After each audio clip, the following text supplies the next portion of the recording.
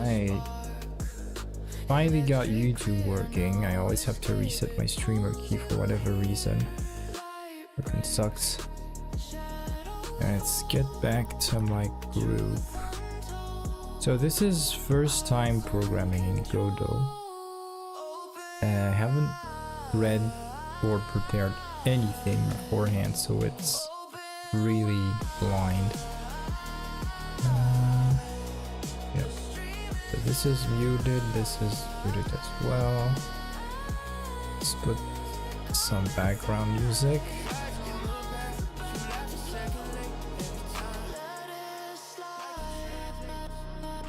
Alright.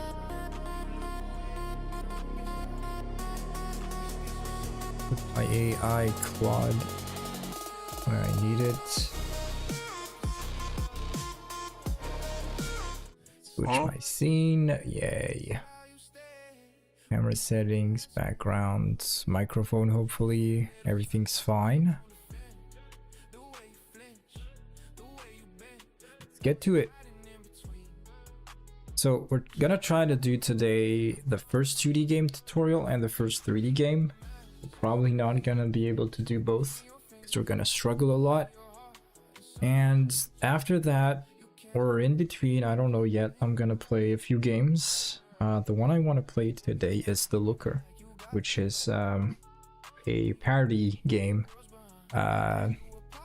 from wait, what's The Witness? Yeah, it's a parodic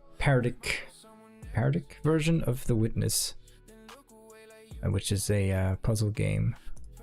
And they did one called the Looker that's about an hour or two long, and it's pretty funny. Okay, so let's get to it. Your first 2D game.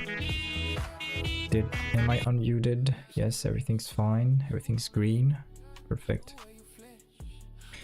In this step-by-step tutorial series, you will create your first complete 2D game with Godot. By the end of the series, you will have a simple yet complete game of your own, like the image below. So, there is a timer on top, and you have to dodge the creeps. Okay, and so there's an animation when you're moving. Ah.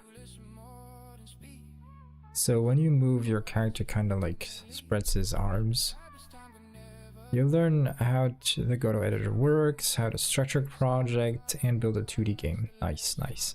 Wait, what is step by step? Nah, I'll just do 2D game and use AI if I'm stuck. This is an introduction to the Godot engine. It assumes that you have some programming experience already. If you're new to programming, you should start by scripting languages. The game is called Dodge the Creeps. The character must move and avoid the enemies for as long as possible. You will learn to create a complete 2D game, structure a simple game concept, move the play characters, spawn enemies, count the score, and more. Blah blah blah. Oh, that's cool. That's like the corrected versions. What I'm curious about is, like, I've seen Godot, you can download the .NET version or the regular engine, which I downloaded both, and so once you script your game in GD script, you can convert it easily to C#. That's I wonder. Anyway, if you're inexperienced, you can find the complete demo source code there. All right. We prepared some game assets. Great. So let's download the game assets. Perfect. So just put the assets here. Boom. We'll see where we put them later. Boom. There you go.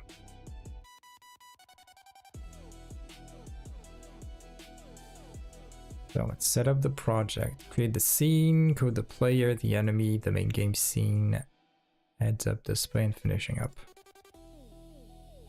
Alright, so let's press the create button. You'll need to choose a valid path. You can leave other default settings alone. So, documents, fine by me. Just call it 2D tutorial. Create. So get.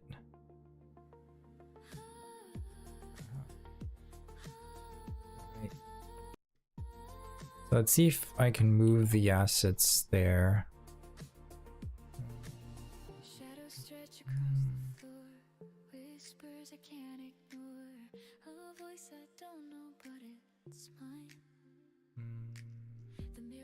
I forgot where to put my project. Ooh, wait, why am I in 3D? I want 2D. Oh crap, gotta set my... this. Like that. Hope this is not too narrow. Yes, so the project was stored in Darkblade and blah blah blah, date modified documents, I think. Yeah, there it is. Ah, I don't like this. I should have put Godot. Anyway, I'll rename that later. Art fonts. Where do you put the assets in there? Well, let's not think about this right now, we'll do it later. Right. So what's in the project directory? Go to art. Oh, so art is at the root level. Let's just drag and drop this here. Boom. Let's do this as well. There you go. So this should be fine. Now we got everything in place. The game is designed for portrait mode, so we need to adjust the size of the game window. Click on project settings.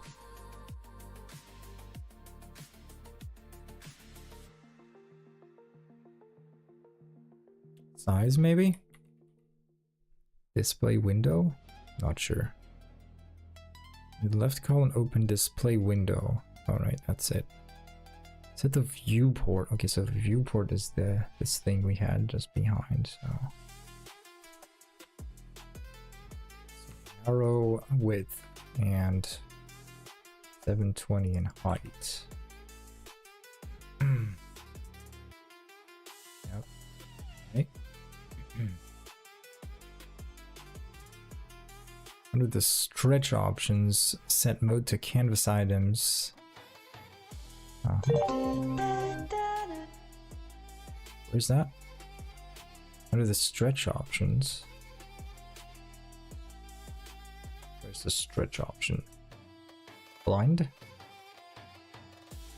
Let's just write it there. Stretch. Wait, why didn't I see it? Display window stretch. Hold on. Window. Oh, okay, I didn't see it. So, mode to canvas items, right? Frame aspect to keep. Scale. Game scale, consistently different size screens. Oh. So this is for the game, not for the UI. Interesting. Alright. Organizing the project. Nothing beats a Jet 2 holiday. And right Yeah.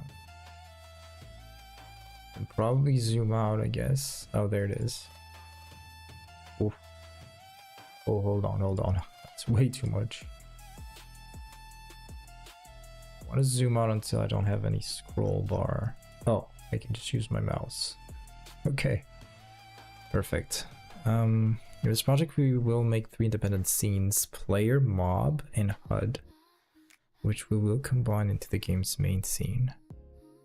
In a larger project it might be useful to create folders to hold various scenes and their scripts, but for the relatively small game you can save your scenes and scripts in the project's root folder identified by res. Res is root. In the left corner. Yes, I see. Yeah, it is. Surprise, motherfucker. With the project in place, we're ready to design the player scene in the next lesson. So we'll define the player object under the scene tab. So there it is.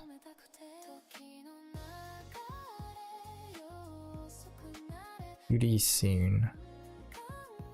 So I don't want to create root 2D node because I'm already there, I guess, in the 2D workspace.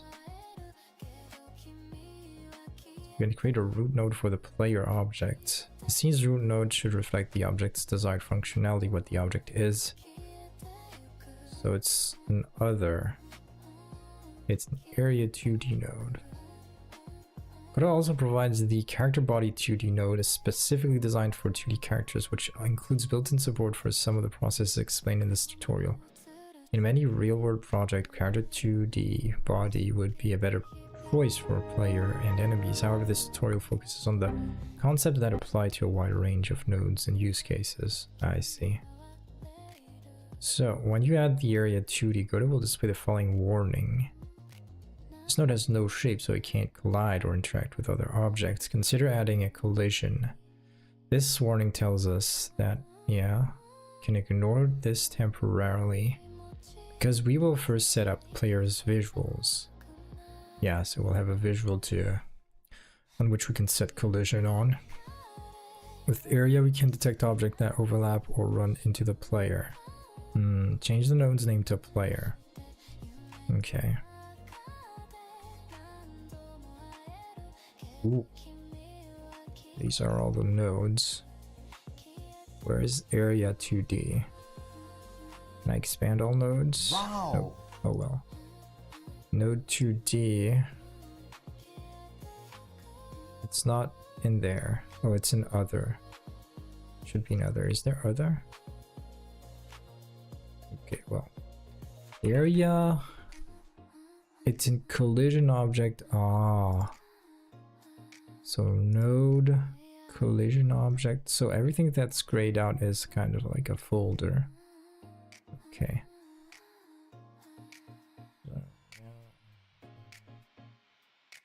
Blah, blah, blah. Oh, there I have it. Renamed. Control S.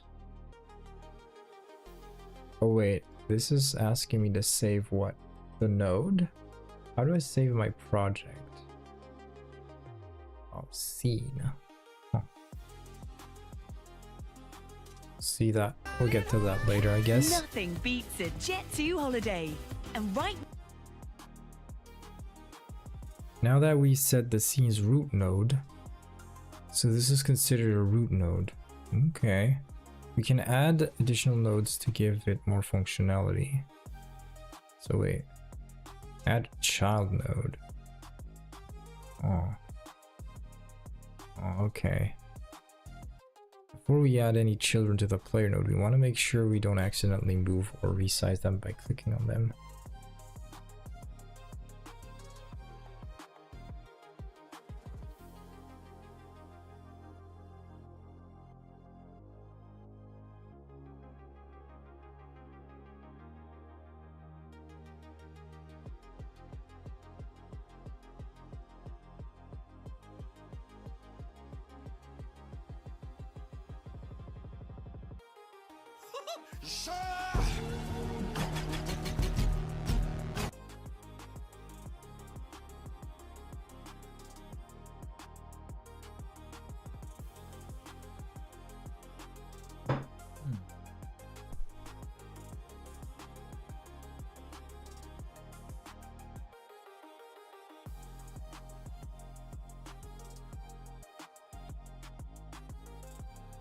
And now our scene is saved right there. Interesting. For this project, we'll be following the Godot naming conventions. GD script classes nodes use Pascal case. Variables and functions use snake case. Oh. Also use all caps. Okay. Functions and variable use. Oh, that's not like in Java. Classes. Okay.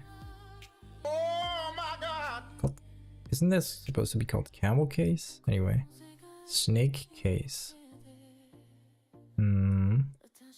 Okay.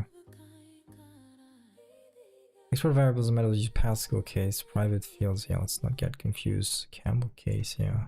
Oh, Pascal case is just with the... Alright, first letter capitalized. Sprite animation. Click on player node and add Control A. Why did my music stop? That's weird.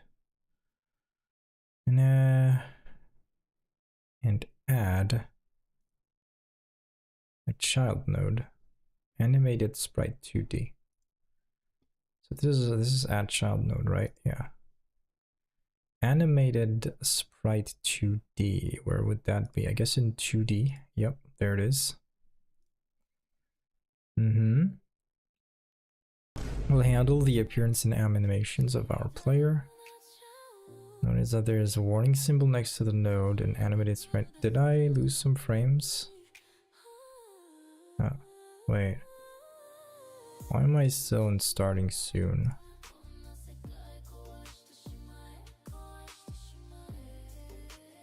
Oh, okay, good. It's connecting. Perfect. Maybe I'll just pause this. Save some CPU. Some bandwidth, I mean. Network bandwidth. So this animation sprite will handle the animations. It requires a sprite frame, so let's do yet another children. And we find sprite 2D. Make sure animated is selected and then find the sprite frame property under animation. Where's animation? Not there. Child node. Right. Sprint sprite 2D. Huh? Sprite. Graphic. Wait. Why am I not finding this? Click and add the animated sprite 2D. Why do I have a node configuration warning? A sprite frames resource must be created. Yes, exactly. Sprite frame, yeah, just create it. Which is list of animations. Make sure animated sprite 2D is selected. Then find the sprite frame property under the animation section in the inspector. In the inspector. I mean this, right click. What's the inspector?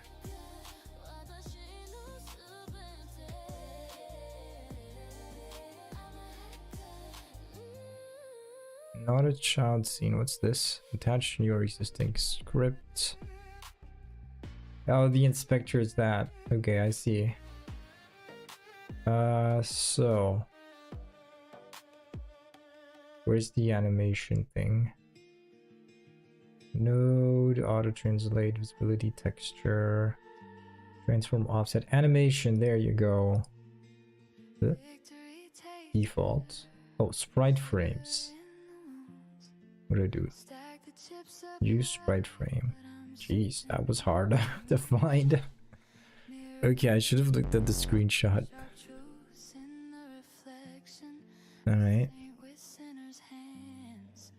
So, click on the sprite frames just created to open the sprite frames panel. There. Okay, so it's opened up below. Reload to scene on. Path. Okay, name. Okay. Let's just hold this back. So now we got the sprite frames panel. On the left is a list of animations. Click the default one and rename it to walk. Right. Walk. Then click the add animation button to create a second animation named up. This one. Okay. Find the player images in the system file system doc. They're in art, yes. Drag the 2 images for each animation into the animation frame side. Okay, so player, which ones? Gray, red, up 1, up 2. Which one do I have to? Oh, walk 1 and walk 2 for the walk. Okay. Wait, let's do this first. And up 1 and 2. Ooh, I like that. Me likey. There you go. The player images are a bit too large for the game window, so we need to scale them down. Click on the animated sprite 2D node and reduce its scale. Where's that? Node 2D. Transform. Scale goes down by half. Let's scroll. No, can't scroll to set the alt. Nope. Gotta input it manually. Oh, that's good. It keeps aspect ratio. Is this because this is... Oh, that's cool. Good. So the aspect ratio was locked, so that's great. Okay. Finally add a collision shape 2D as a child of the player. Okay, collision shape 2D. Gotta be in collision object. Trying to find them there without searching for it, just to get the hang of the of where they're located. Doesn't give the best fits, so next to the shape into the inspector. Wait, what? This will determine the player's hitbox or the bounds of its collision area. For this character, a capsule shaped 2D node gives the best fit. For this character, so next to the shape in the inspector, the capsule oops, capsule shape 2D. Yeah, so there it is. Well, that's great. I like that. Let's zoom this a little bit to see where our capsule is. Interesting. I'm gonna resize it to become like this. Okay, so oof, wait. Can I drag and drop it like that? Shift this back to click empty, new capsule, using 2 side handles to resize the shape. Oh, these ones, okay. Eek. Right, perfect. Yeah, let's bring it to this. Oh yeah, looks great. It's time. Okay, cool. When you're finished, your player scene should look like this. Blah blah blah. Grouped. Once it's done, the warning is gone. Make sure you save the scene again. So, Control S. Great. Let's go to the next part. Coding the player. In this lesson, we'll add our player movement animation and detect collisions. So, we're gonna add a script linked to our player. On the script, you can leave the default setting, just press create. So, default setting, alright. Okay, this is so the language. So functions are trailed by an underscore. So is this called when the node enters the scene for the first time? Okay. Called every frame. Delta is the elapsed time since the previous frame. Oh my god, bro. Oh, hell no. I like the fact that the doc is like working straight up. That's cool. If you're creating a C# script or other languages, select the language from the language drop-down menu before hitting create. Ah, what does this do? Detach the script. How do I save this script? Right. There's only one script per node. Yeah, you can't use, like, create different files. Oh, can you? No, yeah, only one. Okay, now I'm very curious about how you should name those methods, those functions. Okay, so these things we didn't touch. Start declaring the member variables this object will need. It's great that there's C#, the C# option.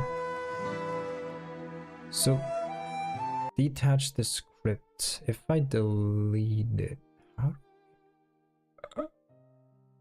Wait, why did I close? I closed the scene. Oops.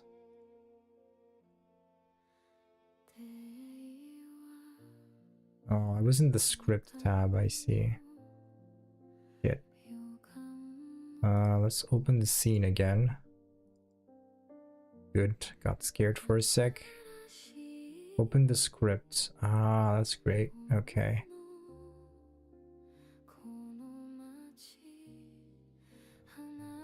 How do I change the script language or just delete the script?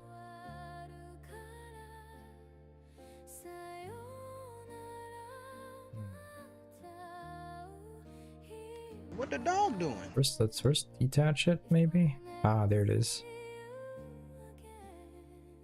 Attach new script. If I want to change the language to, oh, I can't choose C#. Oh, probably because I didn't launch the .NET version or something. Alright. I was wondering if it was better to just learn scripting in C# because it's more agnostic. It would help me out if I want to use another engine in the future. Anyway, let's just finish the tutorial with this thing. So what are variables? Export var speed. How fast the player will move. So do I declare them at class level, I guess? At export var speed was 400. Okay. Pixels per second. Hard for me to represent to myself that. Screen size. Why is there one export in front of the first var and not the other? Let's see. Okay. Using the export keyword on the first allows us to set its value in the inspector. In the inspector? Here, you mean? This can be handy for values that you want to be able to adjust, just like a node's built-in properties. Oh, that's cool. Click on the player node and you'll see the property now. Where? Speed. Node. Grip material, visibility, transform, gravity, filter properties. Where are they? Save it. No. Speed. Okay.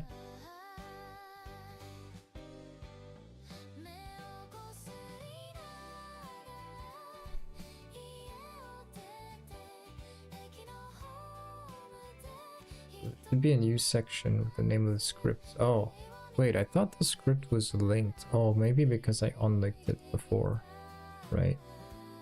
Load this one. Yeah, I think I unlinked it, that's why. Yeah, makes sense. So where is that? There.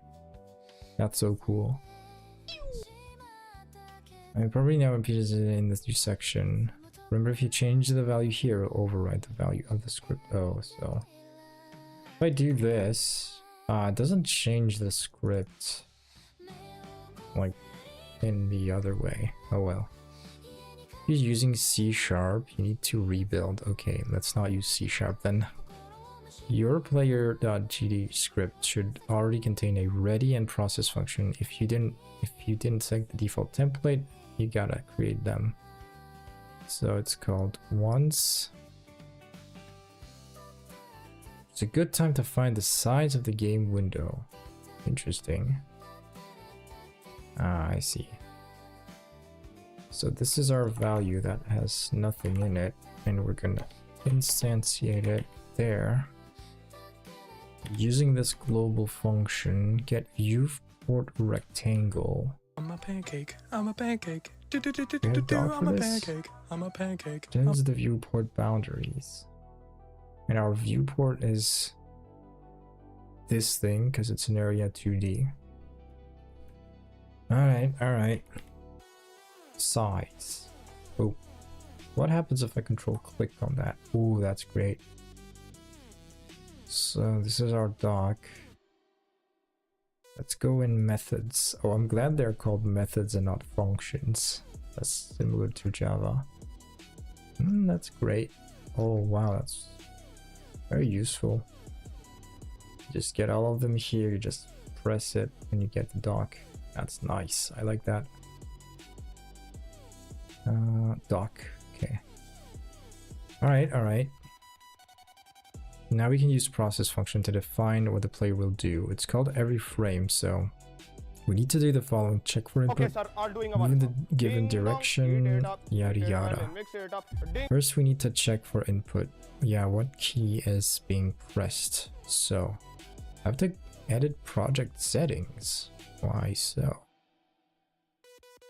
Click in the input map tab here, right?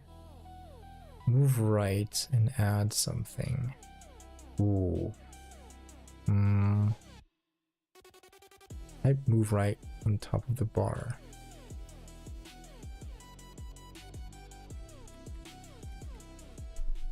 Wait, there's no filter.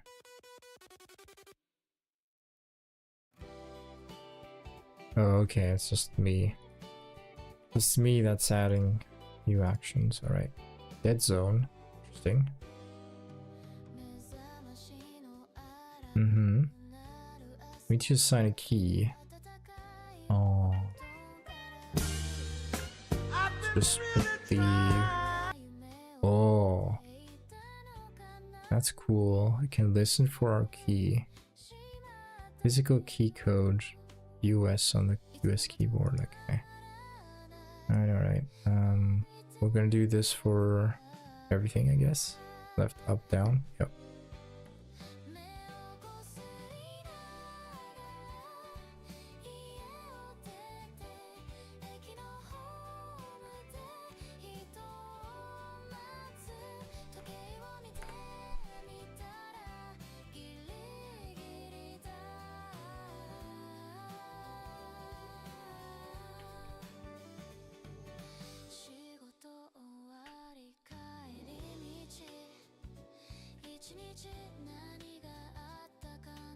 Alright. I only mapped one key for each action, but I can map multiple keys. That's cool.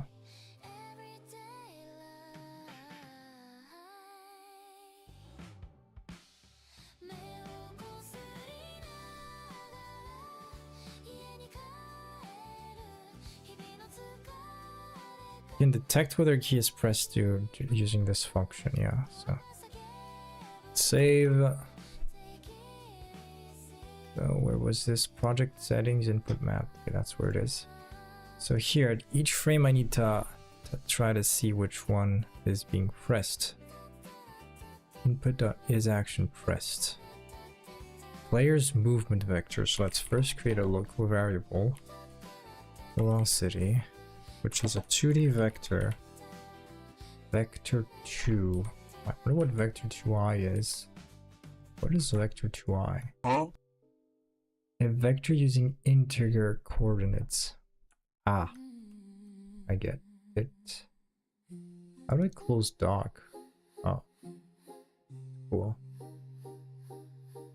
Where are the imports? They don't show up here. Interesting. That's pretty cool. That 0. What? Where's 0? Oh, it's down there. Okay. Cool, you don't have to put a semicolon at the end of each line like in Java. So if input, so if I just write is action pressed, is it gonna find it for me? No. Too bad. It's not that smart. Oh, is it? No. Okay. It's actually request. I gotta put it. It's a string. I see. Oh, it tells me. Right. That's cool. So there, did it find the string? Yeah, it found the string for me. That's great.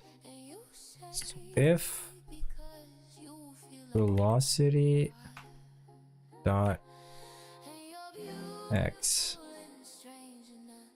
you can probably filter categories when you start inputting something, but I don't know what the hotkey for that is. So you just add one. Good.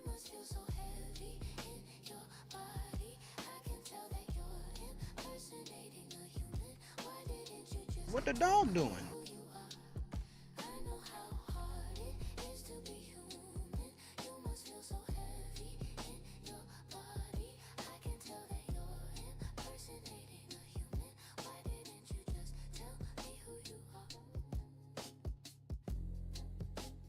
This will be minus.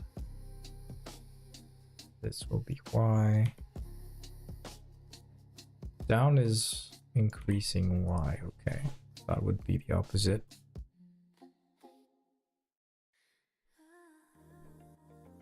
Perfect. So what is this condition here? If our velocity becomes greater than 0, so every time there's movement.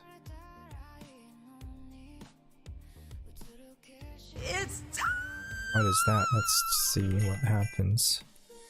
Velocity equals velocity dot normalized. What does this do? Returns the result of scaling the vector to unit length.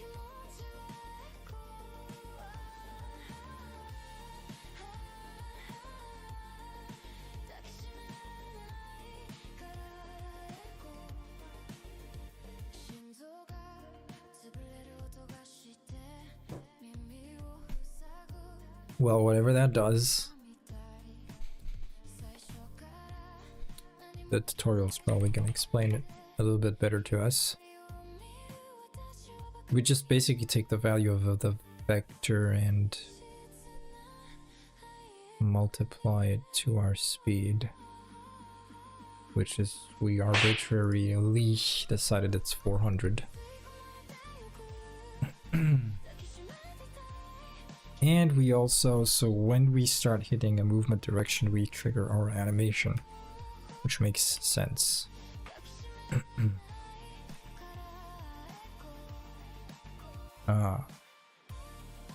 Can take a string as argument. Okay. Guess we will fill this up a little later.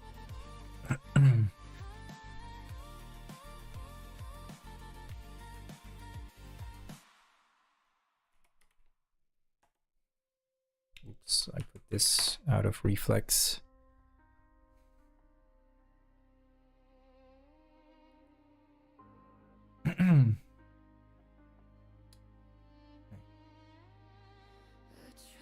Start by setting the velocity to 0 by default. The player should not be moving. Then we check each input and add or subtract velocity. For example, write it down the same time, all the vector will be 1, 1, right? In this case, since we're adding a horizontal and vertical movement, the player would move faster diagonally than if it just moved horizontally. Oh, I see. We can prevent this if we normalize the velocity, which means we set its length to 1, then multiply by the speed desired. This means no more fast diagonal movement. Ah, okay. If you've never used, so like 1, 1 becomes 05, 05, something like that, I guess. We also check whether the player is moving, so we can call player stop. Right. In the GD script, wait, Where was I? If you can prevent that, yes. If you've never used the vector math before or need a refresher, you can see the explanation at vector math. We also check whether the play is moving. Yeah, okay. In shorthand for get node. Where's get node? Oh, dollar is shorthand for get node. Ah. So in the code above is the same as get node. Ah. Dollar returns the node at the relative path from current node, or null if the node is not found. So there's going to be an exception if I if I write this, for example, it's going to bug out. Since animated as a child, we can use this. Now that we have a movement direction, we can update the player's position. We can also use clamp to prevent it from leaving the screen. Clamping is a value that means restricting it to a given range. Add the following to the bottom of process. Oh, we have to manually say. I want to introduce this bug here just to see how the error is shown at compilation. So we gotta add this at the bottom of process, right? So wait, this is our function, right? Oh, wait, I'm out of the function here. In there, yeah. Wait, what's the position variable? It's a new one, yeah.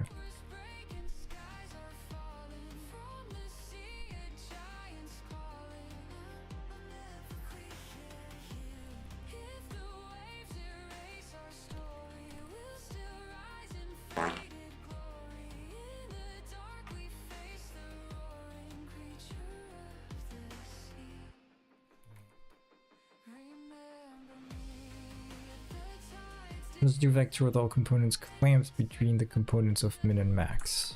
So it creates the boundaries. Ah, you can reuse alt and the directional keys to get back to where you were. That's cool. I'm gonna clamp.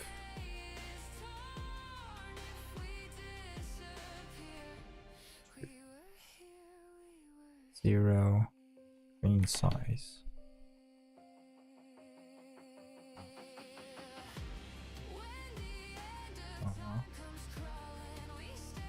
Oh, so our else is red because of this.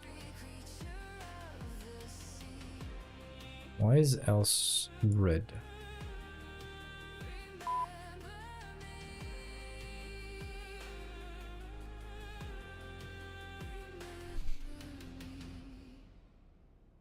Oh, I missed double dots. Ah, there, okay.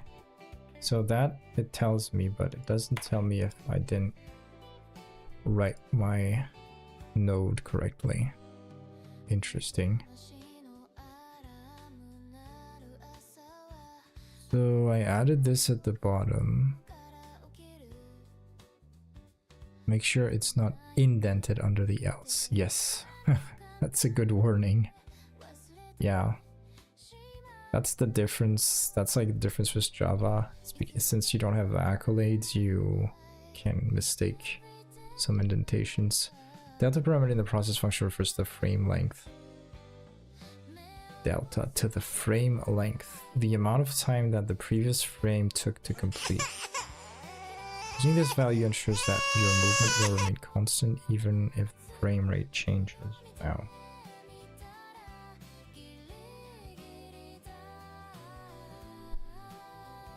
Click run current scene. Aha, that's where we'll see our error popping up. So it's control R. Nope. R is replace. F6. 6. It shouldn't work because okay, it's not right. Ooh. So it doesn't prevent the project from compiling this if else, but it will bug out when I'll press a button. Yeah, there you go. And it says it's bugged out here. Play on a null instance, yeah, because this is null. How... What other info do I have? Well, I guess it can't be more precise than that. Wait, there's an error tab. Line 25 of process. Okay, that's pretty cool. Yeah. Alright, I like it. So our sprite is not aligned at the center. So F6. Boom. There it is. I can move. Oh, that's so cute. What's odd to me is that you can make it move up without ever animating. Probably because the animation duration is superior to this little blip.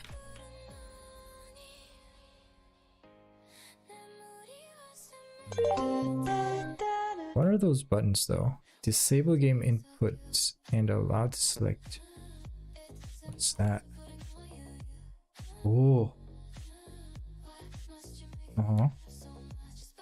And allow to select nodes, control and manipulate them. Does this mean I can scale and push it in real time? So I selected what the collision shape, not the sprite behind it. Okay.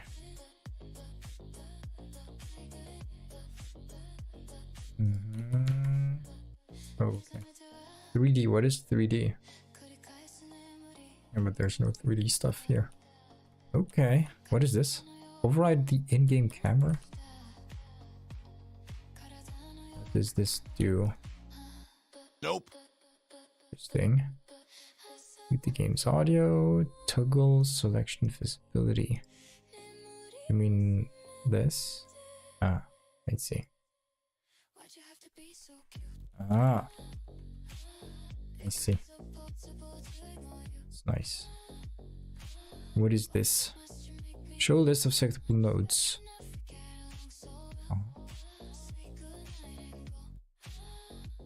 Oh. Player sprite. So if I select the sprite now, this I can scale it, right? Yeah. In real time, right? I put 1. Boom. Scale the sprite in real time and I can still move it. That's so cool. So it allows for basically live hot swap, variable hot swap, variable value hot swap, which is cool.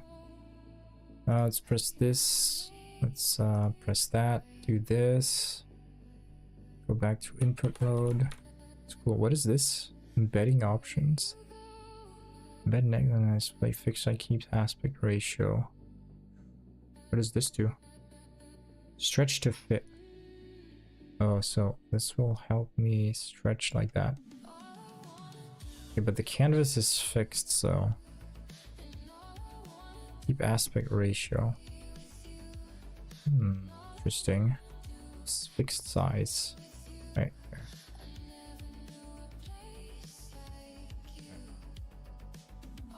Keep it like this. What does this do? Reset the game speed. Oh. Well, that's cool. Funny how there's an option just for the sake of changing the game speed. Pause the project. What happens, wait, okay, good. What happens if I put a debug breakpoint here? Can I add one here? Emoji and symbols, indent, tool, comment, bookmark. Can't put breakpoints? That sucks. Let's ask Claude.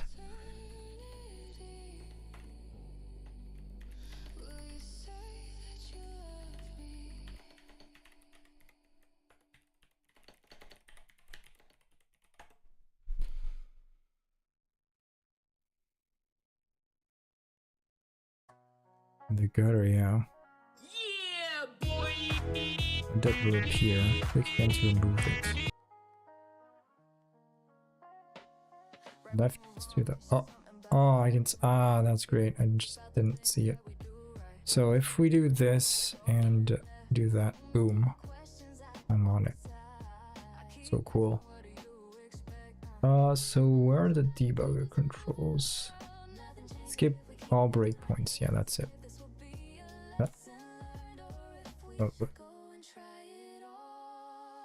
wait, skip, but can I resume? What is this? Continue. Right. Oh. Why is it constantly going up?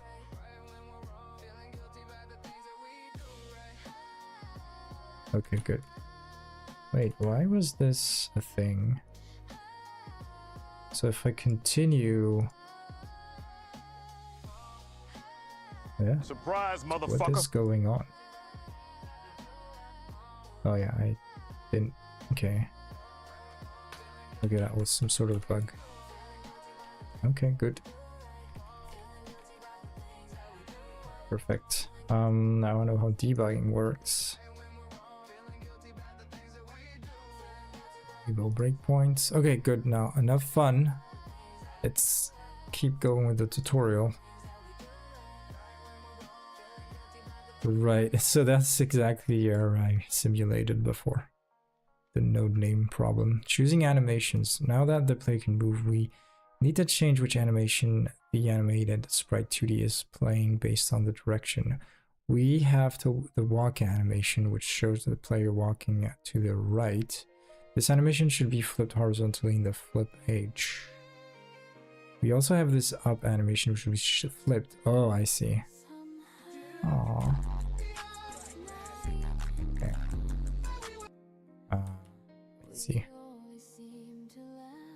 Yeah, it's like a tadpole, right? Let's see. So let's put our canvas like here. Like there. So it stays on screen. Can we put it above every other window? Or is there no option for that? I think so. Oh well. So we're gonna flip the sprite when it goes down. So here, and here, right? The velocity X in the process. Nope. Flip.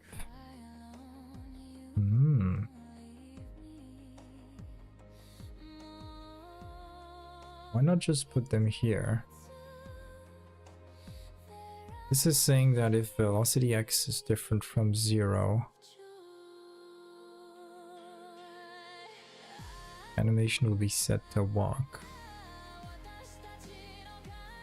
Right, and flipped.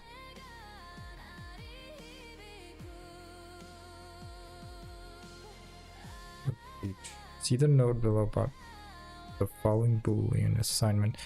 Boolean assignments in the code above are common shorthand for programmers. Since we're doing comparison test Boolean and also assigning Boolean value, we can do both at the same time. Consider the code versus the bottom one line Boolean assignment above. Brr brr patapim, il mio cappello è pieno di slim, nel bosco fitto e misterioso. Oh, I see. Yeah, it's shorthand for this. It compares the two, both of the values, yeah. It will be true if this is inferior or... Ah, I see, I see.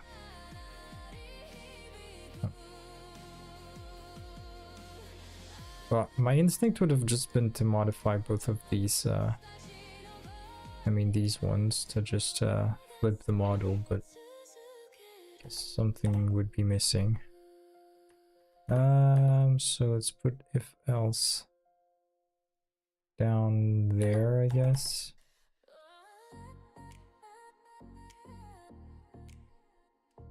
Oof. The indentation is not good. Copying and pasting is not pretty.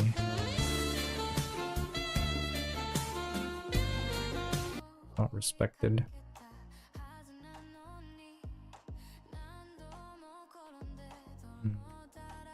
Too bad.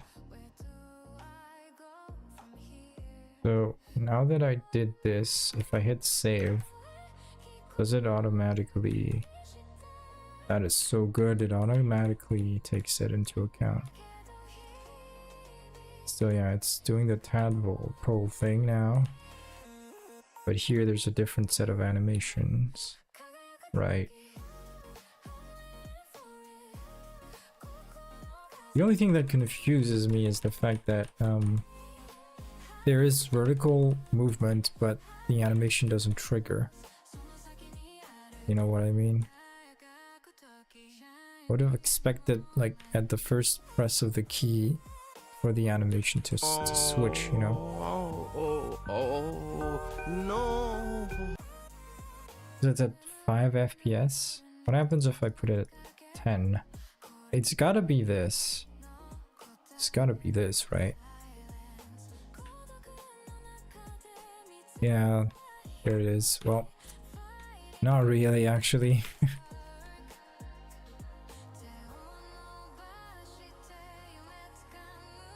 Yeah, like 10 FPS. Still pretty smooth.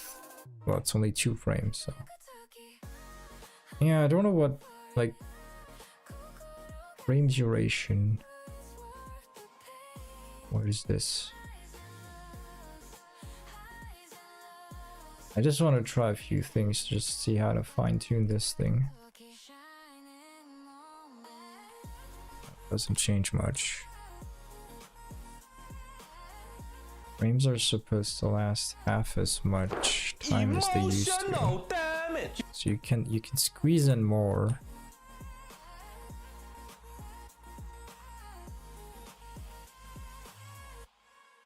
Yep. What does this do? Doesn't change much, does it? What if I put it at like 30 FPS? Okay. There, so got my thing going. This is way too fast though. You see it both frames almost at the same time, since it's just going so fast.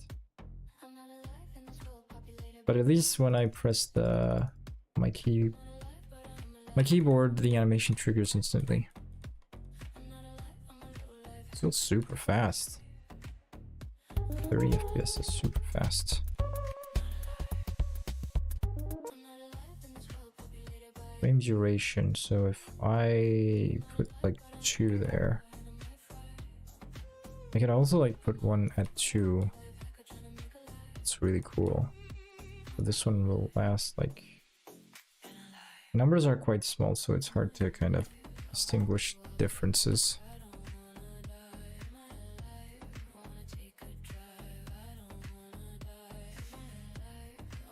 It's great that I don't even have to save anything. I just do it and it changes.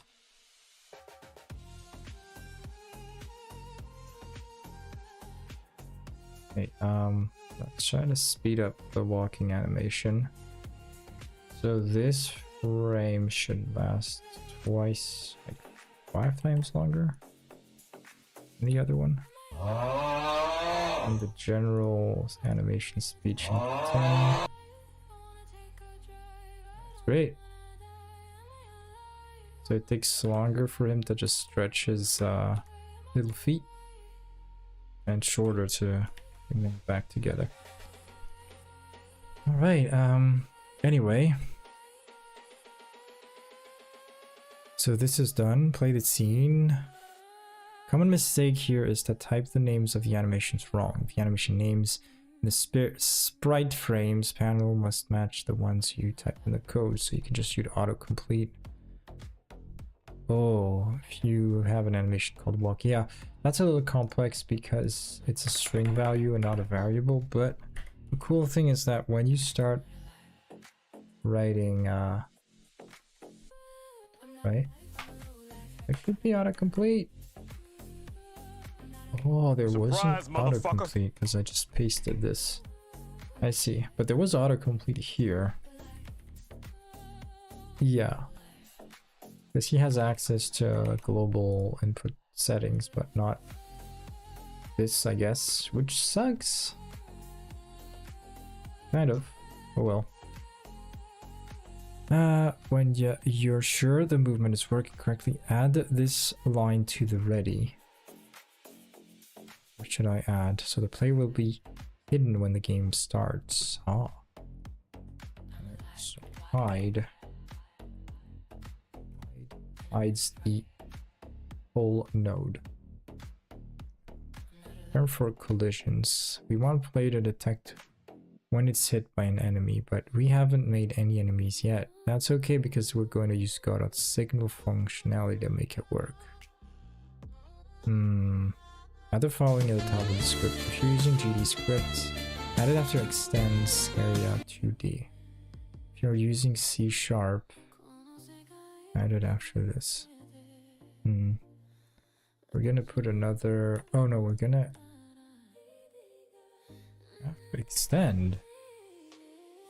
Oh. Just like an import. Hit.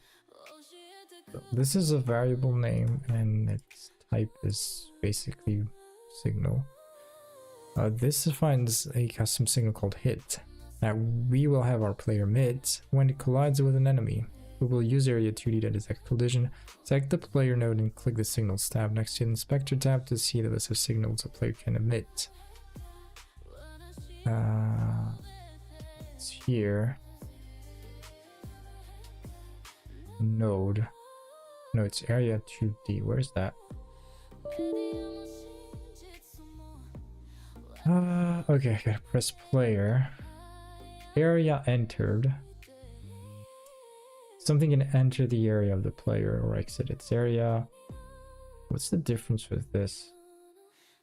Emitted when a shape of the received area enters the shape of this area.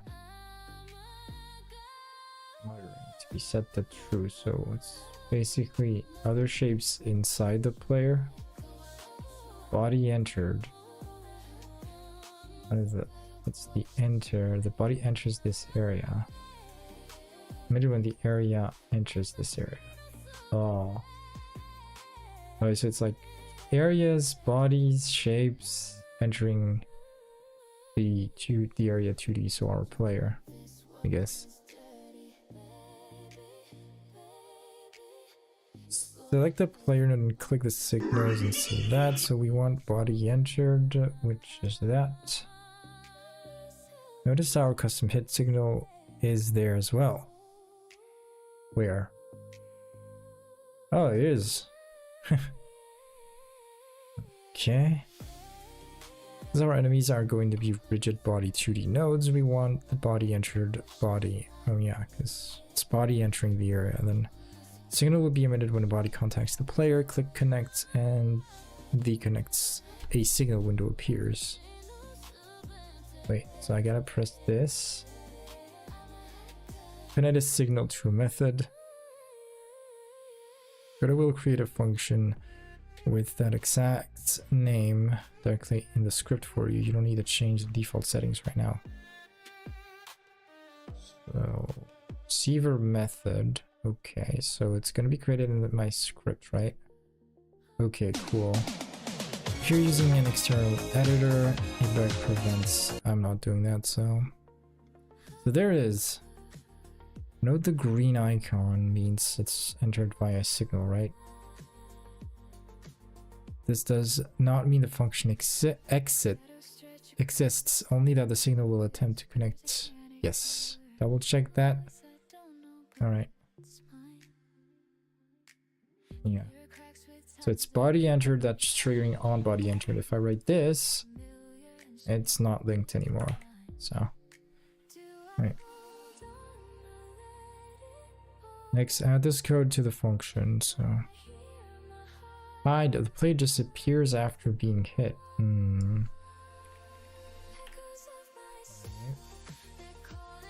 Emit hit.emit. Wait. So that's a body that's hitting the area that then emits the hit signal. Okay. We gotta process the signal, I guess. Must be deferred as we can't change physics properties on a physics callback. What does that mean? Let's see. Collision shape 2D. That's... yeah, what is this? Deferred... disabled. Well, we have all those strings. There's no disabled? Oh, it is. I'm just blind.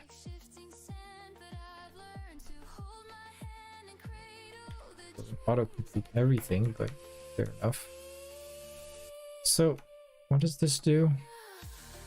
Assigns value to the given property. So it assigns true to disabled in the collision shape. At the end of the frame, this is equivalent to calling set through call deferred. So it's an asynchronous set, yeah, thing.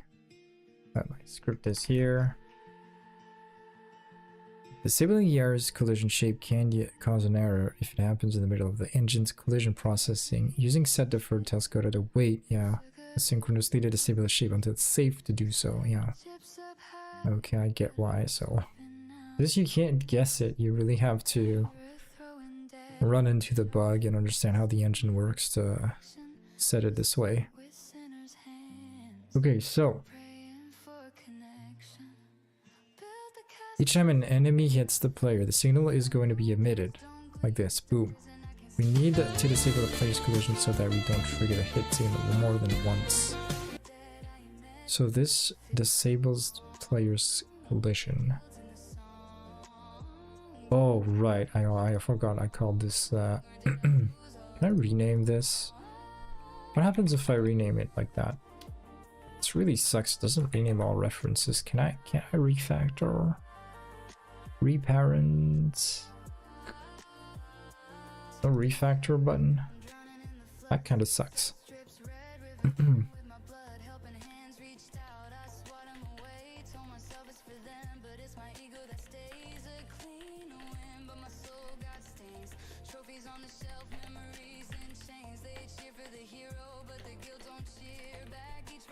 Let's see.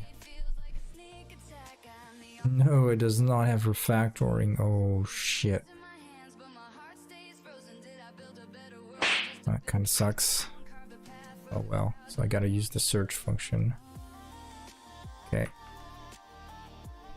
Okay, the last piece is to add a function we call to reset the player when starting a new game.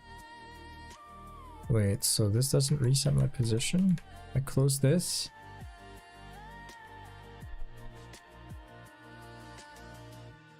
True, I introduced a bug because I... So what are the... it does detect my graphics card.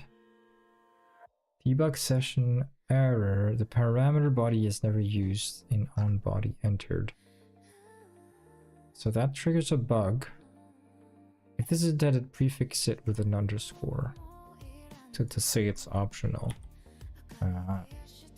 So if I do this, does it work instantly to reload it?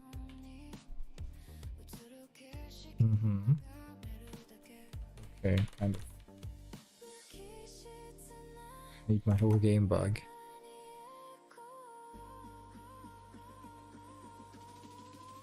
Okay, with the player working, so things aren't working correctly yet.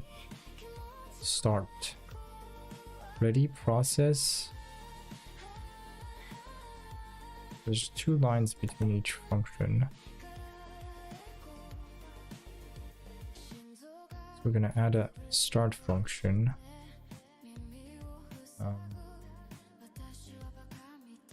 Let's just add it here.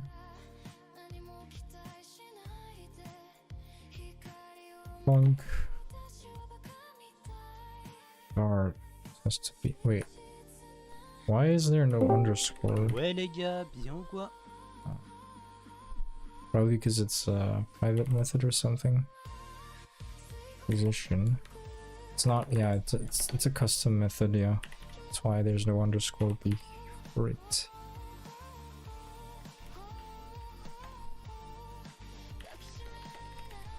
Position equals pause, so we assign position to a new variable. Shell. We disable the collision.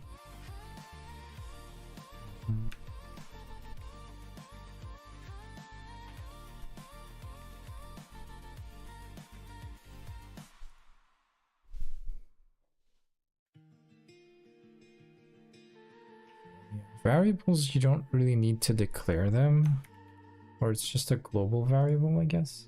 Yeah, so I'm wondering why I didn't write vars. Guess it already exists.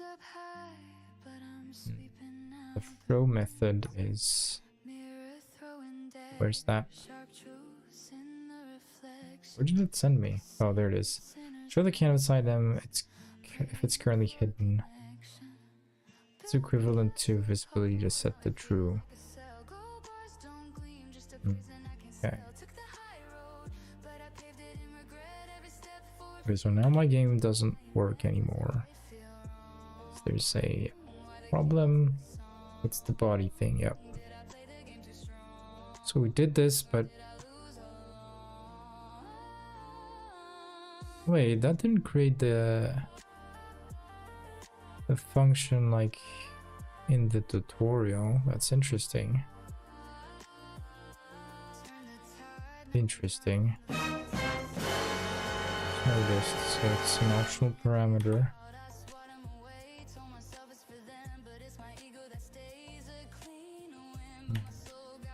Okay, so maybe this will work better now.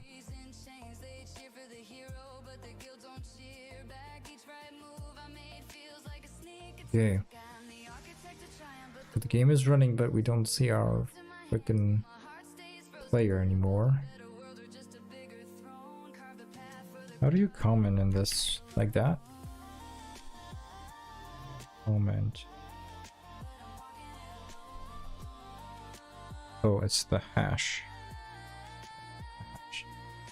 Stupid. What happens if I comment hide? Why is my sprite hidden though? Oh yeah, because this, yeah, dumb. Nothing Thanks. beats a Jet 2 holiday. So And I'm gonna put a hash again. Out hash. Boom. The restart. F6. There it is. Okay, good. I'm reassured now. Okay. Oh. People put some comments. That's cool. Great. So let's get to the next lesson. I'll make a quick break and be right back. So cool.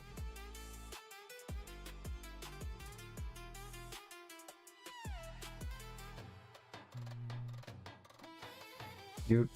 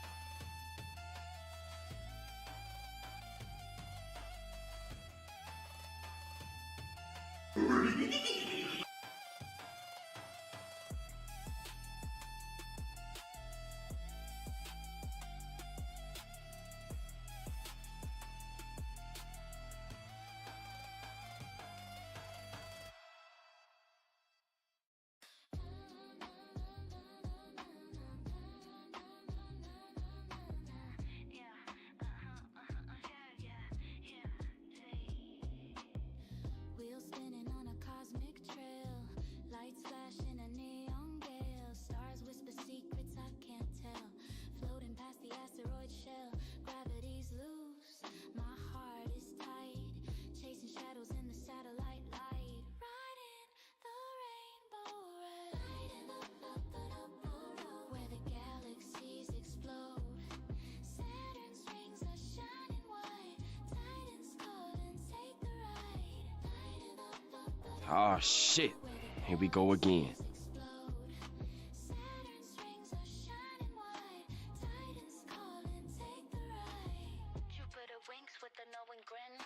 Milky Way melts as the colors spin. The void hums low, it pulls me in.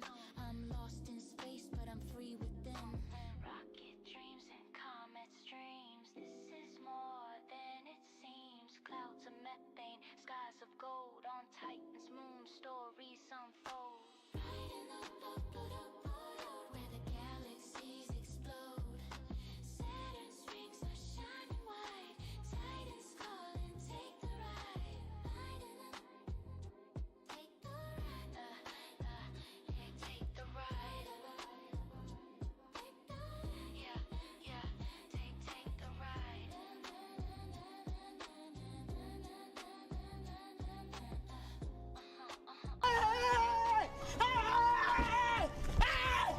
Why are you running?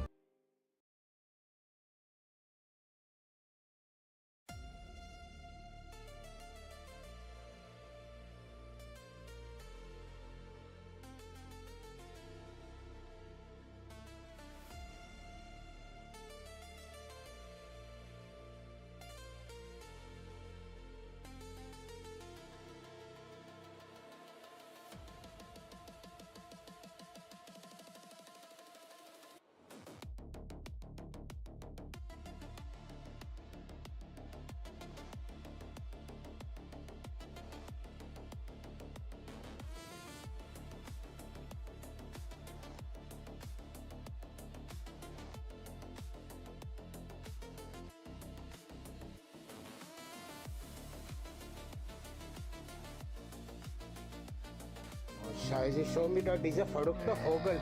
Hey, du verrückter Vogel, was willst du hier?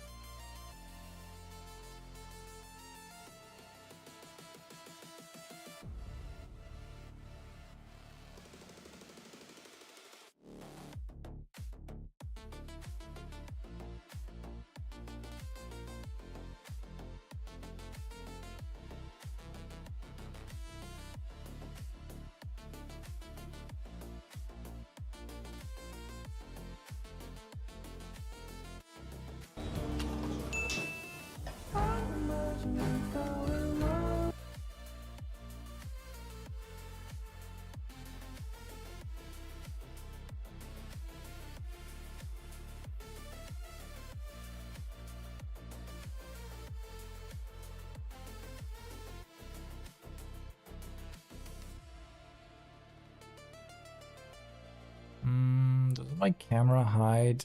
This hides a little bit, but it's not too bad. I think my camera hides a few things. I will move it. Important things in the future, I'll move it away. Okay, so let's start creating the enemy. Create a mob scene. Right, so we're gonna create a rigid body 2D. So how do I click scene, new scene. Scene, new scene. 3D scene. We'll call it mob. We'll put animation sprite, collision, invisible on-screen notifier. Oh. So. Sprite.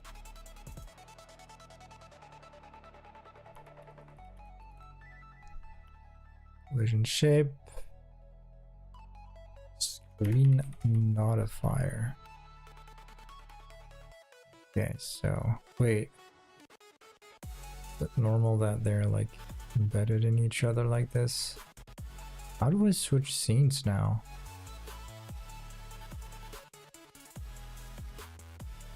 Oh, just press this. Animated and collision should be not inside each other. Can I move out? Drag and drop. Nice. I think this should also be at this level, right? Save it on mob. Yeah. Maybe they said this should shown so they can't be selected. Oh, true. Where did I lock that again?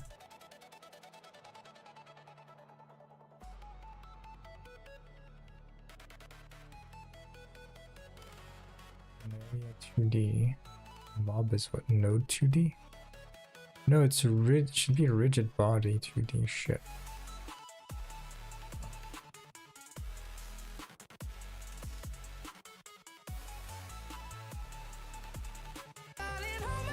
Nothing beats a Jet 2 holiday. And right And I did this scene now.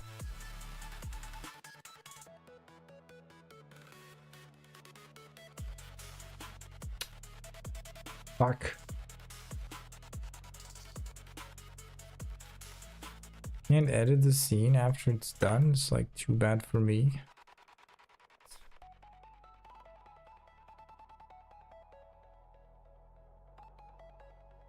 Oh yeah, I should put other node. Ah, this is why. It's a rigid body 2D scene. Okay. Animated sprite 2D. Collision. And on screen.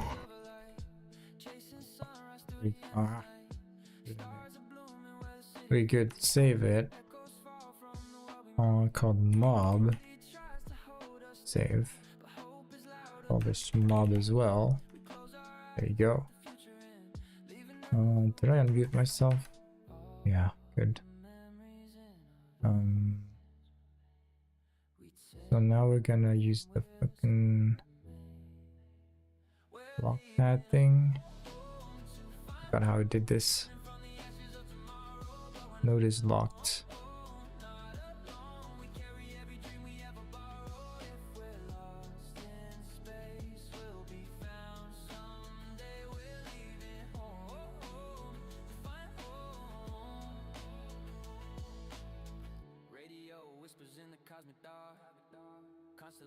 How to do that? How to lock it again? I forgot where the button is. Don't forget to set the children can be selected. This is done by select the parent node in the scene tree dog, then using the group function. The group function. The group button at the top of the 2D editor. Ooh. Where's the group button?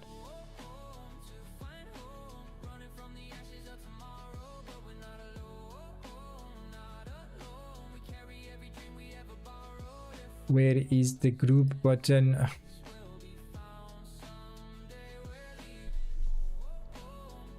Or pressing Control G. Oh. Wait, doesn't? Aha, it doesn't work.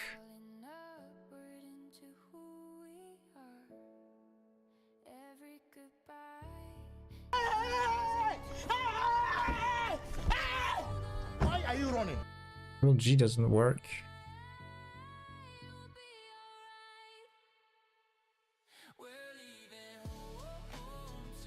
Fuck, I unlocked it. How do I relock it? Oh shit. I'm doing all this shit, but I don't know how to redo. Control G doesn't work at all. Group and lock the nodes.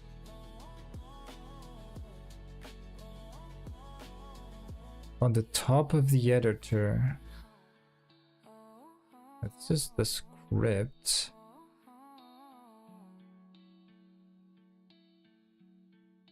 Yeah, where's my canvas, by the way? Where did my 3D area go? I don't even know how to get back to it.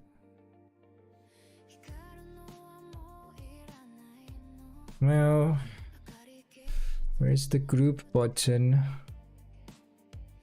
Project, debug, editor, help, player scene, file.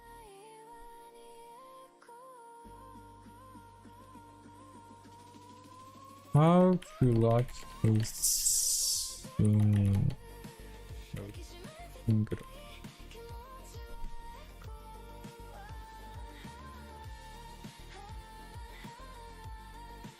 I click on a node.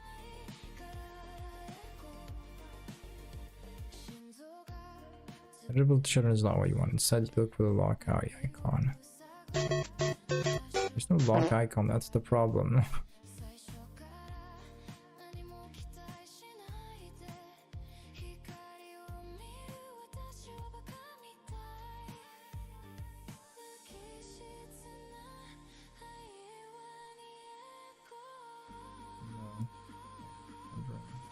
Show up.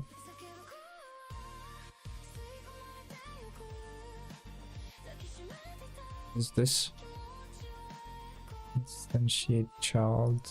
No.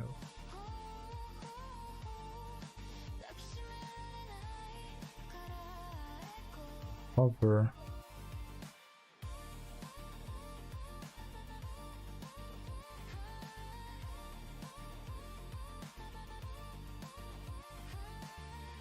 These icons aren't visible. Hover on the node row in the scene dock, and they'll appear on the right side. On the right side. You mean this side?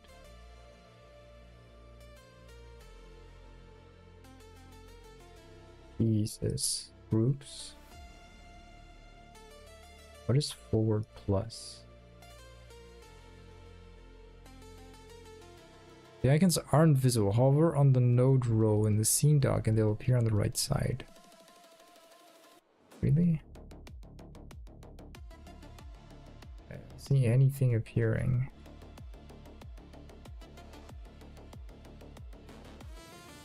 Hotshot, expand, collapse, branch.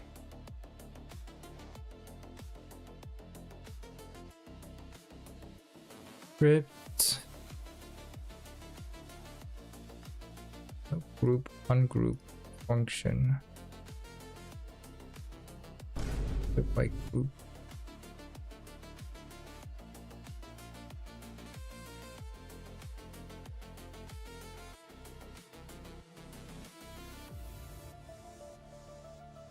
No.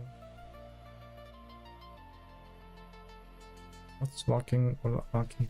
It's like it's so weird. Hi, cheese eating cave goblin. How to, like, I don't see lock icon when covering nodes in the scenes panel at all. And not when right clicking either.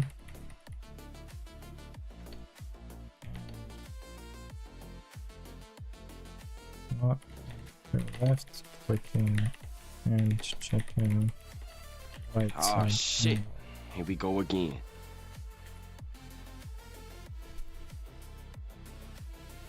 You're right to push back on that. I may have been inaccurate. On to lock a node, select the node in the scene panel, look at the toolbar at the top of the 2D viewport.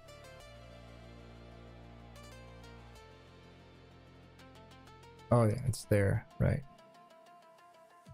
Oh yeah, that's what I was thinking. Yeah, where did the 2D viewport go? Okay, so first lock and then group. Yeah, that's why I was looking for my 2D viewport. Yes, those categories at the top.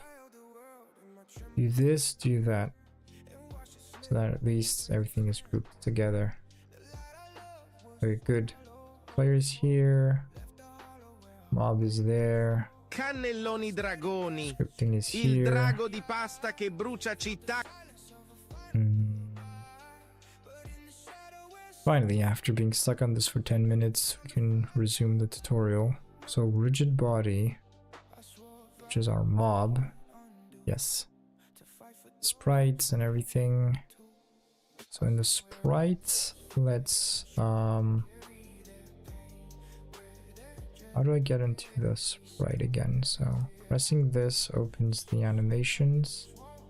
I gotta add sprite frames, right? So let's do this. Sprite frames. Now we press that thing. We're gonna add some sprites. Let's first load them from our... Ooh.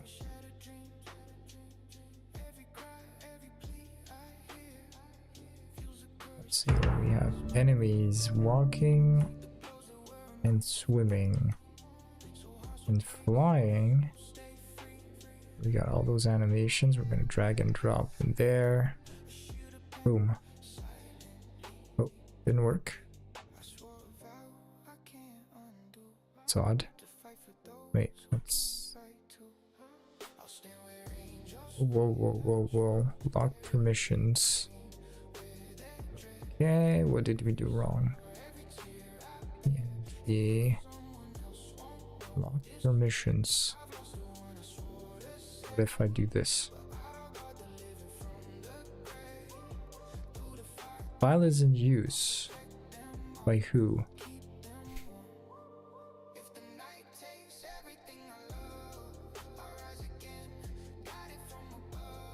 Not in use or lacking permissions.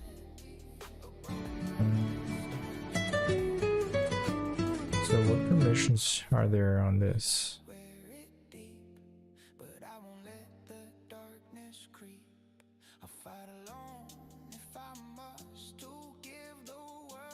So I got full control, read, write, and everything. What about this one?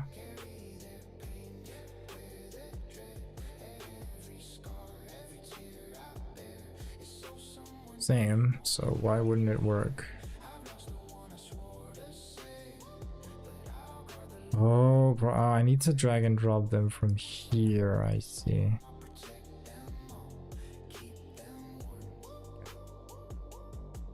At least I made this mistake, now I know how it works. Walk up. Let's do out. Flying, swimming, walking. Ouais les gars, bien ou quoi?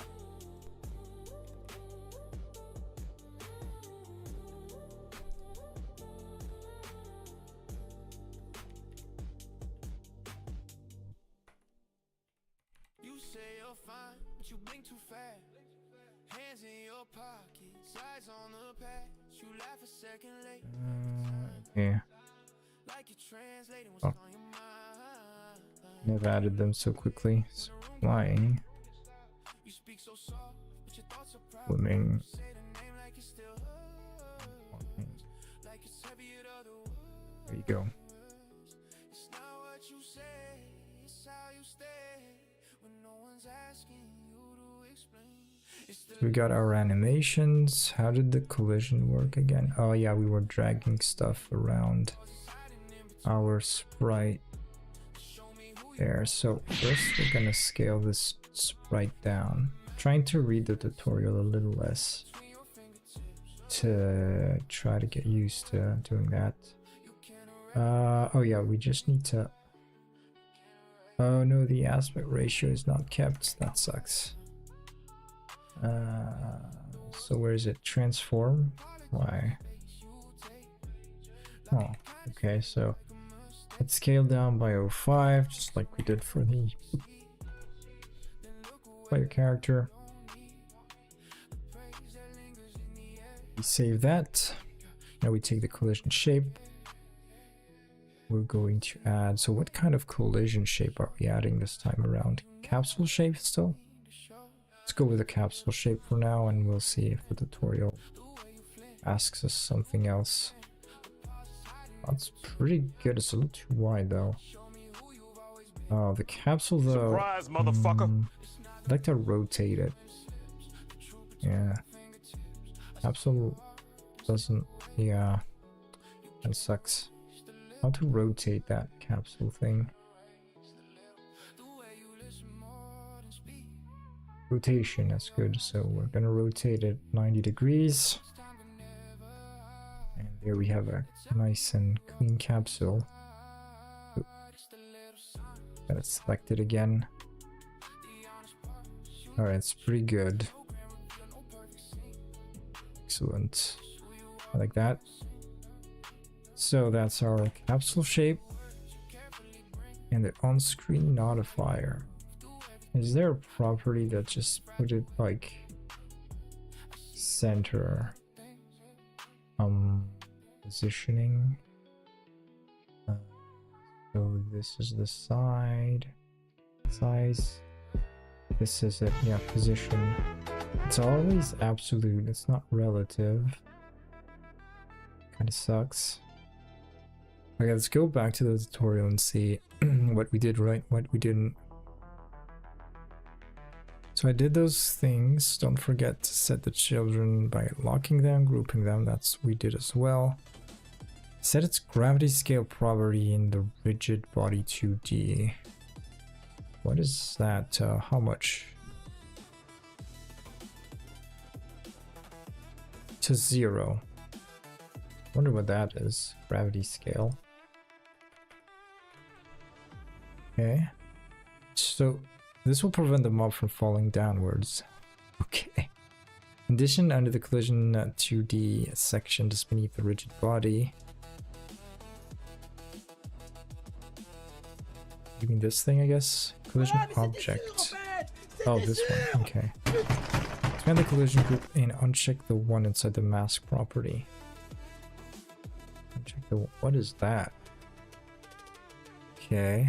Set up the... This will ensure the mobs do not collide with each other. Ah. Set up the animated sprite 2D like you did for the layer. This time we have 3 animations: fly, swim, and walk. Right, so save this. Collision shape, so the animation sprites, yes. Right.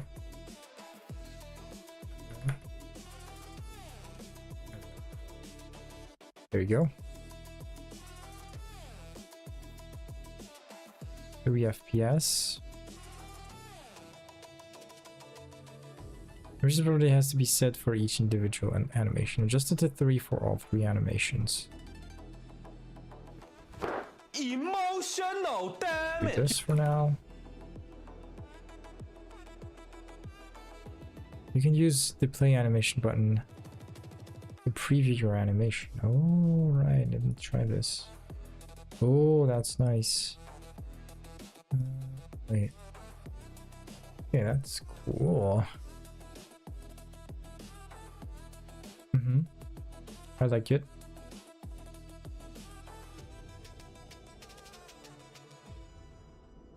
Wise. We'll select one of these animations randomly so that the mobs will have some variety. Like the player images, these mob images will need to be scaled down. So you can put it to 0.75. Okay.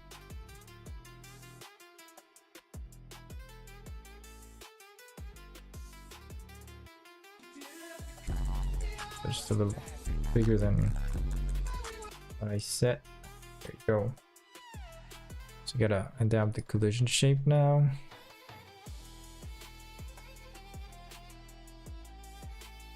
Perfect.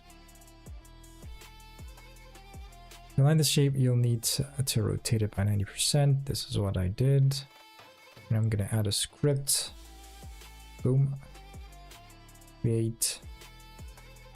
And there you go. Extends rigid body. Now let's look at the rest of the script.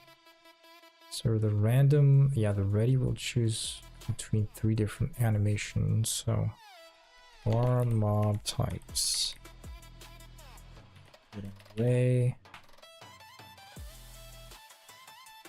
3 sprites. So it's an array containing animated sprite 2D dot frames animation names.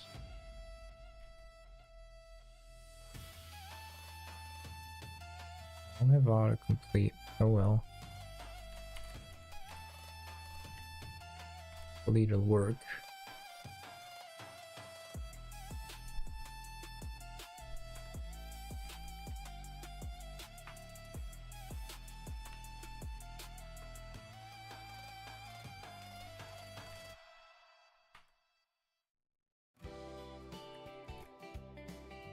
Okay, just gonna pick a random type from the array.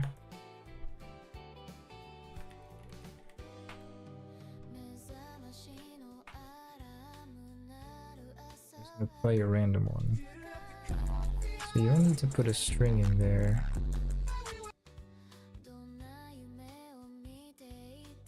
Use the animation with the name.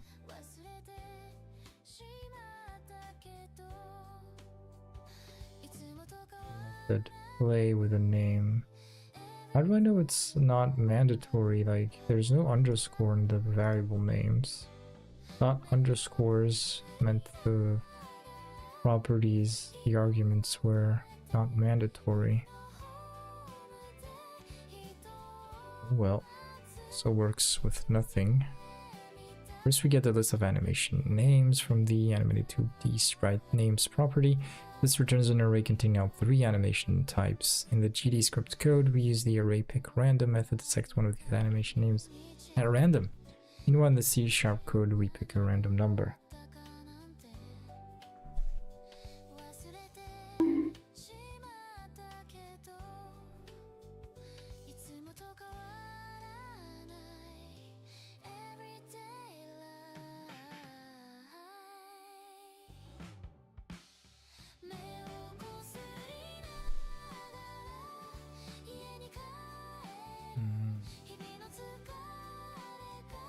And I gotta connect an event. I already forgot how to do that. Totally forgot.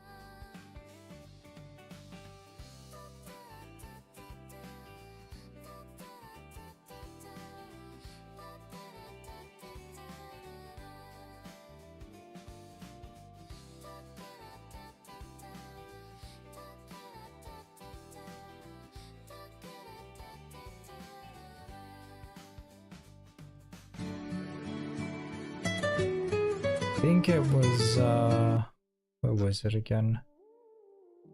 Wait, why isn't there this little icon anymore?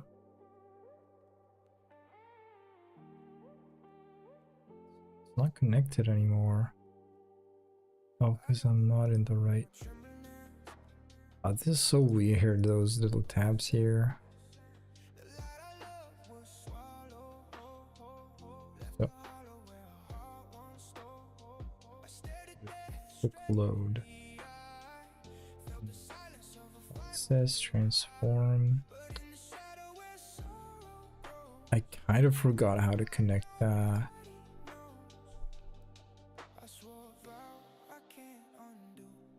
Layer mob.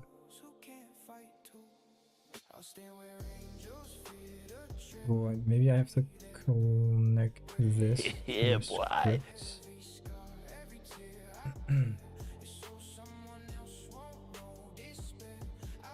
No, I don't think that's how it worked. Anyway, I'll just copy and paste this. On visible screen modifier. Q3. Q3 is a function that essentially frees or deletes the node at the end of the frame. Deletes the node. This completes the mob scene when the player and enemy. With the player and enemies ready, and the next part will bring them together in a new scene. We'll make enemies spawn randomly around the game board and move around, turning our project into a playable game. The main game scene. Now it's time to bring everything we did together. Create a new node named main. A new node. Not a new scene.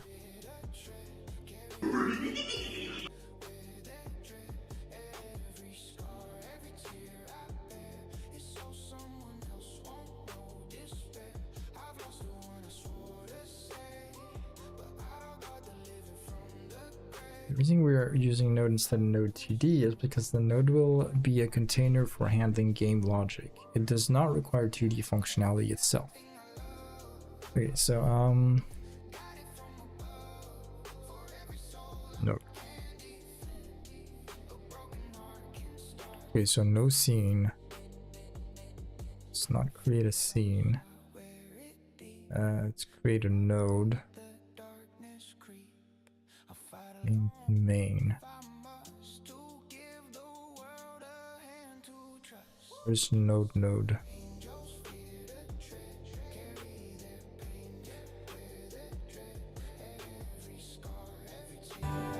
Il fait tard pécho! Click the instance button represented by a chain link. Ooh. And select your saved player. Okay. I do have to create a new scene.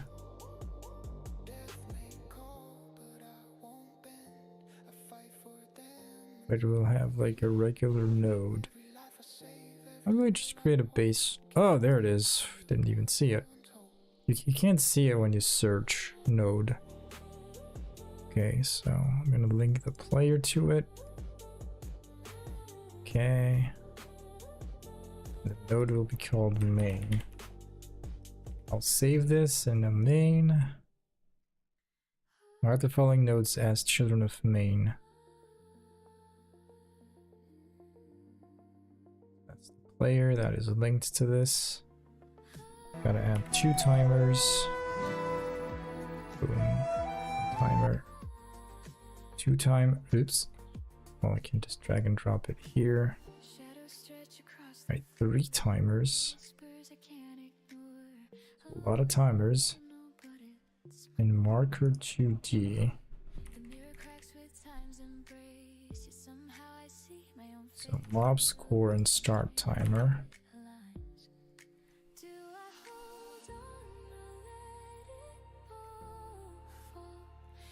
Position, there we are. Set the wait time of each timer as follows. 05, 1, and 2.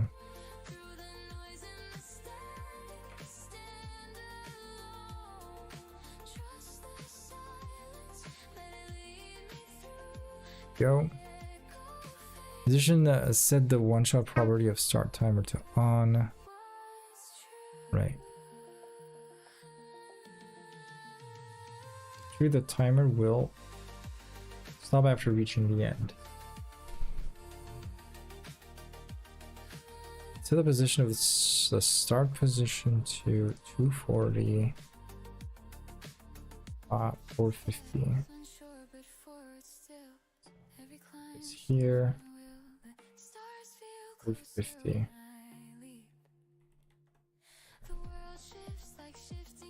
Spawning mobs. The main node will be spawning new mobs, and we want them to appear at a random location on the edge of the screen. Click the main node in the scene dock, then add a child path 2D. Go. Called mob path.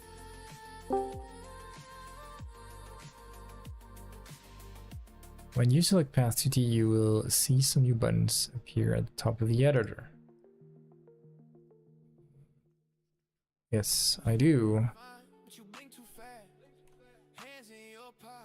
Select the middle one, add points, and draw the path by clicking at the add points at the corners shown.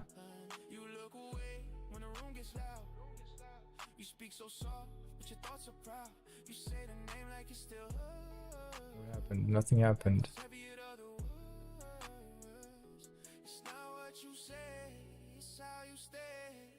Maybe I should have locked this. I don't know.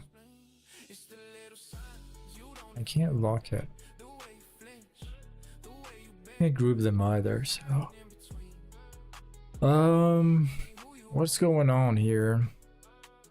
And draw the path by clicking the add points at the corners shown.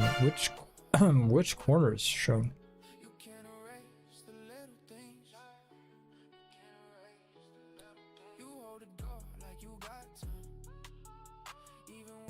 This is cool and all, but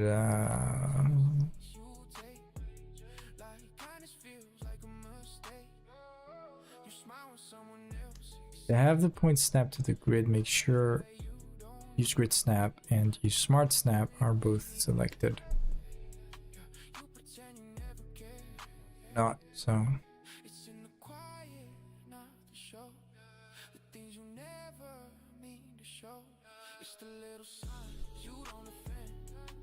These options can be found there, yeah. Draw the path in clockwise order, otherwise your mobs will spawn pointing outwards instead of inwards. Okay. Let's see that again. So I press this button once, and just press the 1, 2. Is that normal? Just draws a line for me.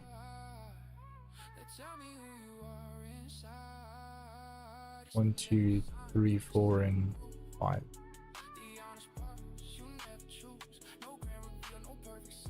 Oh shit! 5 was supposed to be that button.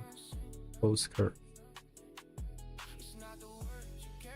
Not sure I'm doing this right. After placing 4 in the image, click close curve. Now that the path is defined, add a path follow 2D as a child of mob path. Path follow 2D, which is right there.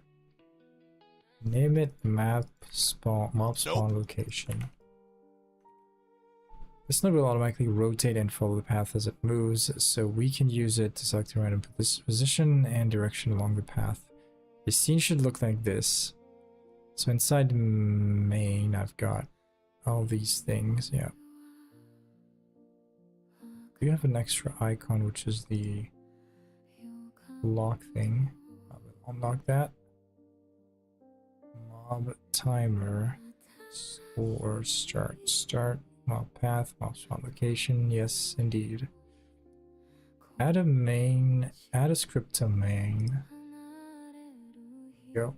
Got my script here. Extends node. Act scene. So I gotta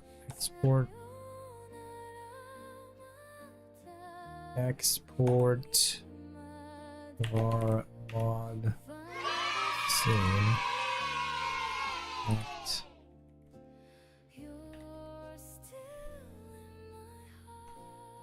Is that?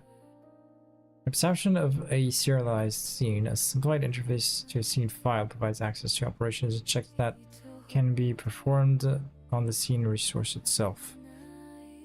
Okay. Add a var score. The main node, and you will see the mob scene property in the inspector. See it? There it is. .gd.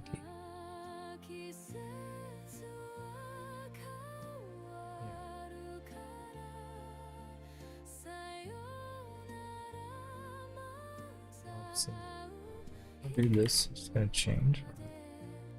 Ah, okay, converts underscores with camel case. Drag mob.tcn. This thing into the mob scene property. Oh, do that. Okay. Click the down arrow next to the empty and choose load. I mean, that's one of the two ways I can do it. Next, select the instance of the player's scene under the main node. Yeah. The scene dock and access the node dock on the sidebar. Make sure to have the signals tab selected in the node dock. Oh, the signals tab in the node dock. Where was that again? There, yes. Now I remember. It's time! You should see a list of signals for the player node. Find and double click the hit signal in the list. Where is that? It's our method, yeah.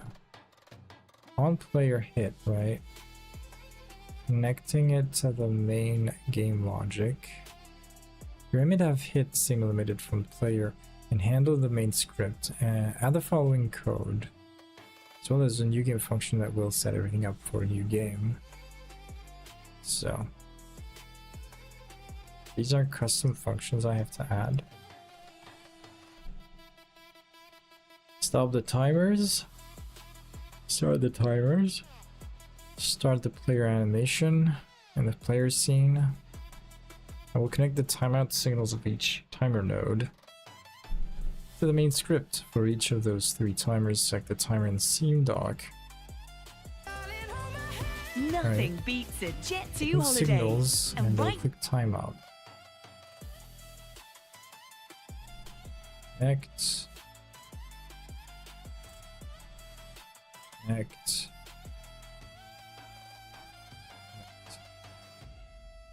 Alright. So all the timers have been set. You should see those 3 methods. I'm gonna modify them. So the score timer timeout. Increase the score. Start timer will start both mobs and score. In on mob timer timeout, create a mob instance, pick a random starting location along the path 2D and set the mob in motion. The path follow 2D node will automatically rotate as it follows the path, so we will use that to select the mob's direction as well as its position. When we spawn a mob, we'll pick a random value between 150 and 250 for how fast each mob will move around. It would be boring if they were all moving at the same speed. Note that a new instance must be added to the scene using add child. So I put all this in my method. Oops. Check the indentation, seems good. So create a new instance of the mob scene. Mob spawn location. Mob path. What is the mob path? Oh, it's the path from there, okay. Mob spawn location progress ratio random float. Mob position. It's gonna be its spawn. Direction. Regular to the path's direction. The mob's direction is perpendicular to the path. Oh yeah, I see. Add some randomness to the direction. What is pi? It really is the pi number. Why are they using it? Okay, pi divided by 4. Rotation. Velocity. So yeah, that I understand. Linear velocity. Adjusted to its rotation, I guess. And we add our scene to main scene. Why pi? In functions requiring angles, Goto uses radians, not degrees. Pi represents a half turn in radians, about 3.14. There is also tau, which is equal to twice of the value of pi. If you're more comfortable working with degrees, you'll need to use deg to rad and rad to deg functions to convert between the two. Testing the scene. Let's test the scene to make sure everything is working. And add this new game called to ready. New game. Okay. This is function we created indeed. Let's also assign main as our main scene. Just to play and select. Wait, what? One that runs automatically when the game launches. Press the play button. Where's the play button?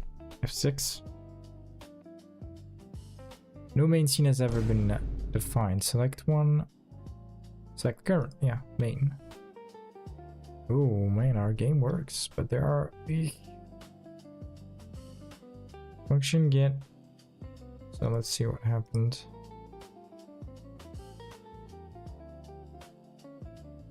Get animation frames. I didn't write this correctly. Yep. Animation. There you go. Names. And what about this one? Let's see if we can safely restart this. Still got 2 debug messages. Scripts reload. The parameter delta is never used in the function process in main. True. I could remove this function or at least add an underscore.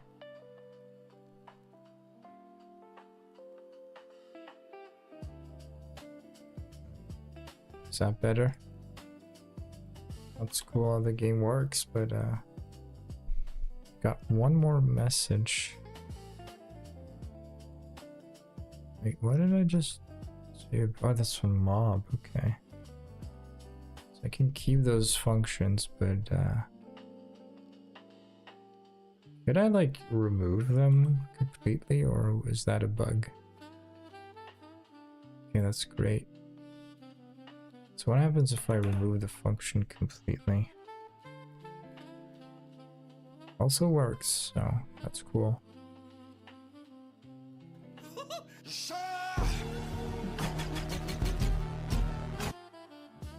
Okay. If you had already set another scene as main scene, you can right click. You should be able to move the player around, see mobs, and see the player disappear when hit by a mob. Let's see if all this works.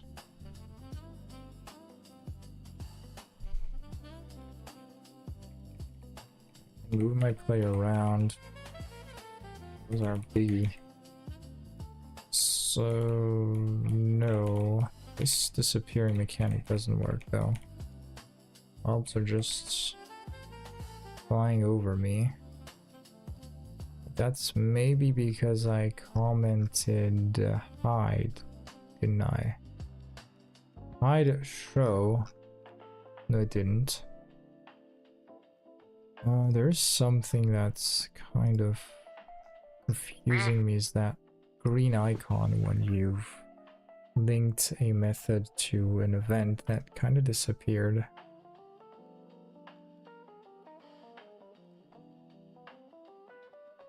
So hit.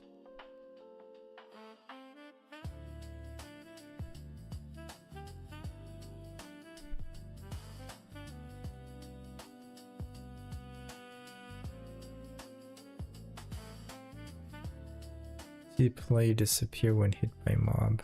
Make sure everything is working. Remove the call to new game I'm ready and replace it with pass.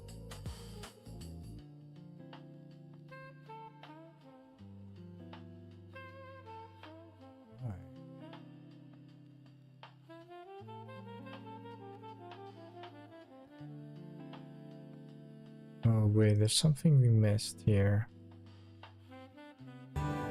Il fait tard pécho.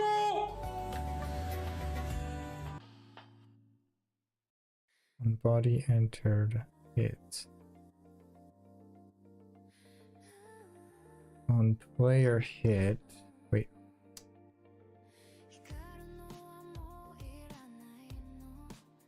Yeah. Something should have been added here.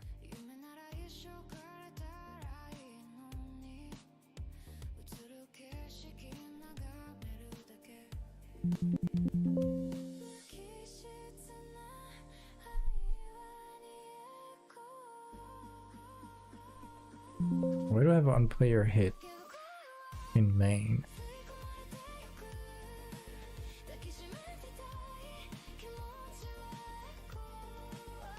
Because I went there and I pressed the hit.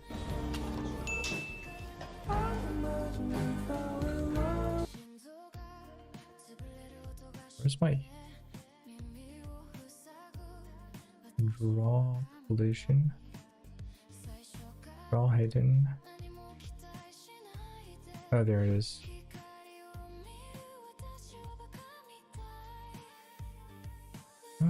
So if I press the main function and I press the hit function here on hit,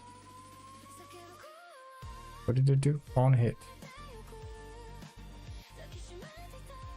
Added on hit in the player GD. What about the main?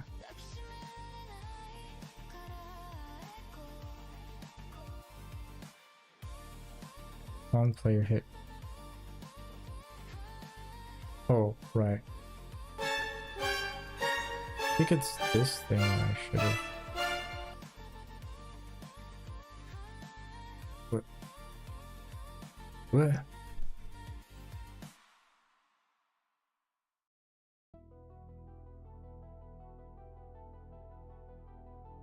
On hit. On player hit. Something I don't understand here. So this is on hit from the player script, and this is on player hit from the main script, and I'm trying to understand why it doesn't work.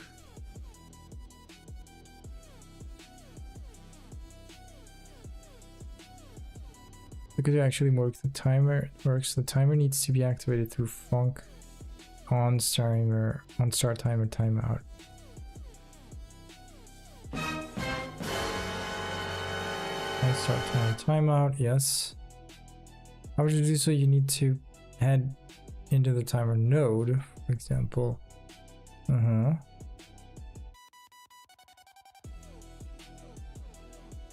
Change tab from inspector to node. Wait.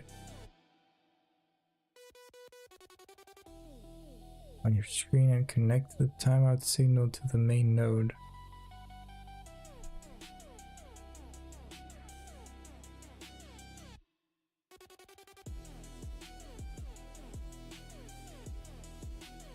Yeah, there are a few things that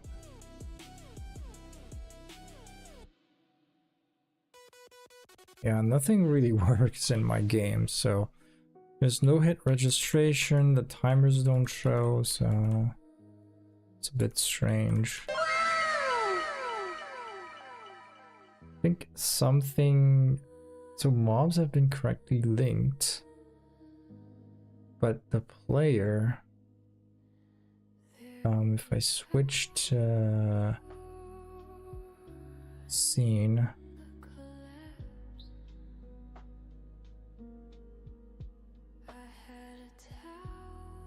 So where does our player start? It starts down there. Yeah, so that there's a path going down like around the canvas like this, and from this path mobs are spawning. And they're spawning and they have vectors making them move into different directions. It's a hard game, man. Jesus.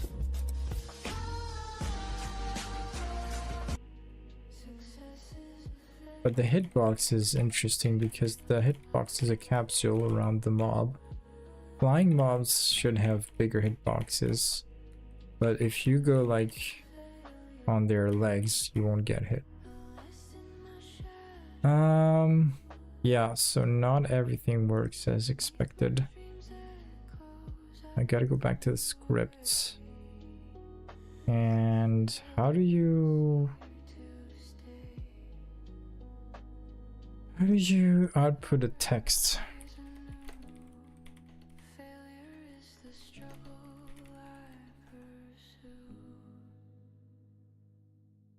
Print. Okay, print.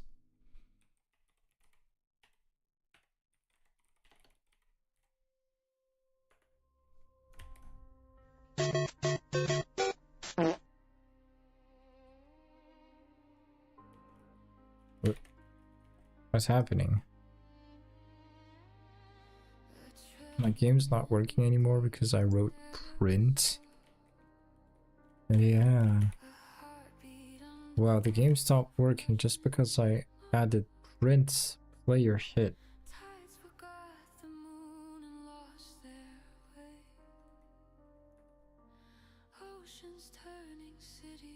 Yeah, it's literally, oh no, it's not.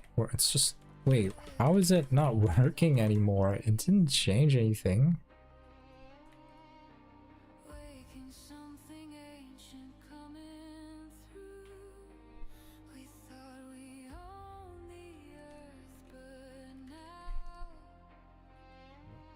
What did I do?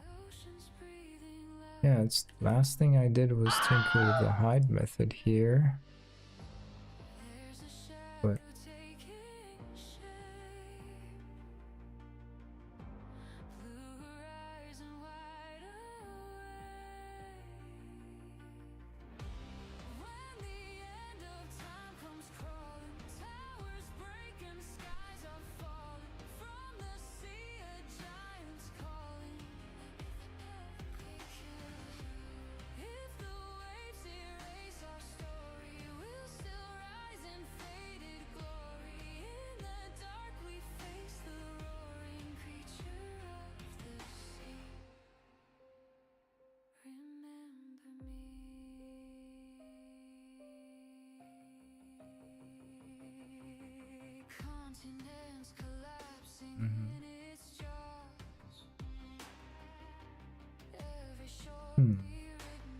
What the dog doing? well, let's just review this again. Create a new scene and add a node called main. And linked it to the player. So I did the path. I have this, the player, and timers. Now, about scripts in my main.gd, I have node, packed scene, and a score. I dragged this into the mob. Right. This works. Select the instance of the player scene. Access the node doc. Make sure the signals tab is selected. So I press this. I go in signals. Nope. You should see a list of signals. Find and double click hit. To open a dialog, we want to make a new function called game over. Oh shit. Which will handle what needs to happen when a game ends. Type game over in the receiver method. Okay. That I didn't do. Will handle what needs to happen when a game ends. Type game over.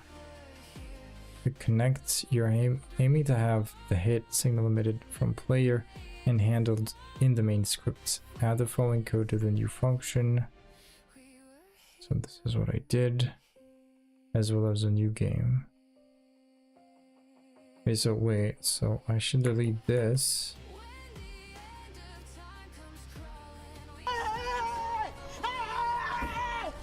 Delete that. Why are you running?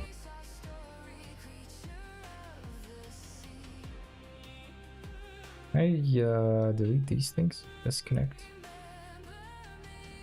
Oh.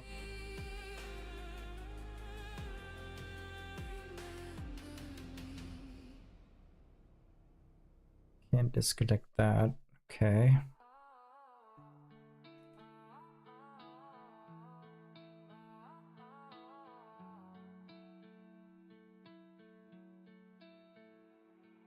Connect the timeout signals. Yeah.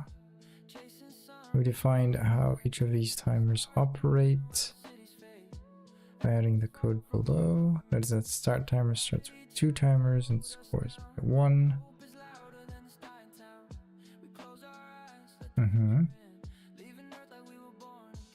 In on mob timer timeout. There you go. This is where we added our logic. Yeah, make sure that ready calls new game. Ready.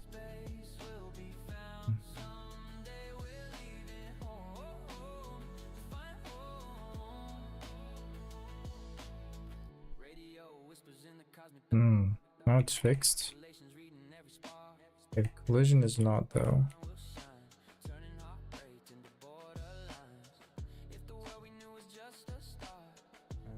Print thing again.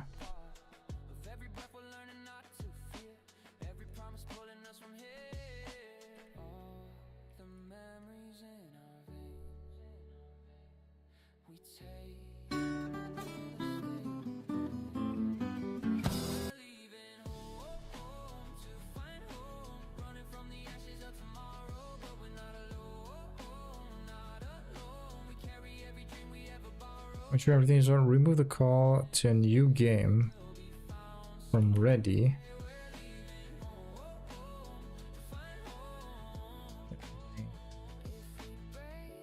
Replace it with pass. Well, problem is not everything is working.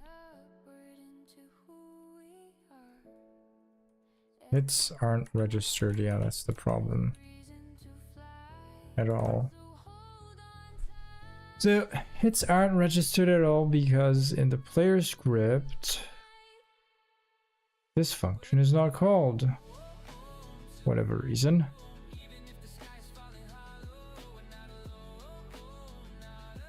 Why?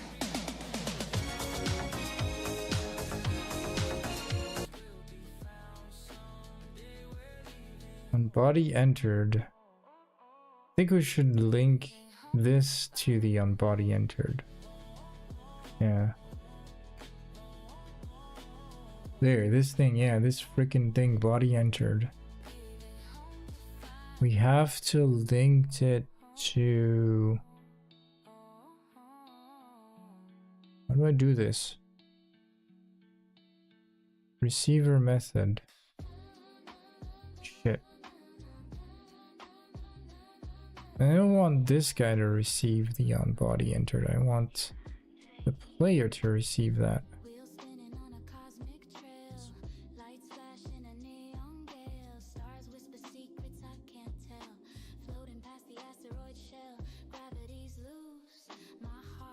Surprise, motherfucker!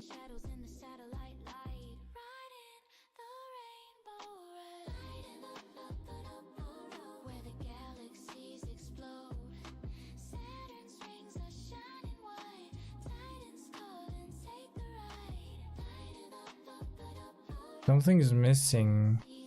The link between the player and the mob scene on body entered. I mean, putting on body entered on the player is like incomplete.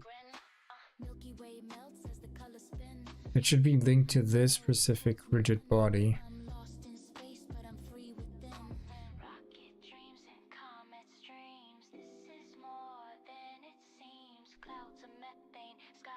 So I either do this like a link, an instance link, or something else, I don't know. See, this thing here, there's a mob here, so I can disconnect this and go into the mob inside the player scene. And yeah, there you go. Big body entered. One mob body entered. Yeah. This thing, right? Should be that.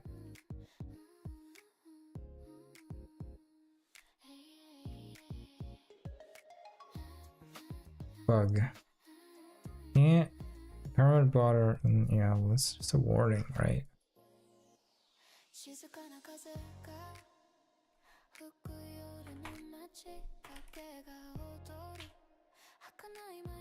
Well, the whole thing doesn't work anymore. Game is still. Encore. Ça fait beaucoup là, non? Yes, connecting these two is not good. It makes the game silently fail with no info. Yeah. Delete. Mob. If I restart this, does it work? Still not, because I gotta release. Remove this. It's a gray screen all over. I don't understand why sometimes the game just bugs out like this.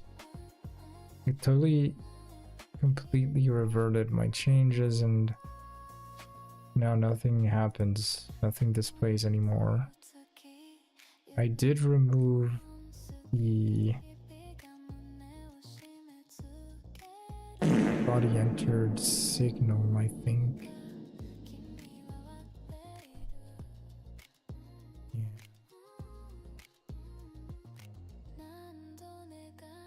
Oh wait, mob.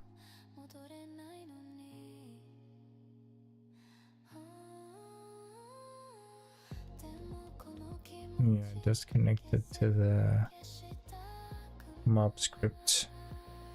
The confusing thing is that even if you have the mob scene, like the player scene on display, and you add and you modify the mob script, like it will add it to the corresponding script, not the open tab. Well, yeah, I did something wrong and it doesn't work, so.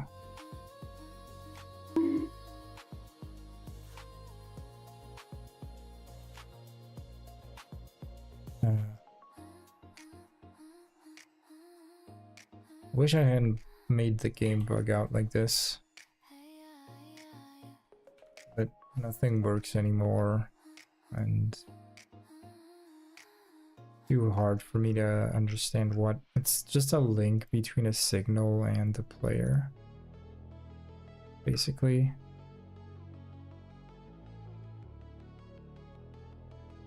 So on body enter, the source should not be the player, that's the problem.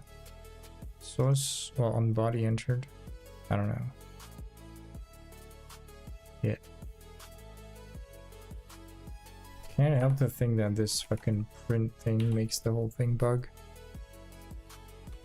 No. Can't edit this. Sucks. Source has to be mob, or like either of these two have to be mob. Because this is my sprite. Sucks, man. Oh, that's so cool.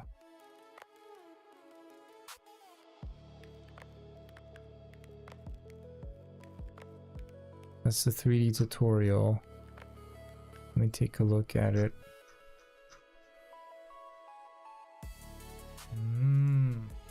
Wait, how many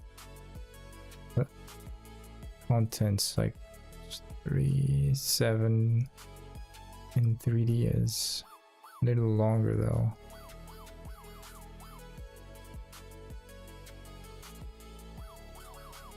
Wow!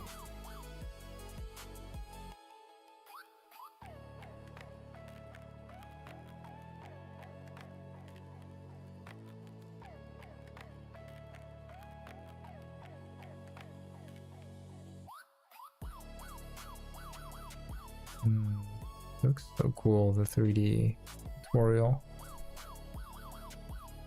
But I guess all the assets have already been made in Blender or another software.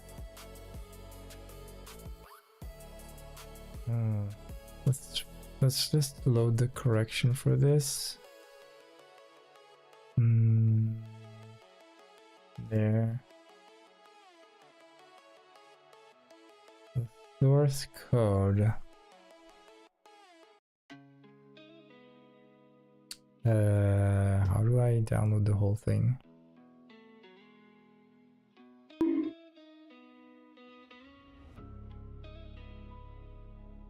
Dodge the creeps. There it is. How do I download the whole thing?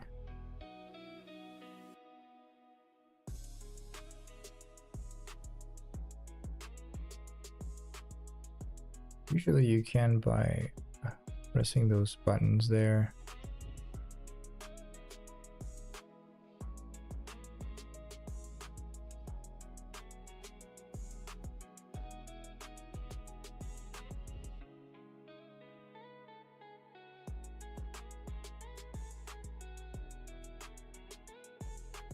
There's no easy download, like download as archive button. Where's that button? Jesus.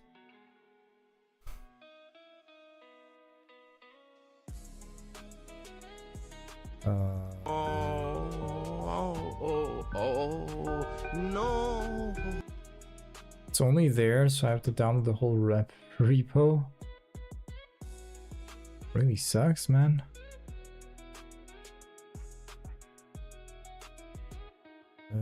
So how do I open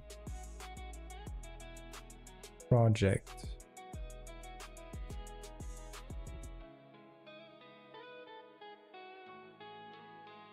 How do I open a whole new project and not just scenes? Jesus, why is this so complicated? Like the most basic thing. How to open a project and not just scenes.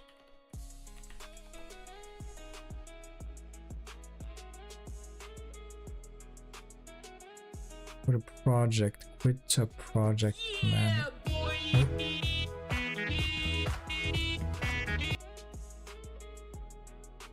Fucking sucks, bro.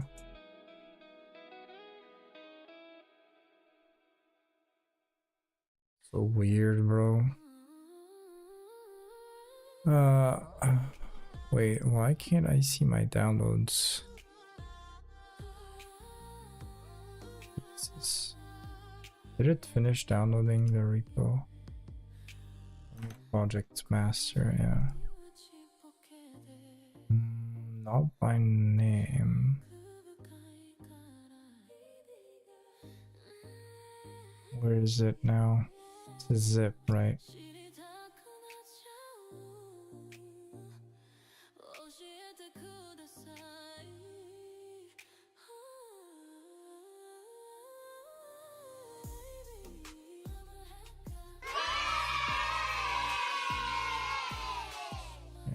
Let's refresh this. It's called dodge blah blah, dodge the creeps. It's this folder, right? Yeah. Select this folder. So let's see how they bound the mob collision thing. Oh, it's in 3D. Dang it. I want the 3 version. Wait, it was correct, my bad. I don't know why the 3D canvas was open.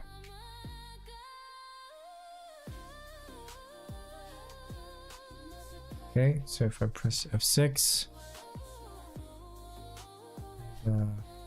text here, got a music. Oh, whoa, they added some interesting effect. And immediately disappear. Okay. Everything else is... yeah. Basically, you have to like stay in the middle. Don't go to the edges because that's where they spawn. Oh man, the hitbox. Hitbox is crazy.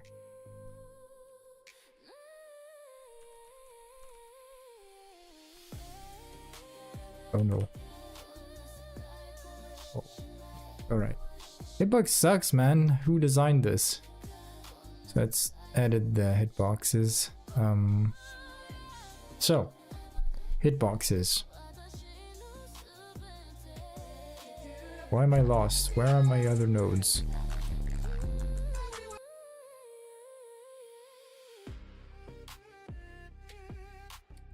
Where the hell are the other nodes?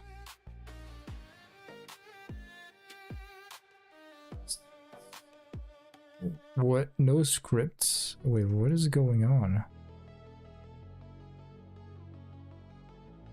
Open game view? Press play to start the game, I see.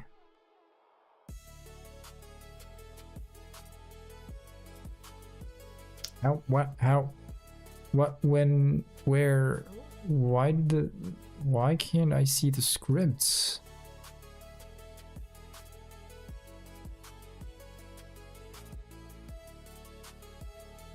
Jeez. Hello? Yes. Okay, good. Ouais les gars, Where's the bien mob quoi? script then? Because mob is a totally different scene that's not available here, so...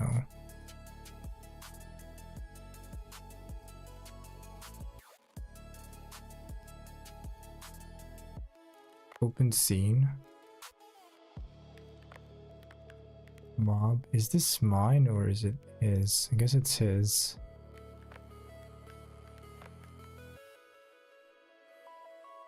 It's really strange to have to just open things from the get-go. Like not having them on the left area from the get-go and having to open them.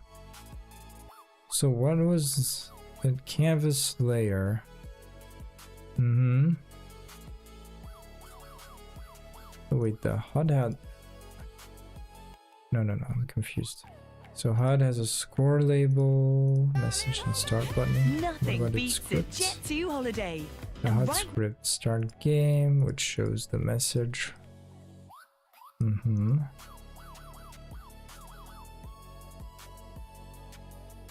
Okay. What about these signals here? So there's no... yeah, there are signals there. Start button pressed. Target HUD. The start button is a button that's available in there. You're right. So, signals on start button. Can I get it? So this button emits a signal. That is then captured in the script. Here. Hides the button, starts the game. How is this linked to start the game? Signal start game, so it just emits a signal, right? And in order to capture this signal, I have to go to main.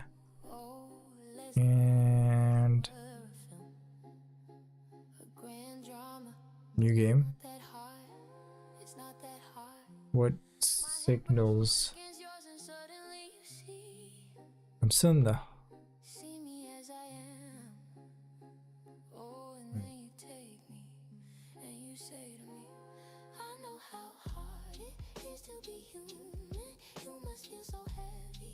So what captures the start game signal, right? HUD emits start game.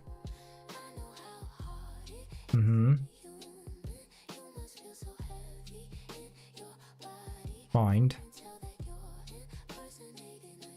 So the only area where start game is found in my whole project is there.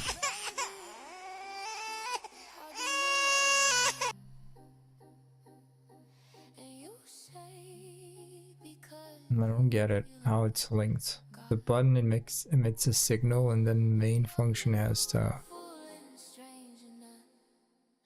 actually start the game, you know. So the start game signal has to trigger the new game function, basically.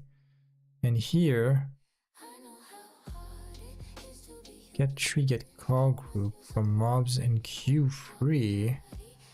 So this just gets any signal. If you die or if you press start, it starts the game, I guess.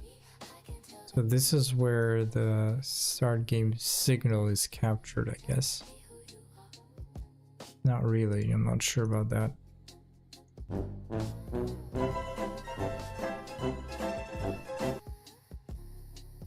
So that's the first thing I don't get. And the other thing is how the collision from the player... Yeah, can I just open this scene?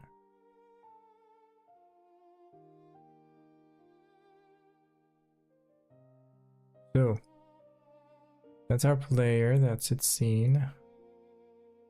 Mob. So weird that the mob hitbox is so big. Oh, because the sprite of the mob when it's flying makes his body way smaller.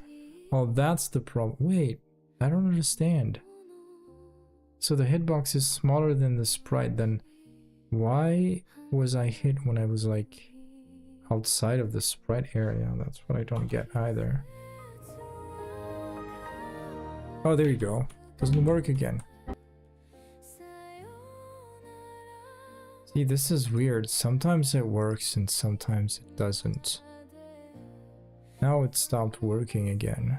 I didn't edit anything. Press play. Yeah. Well, where's the play button? I know it's F6, but... See, that's like problematic. Character is stuck and I don't have a... I feel like I'm not starting the right... I am. So weird, man. Why does it work now? Oh, I think I'm just... Oh, the reason why it doesn't work is because I'm starting... I wasn't starting the main one. Oh, I have to start the main tab, not the other tabs. But I thought I linked F6 to this main tab. So you see this guy? Okay, no, my bad. There's a hitbox problem at some point. Maybe it's the hitbox in front of the mob that's kind of weird.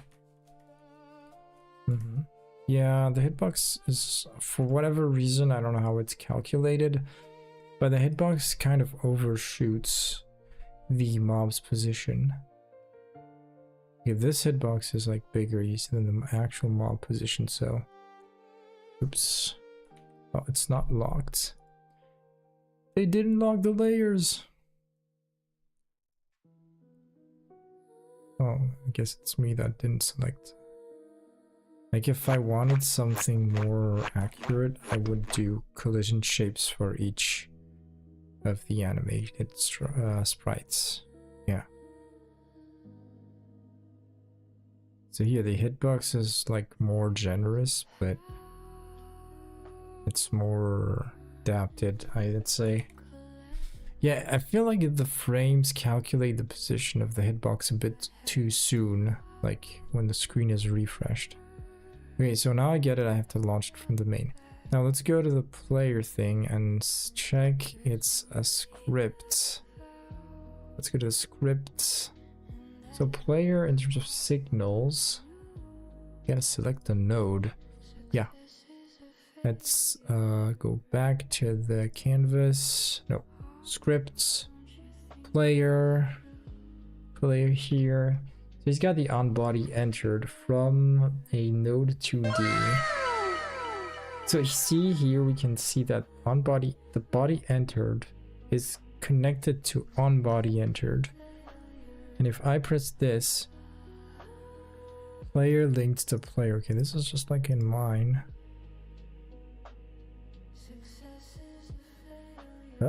what is the end?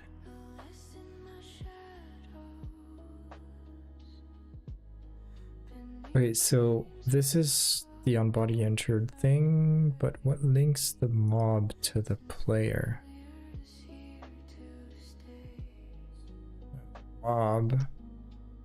Mob sends no signal. And what about its script? Wait, mob only has this. Types, animation. Freeze the queue. Okay, what about 2D? Surprise, motherfucker. So 2D gives us that collision shape. Okay, phone screen notifier. I don't really get then how what links the on collision listener from the player to the mob hitbox.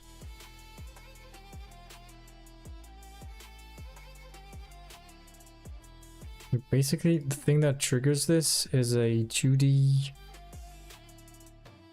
body entering the player area. Yeah, any collision shape colliding with the player area triggers this. That's what I understand from this.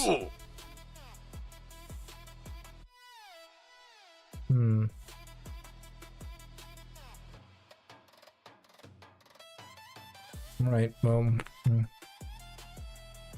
so much for this tutorial. I mean, it involves quite a bit of scripting. It's not that easy. I feel like we know how to use the editor much better now, but it's still a little bit complicated. Let's say we got like through 70% of the tutorial. Next time I will do the 3D one. I'm not gonna do it right now. I'm gonna take a quick break instead, and I'm gonna start and boot up the Looker to have some fun after this thing. Right. See you guys in a few minutes after my break.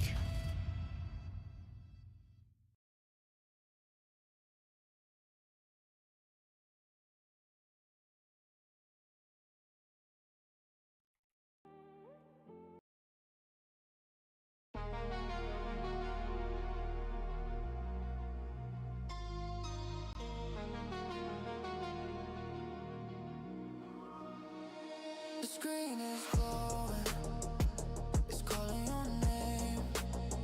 Static whispers, nothing's the same. Pixel storm, a digital flame.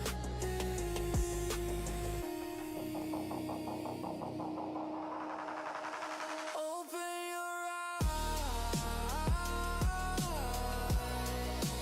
open wide.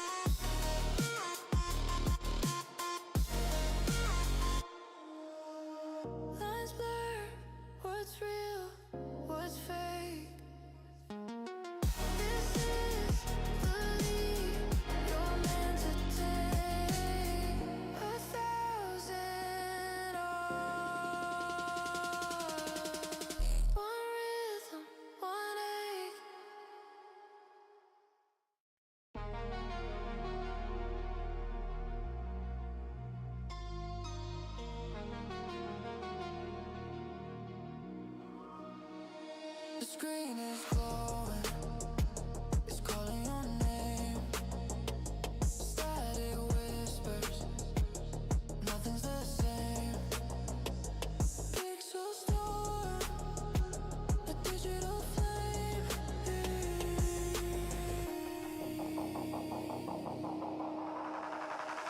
Open your eyes, open wide. The stream is alive. Come inside, your mind's about to blow. Let it slide.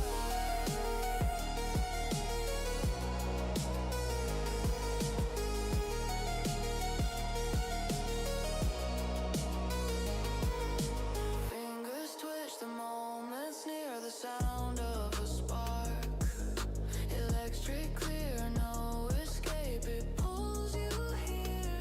Light breaks, shadows fall, truth untold, hearts uncontrolled. Open your eyes, open wide. The stream is alive. Come inside, your mind's about to blow. Let it slide.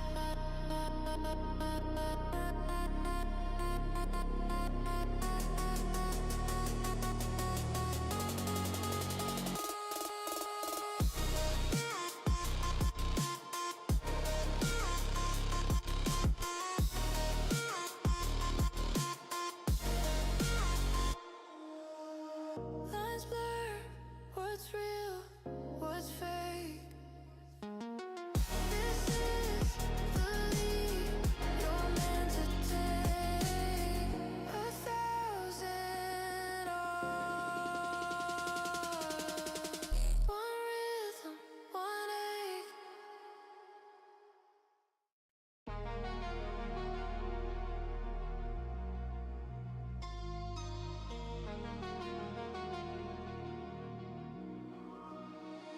The screen is glowing, it's calling your name. Static whispers, nothing's the same.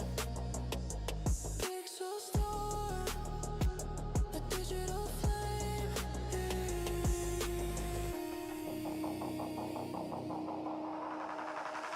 Open your eyes,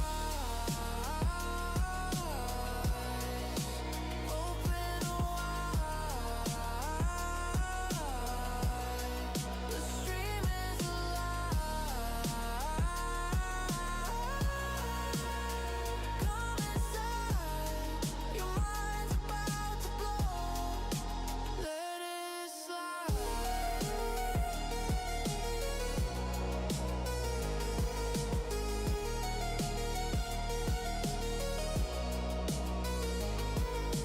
Fingers twitch, the moments near the sound of a spark. Electric clear, no escape, it pulls you here. Light breaks, shadows fall, truth untold, hearts uncontrolled. Open your eyes, open wide. The stream is alive. Come inside, your mind's about to blow. Let it slide.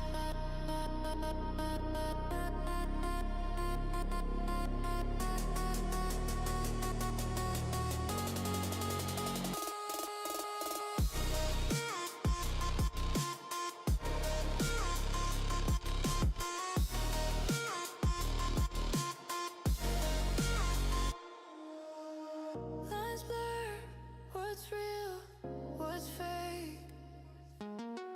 This is the lead you're meant to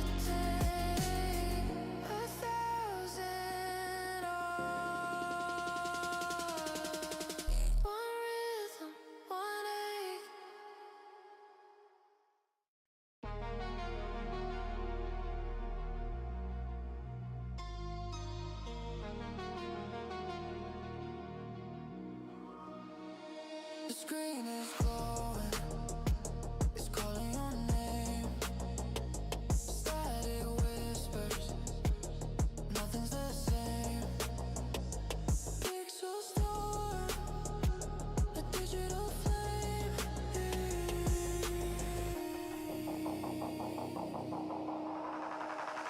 Open your eyes,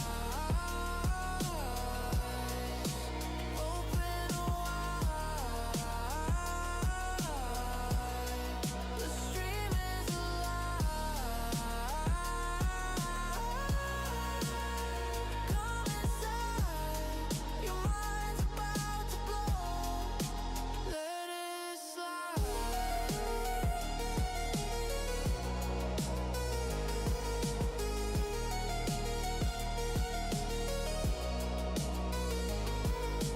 Fingers twitch, the moment's near, the sound of a spark.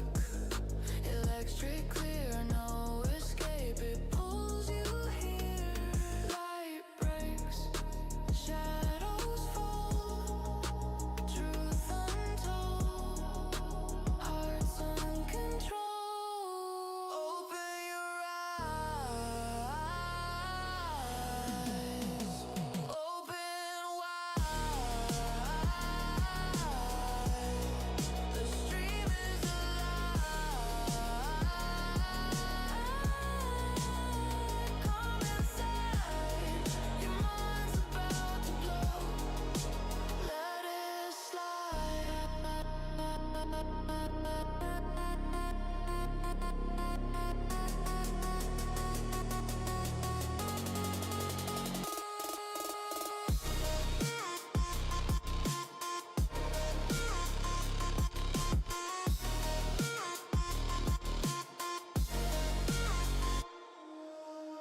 Lines blur, what's real, what's fake.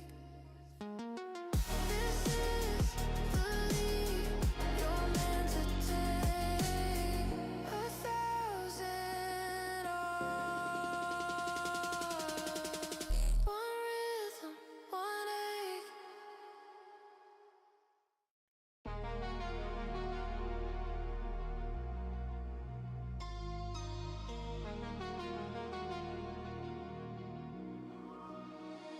The screen is glowing, it's calling your name. Static whispers, nothing's the same. Pixel storm, a digital flame.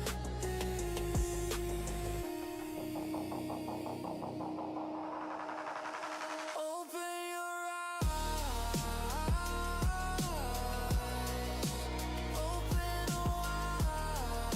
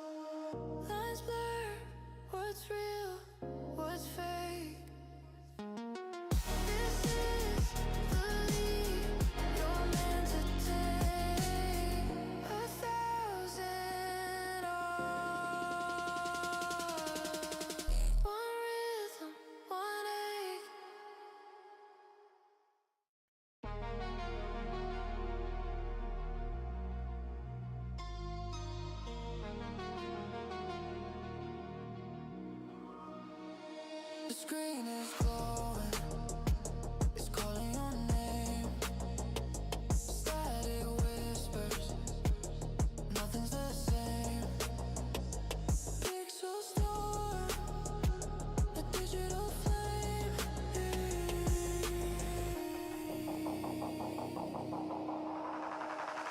Open your eyes, open wide.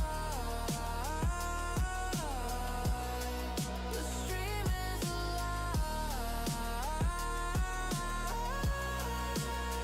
Come inside, your mind's about to blow. Let it slide.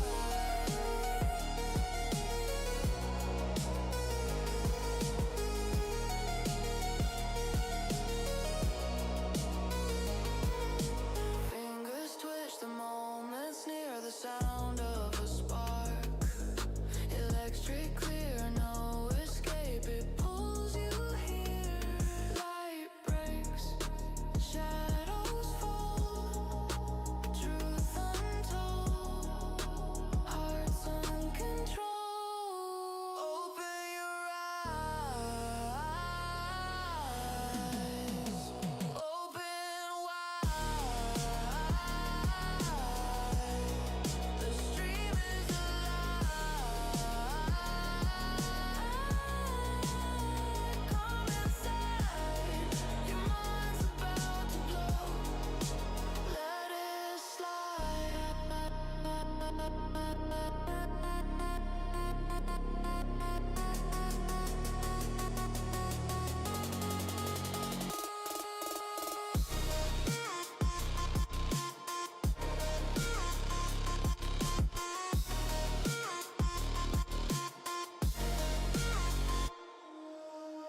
Lines blur, what's real, what's fake.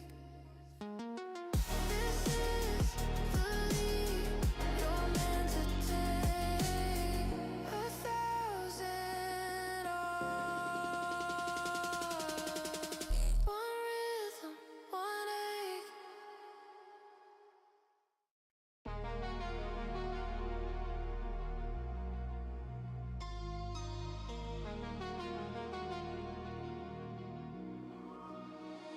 The screen is glowing, it's calling your name. Static whispers, nothing's the same.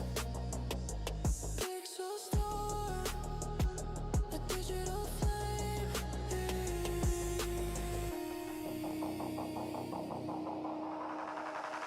Open your eyes, open wide.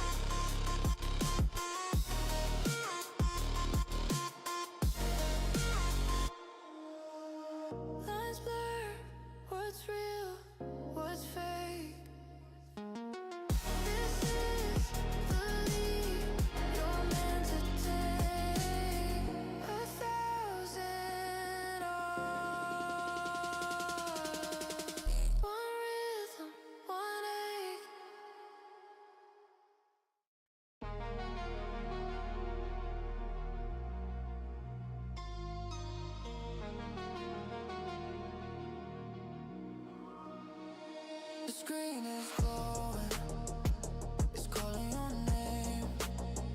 Static whispers, nothing's the same. Pixel storm, a digital flame.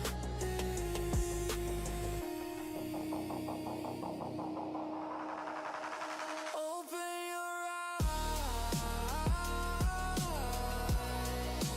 open wide. The stream is alive. Come inside, your mind's about to blow. Let it slide.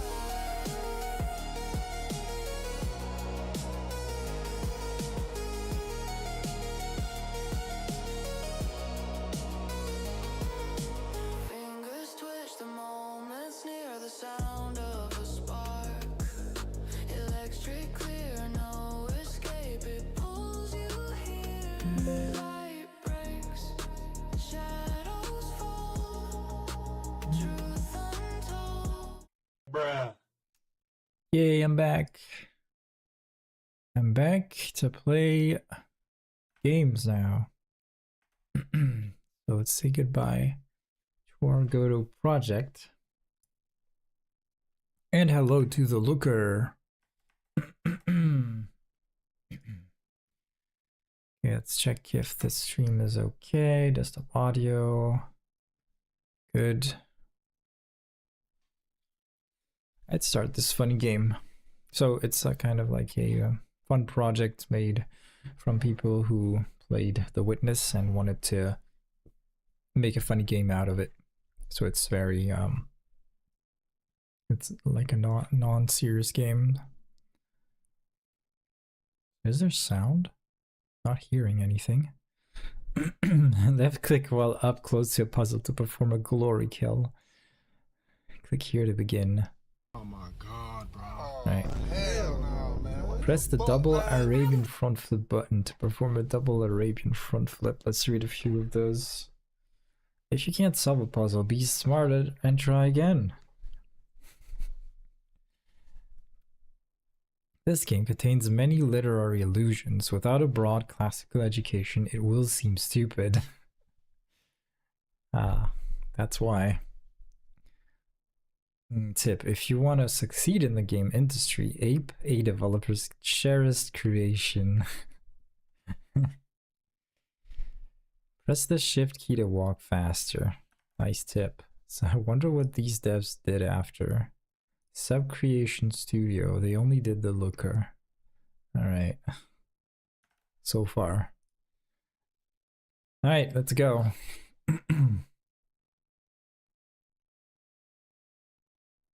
Brr brr patapim, il mio cappello è pieno di slim, nel bosco fitto e misterioso.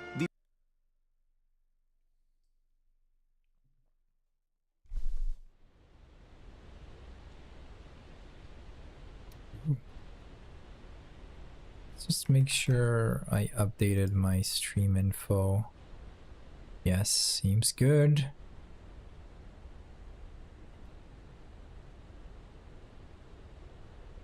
Let's go back.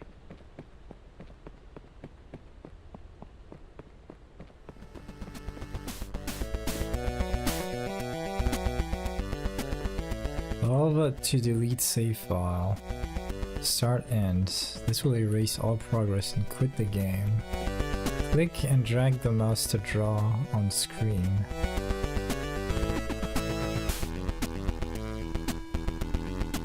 What is this? Health. Healed and ready to execute some puzzles. I got a weapon? Where's my weapon?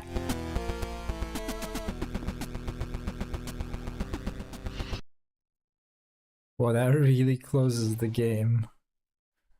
So cool. Okay. Glad I did this first. It's also made with Unity, just like MeSite was.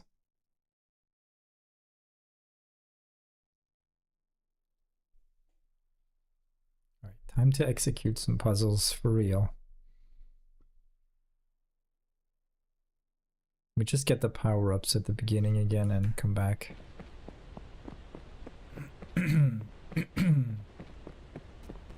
Escape. What? What is that? Their big hand. Start. Look velocity. What's that? Wait, what happened? Oh, I have to do this to close the menu. What? Wait, progress is saved. Oh, I can increase or decrease the look velocity. Ah. Oh, I see. I kind of increased it, yeah. To decrease that.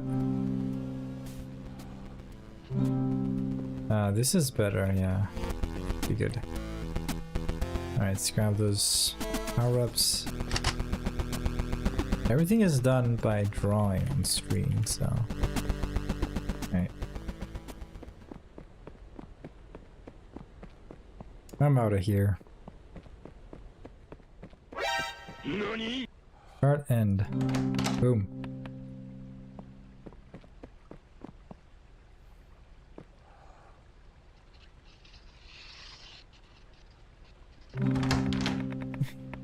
Do this.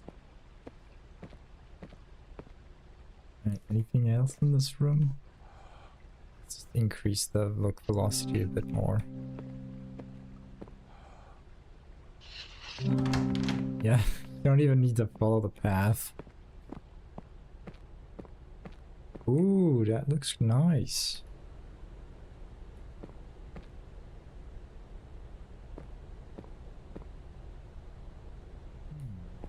Place. So let's see what's going on here.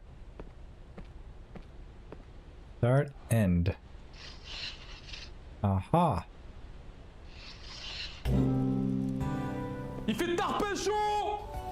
Activated that. Chillin'. Oh, what's this? Kubla Khan received an ornate letter signed by Marco Polo. In Madrid, city of lost things, no item remains where it was set. If one drops his key in the dirt, he may never re-enter his home, and even if he manages to stoop and recover the key, he may rise to find a tulip garden where his house once stood. In complementary fashion, things lost by others are forever turning up. A pocket watch on a coffee table, a fond memory in your recollection. I even know of a prince who turned up in a prison cell. When he appealed to the guards for his release, he failed to find the crown on his head, and when he was asked his name, he searched his thoughts, but could not find it. Indeed, the only hope now for the release of this prince of Spain is for you to send back 300 ducats for his release. Of course, he will reward you handsomely once he is out. Yours truly, Marco. Kubla Khan cocked an eyebrow and declared before his court, "Hey everyone, looks like we're about to get ripped off by the guy who traded gold for paper." The court erupted in booming laughter.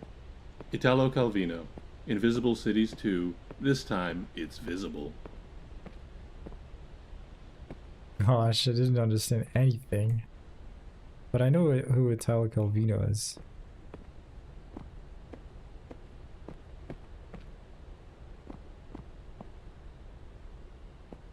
Game looks nice. So this isn't powered up. Okay. Can't solve these things yet. Let's go back to areas where we can solve things. I like how you can just do this. Surprise, motherfucker! Need to do this properly. Yeah. You basically don't need to solve any puzzle.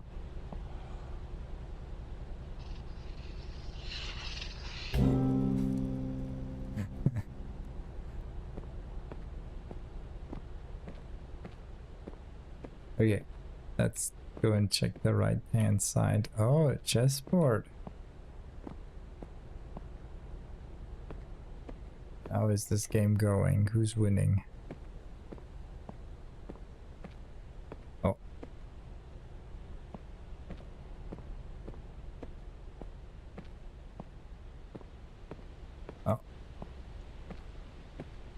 one, apparently. Hints!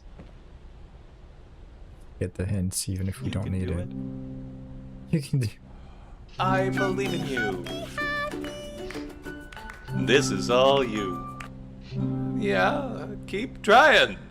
Yeah, there's a trick to it, but you've got it. Yeah, maybe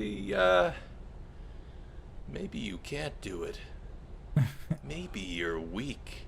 Maybe you're stupid. You should be embarrassed, but you keep crawling back like a mewling calf at my chafing teat. Pathetic. You can do it. I believe in you. So funny. Yeah, the game audio is. Oh, game audio is very loud. There. Should be better now. Do not come in. Thank you for understanding.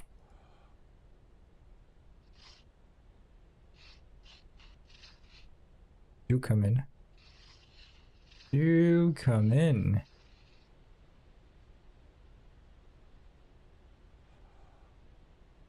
Come in.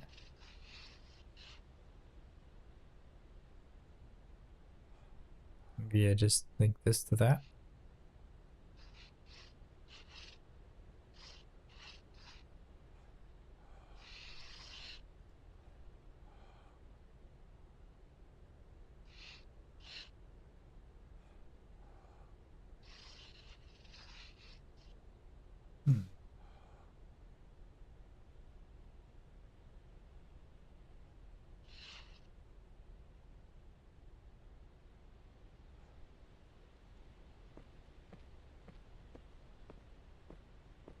Just hear those sleigh bells jingling a ring a ting a ting a Oh, so ling a there is ring a ling. a barrier here.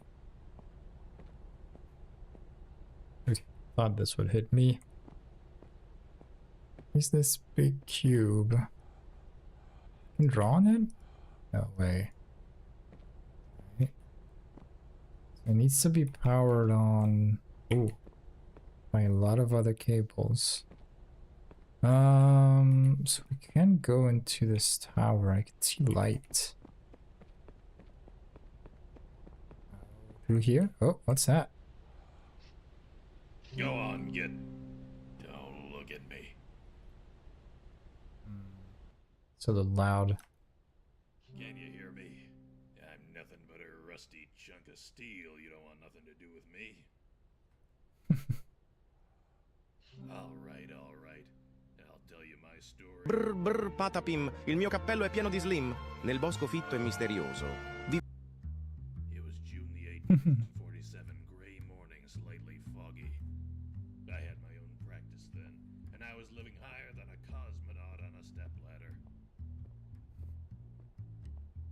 My hints were subtle too, real subtle. Back then, they said good old hint button. His hints could steal the tail off a weasel. Then they tossed me in the can. Know what, know why, know how. Those were the mean times, when all the common sense in the world won't make a nickel to buy you a black coffee. I used a rope to tie my pants, pants to tie my shoes. I made do the way a man does, till one day, after stealing the socks off a fireplace, I caught my own look in a puddle of bootleg rye and realized I had to do what I'd never done before. I gave myself a hint. So that's me. I was nothing but a downtown crumb who dreamed of being a whole sandwich. Now I'm just another sloppy Joe. Come back when you got something. Okay. Yeah, I think you can do this.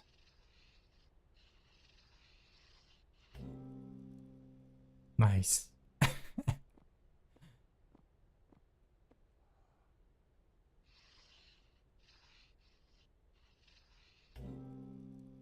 Yay.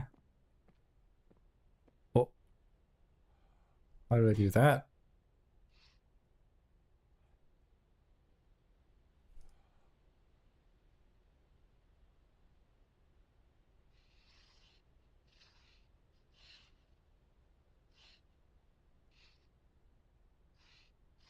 Surprise, motherfucker.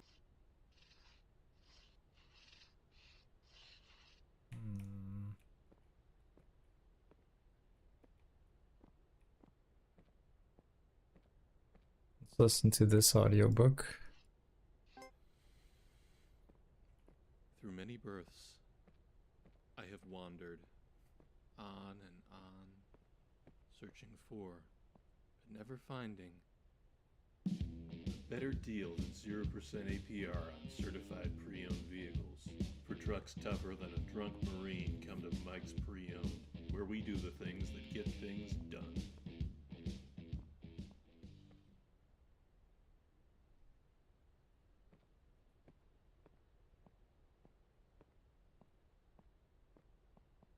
What if I can get up there?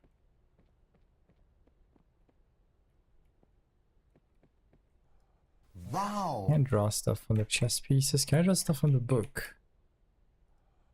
Nope.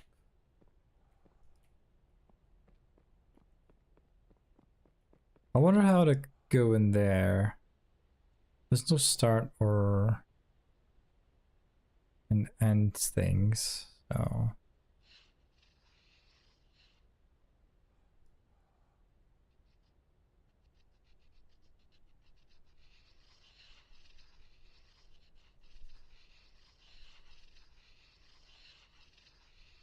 I like how it glows so much.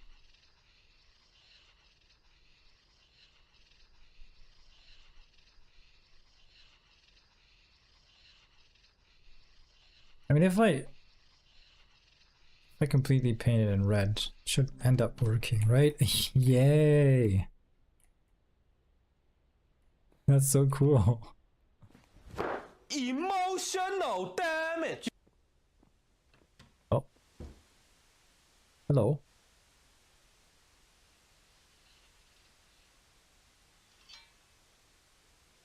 How can I do this? Oh, this is blood. Oh, that's so funny.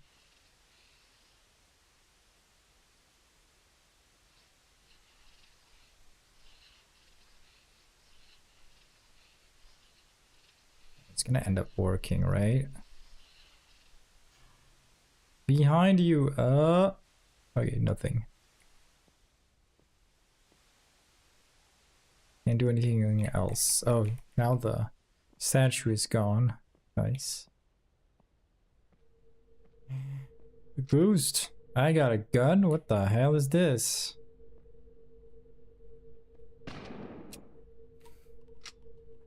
What the dog doing? Give me back my pen.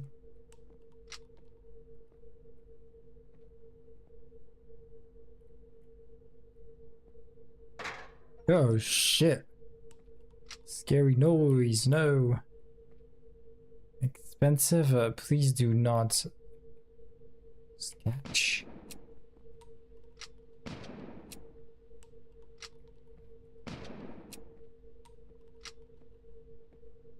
Oh. I just have to shoot. Okay, that's funny. Okay, what do we have here? Oh. Can't get out yet. Start, end. Have different colors. I'm a pancake. I'm a pancake. Do do do do do do. I'm a pancake. I'm a pancake. Let me try drawing what I see from the window. Okay, well, that looks like shit. I give up. Having paint at the edge of the canvas makes you look desperate. Try again. That's very original. What? That's not the answer? Let's see if we can get inspiration from what's lying here. Imagine gravity is fractal, because light is just a wave and gravity is just a wave. So imagine there's a big piece of glass that splits up gravity like a prism, so that there's like blue gravity and yellow gravity, and then somebody gets hit by the red gravity, and it makes them super heavy, so they have super strength, but like they're also really slow. And another guy gets hit by microwave gravity. So he's trying to zap everybody, and just when he's about to zap the main guy, we see a lady come out, and she turns out to be Ultraviolet Girl, and she has super speed, so she beats him. And it, like, also gave her giant cans. Thomas Pynchon, Gravity's Rainbow. Alright, let's do this one. The notion of two realities is uncomfortable, and in recent decades a genuine effort has been made to find the link between quantum and classical, so that we can have a single reality whose laws and rules are united at some deeper level. This brings us back to prayers. Let's say that a prayer is a classical event or feels like one. You, a unique individual, have a particular request, which you voice in words that no one else is speaking at that instant. What if this classical event gets processed at a non-local level? Wow. Surprise, God. Motherfucker! Why did I do that? Flashbang.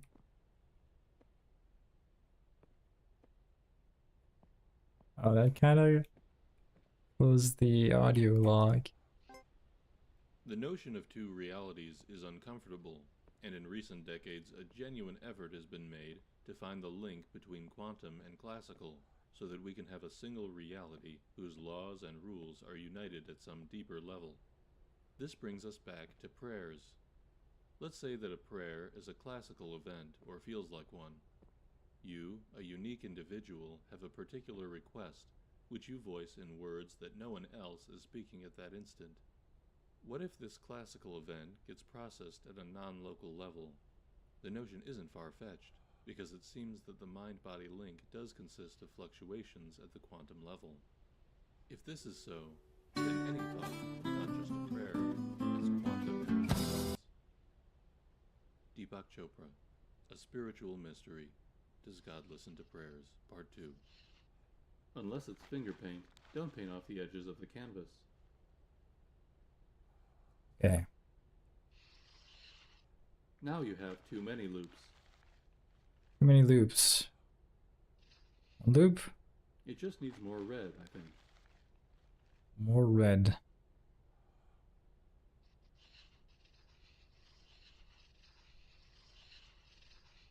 No, try putting some more loops on it. Big red loop.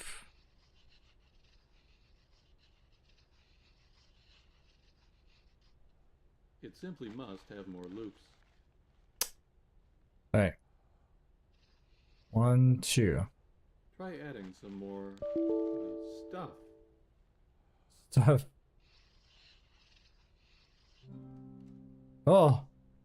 3 loops. Incredible.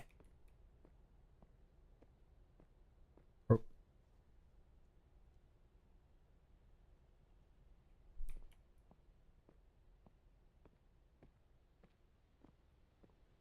Who is that? Knight with the lance.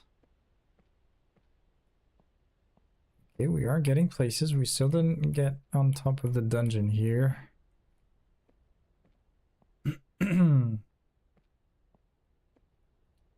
Start, end. Start, end.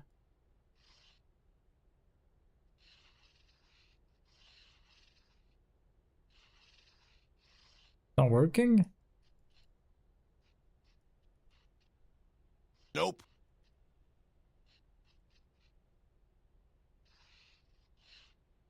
Maybe I just have to color it completely.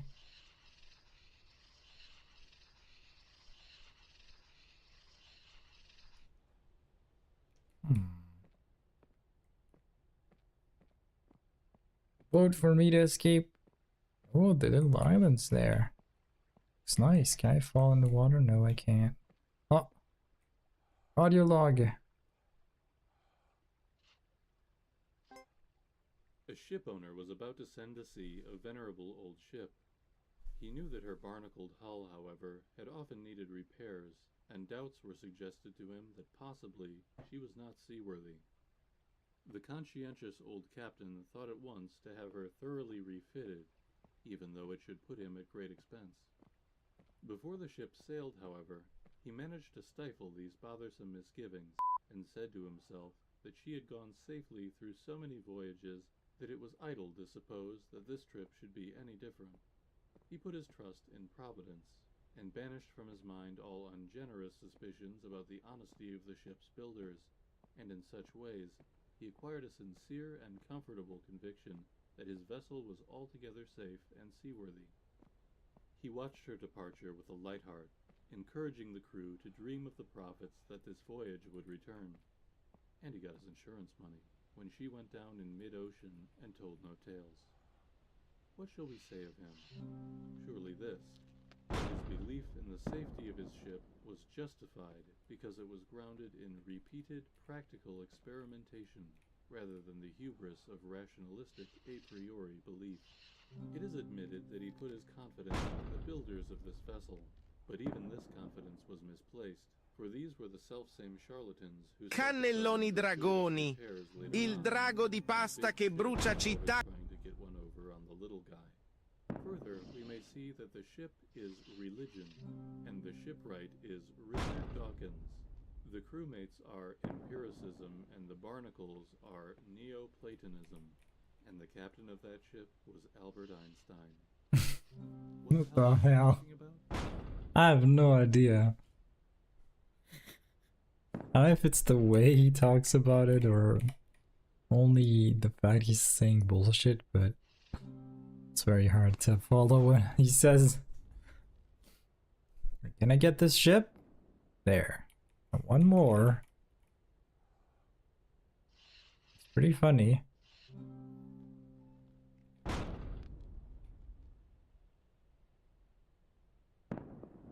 We got it, right? Yay. Oh, there's one more over there. Yeah, boy.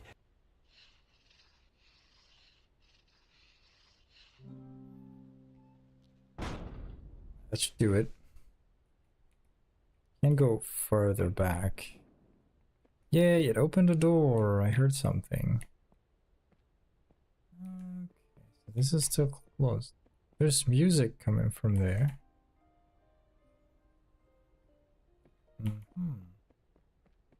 What is that? Oh, okay. Let's take a look down there real quick. Ooh. There's a maze. Oh! Oh, an arcade. Nice. Oh. Can we... Can't do anything here? Apart from the fact that this room has a cool floor. Guess I gotta get the juice first.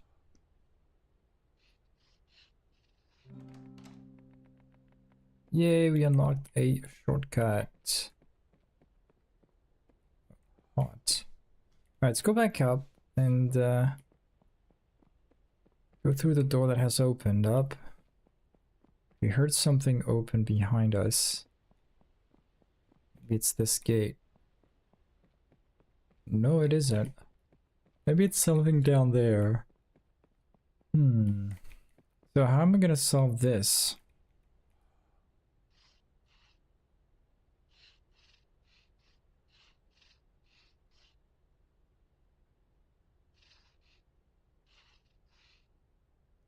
Oh, maybe I have to like go the opposite way from end to start. Maybe just one of them. Maybe start, end. Ah, too bad. It's not that. Okay. They have to cross. They have to. Ah, I see. Start, end, and S end. Ah, that was easier than I thought.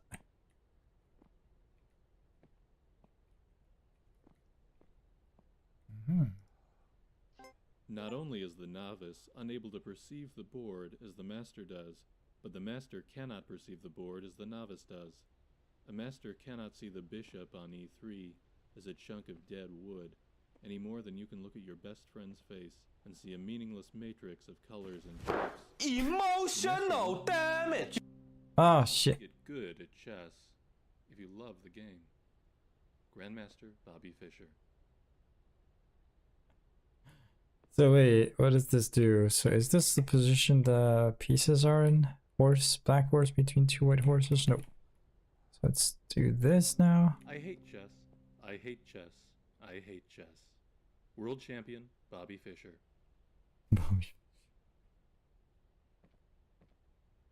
No, that's still not the thing I'm seeing here. Oh, I can't move it anymore. Oh, because there's a black chess piece that's gone in the middle. Yeah, what were you saying? Not only is the novice unable to perceive the board as the master does, but the master cannot perceive the board as the novice does. A master cannot see the bishop on e3 as a chunk of dead wood, any more than you can look at your best friend's face and see a meaningless matrix of colors and shapes. The master once saw the board like this, but now there is no going back. International Master Stuart Rachel's The Reviled Art. I forgot where the numbers were and where the letters were. There's a bishop on e3. So let's see. There's the bishops E, A, B, C, D. So E is X, 3 is Y, I think. Yeah. There's a bishop on E3, yeah, true.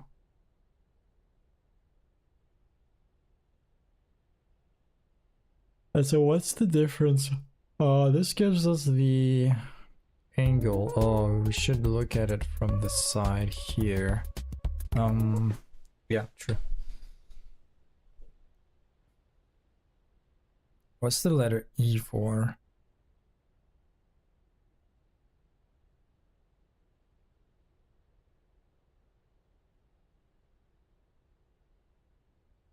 Wait, why is there a tower? Oh, I think I get it. S means the tower. It's rotated 90 degrees to the left. The chessboard compared to the one that's drawn in front of me.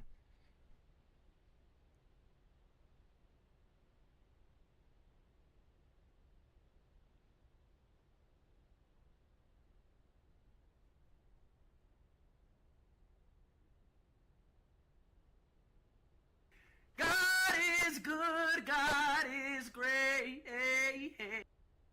Oh, so those are the moves which color can do to checkmate the other, I guess. It's not rotated 90 degrees, what am I saying? It's exactly the same same position. So S is horse. Horse, tower. There's one key. Oh, I see. I think. No. There are 3 letter E's I can go up to and place myself on them. Probably would do something. Because the S's are already in place. But the E's are free. There's no pawn on them, though. Chess piece on them. So in front of the black king, next to both pawns, or in the corner. And what is this? What a...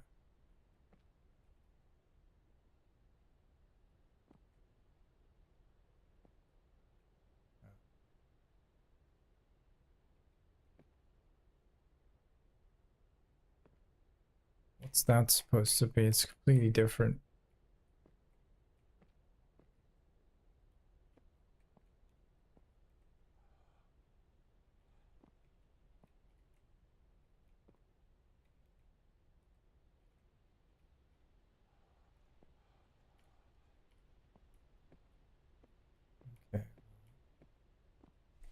A pie! I want to eat a pie.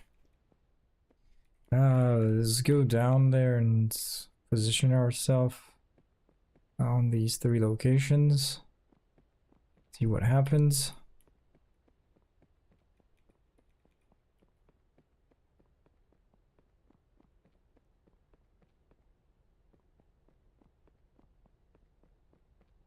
First go here. Oh, whoa. Let's go there.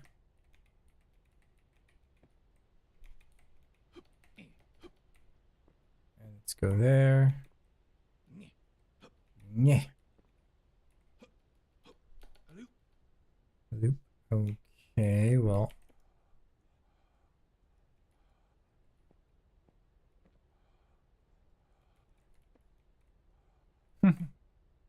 Didn't realize the horse looked so happy.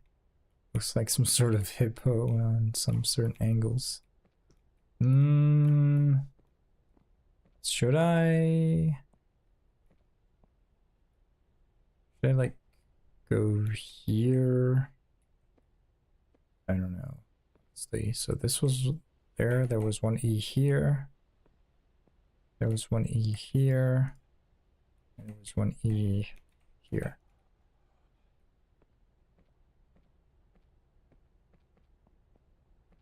Did we unlock something new? There's this thing we didn't unlock. Maybe let's just try painting everything in red again.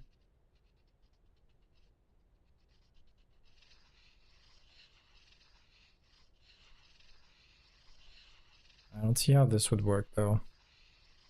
Surprise, motherfucker.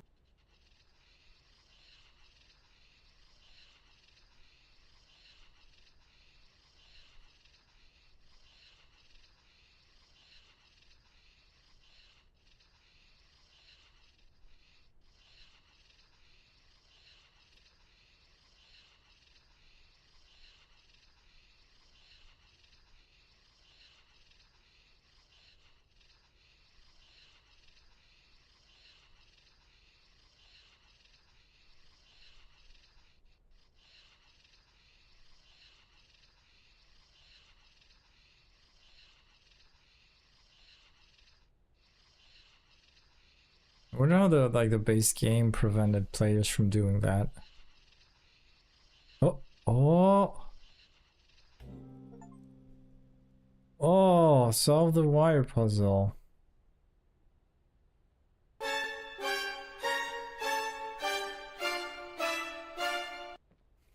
Okay. Nice. Oh no, I really have to solve this maze now.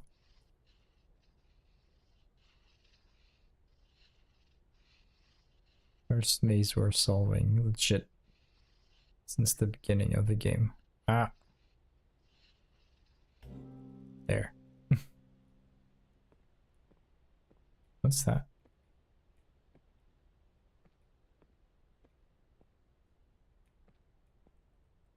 Oh, there's no end. I'm not supposed to do this.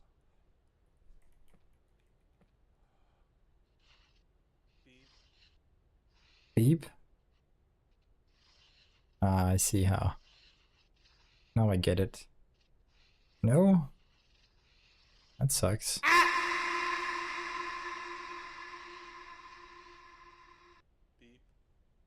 Beep. Beep? Oh, I'm getting close to something? Yeah.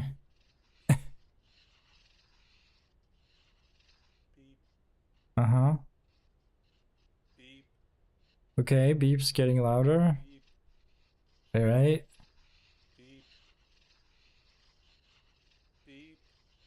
Oh.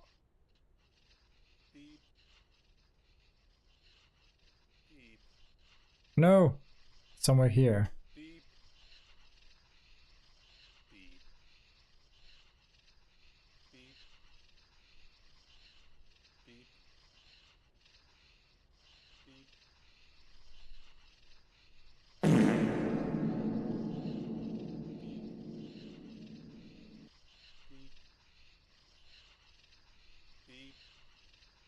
Okay, let's try to do it legit. Beep. I think he's indicating where the exit is. I think end is written somewhere in the labyrinth, but Beep. gotta figure out where. Beep. Yeah, somewhere there. Beep. There? Beep. In there? Beep. Oh yeah. Beep. Shouting, alright. Uh-huh. Beep. Oh no. Beep. Beep. No, that's not here, so. Beep. The beep. You're right there. I mean beep. Beep. Come on. Beep. Beep. There. Oh man. I like that a lot. Okay, why would this one be hard?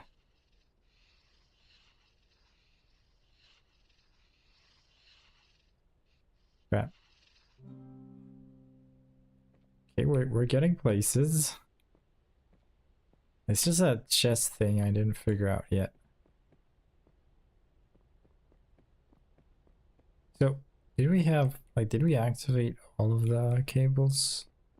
Oh, there's one missing, which is the chest one, of course.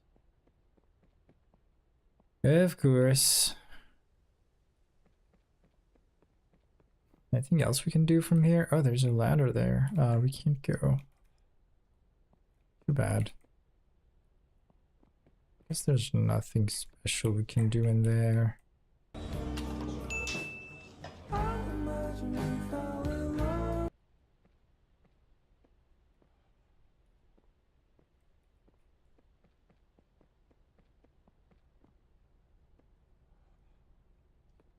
I like how all my scribblings have been kept in the trash. Oh, I can ruin this artwork. How can I open this door though? Curious. Oh, and there's still this. There's still this thing with the solar panel thing. How am I supposed to... Oh, I gotta push the solar panel to the left. How do I do that?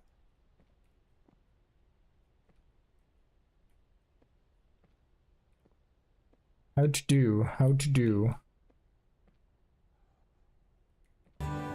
Il fait tarpin chaud! Probably have to solve whatever is in there to turn the... It's gonna be a consequence of me solving the riddle, I guess. Okay, so keep this in mind. Go back to the chessboard.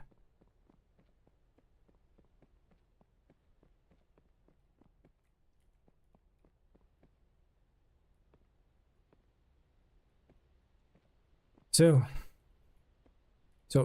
this is like, this is what the chessboard looks like now.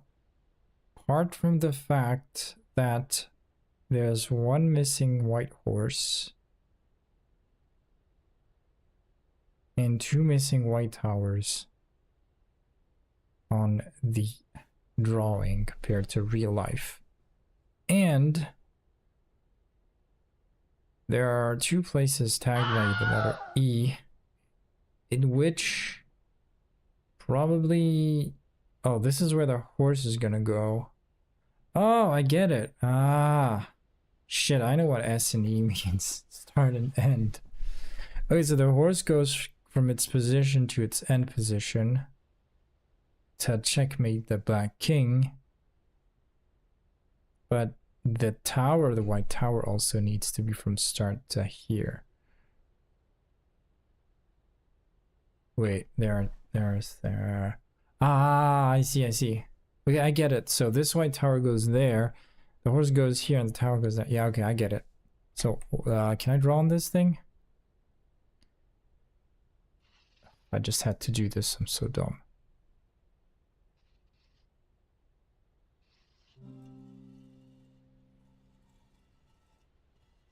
Ah, he plays in between.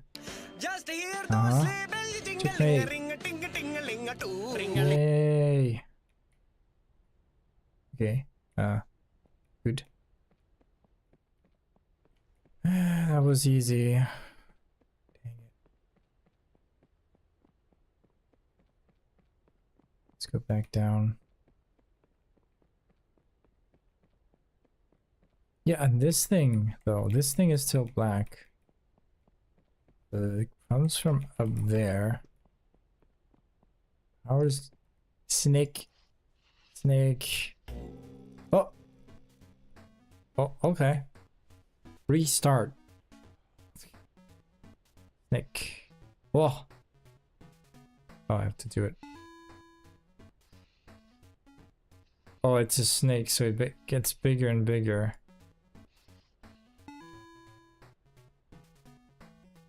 Okay, I think I just jinxed myself. What? What is wrong? Doesn't always work for whatever reason. I can't do this. Yeah, it's fucked. Wait, I solved it? No.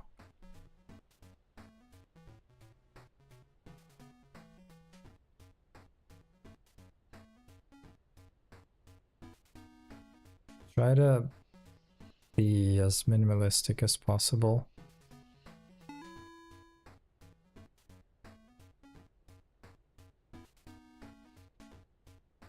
Shit.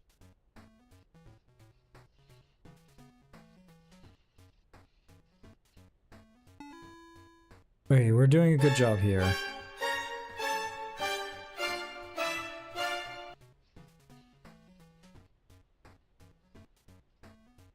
Yeah.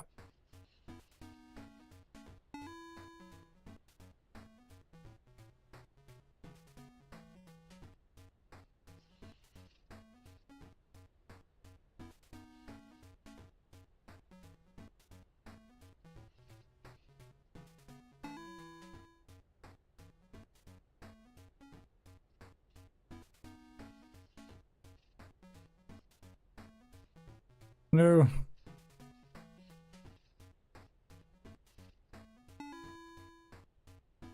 Oh god. Okay,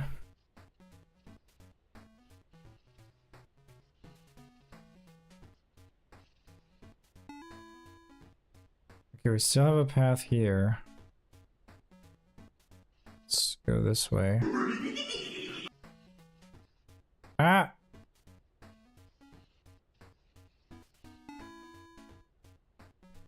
Oh god.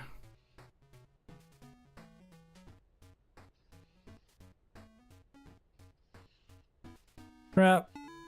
Oh, I was never gonna make it. Yay! You have learned the ways of the snake. Snake. Okay, I've learned the ways of the snake. Good. Now I need to learn the ways of the dungeon up there.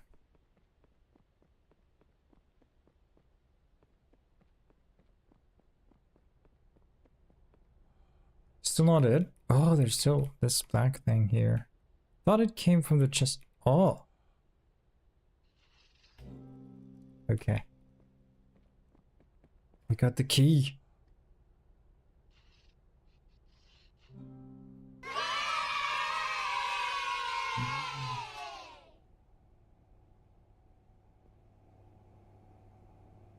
What a beauty. What's that?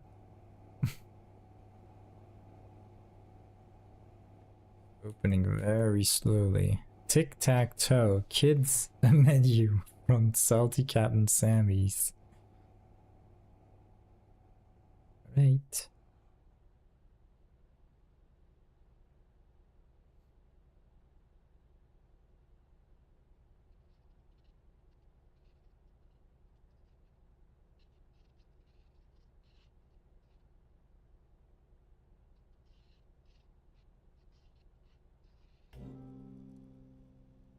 Can't play tic-tac-toe.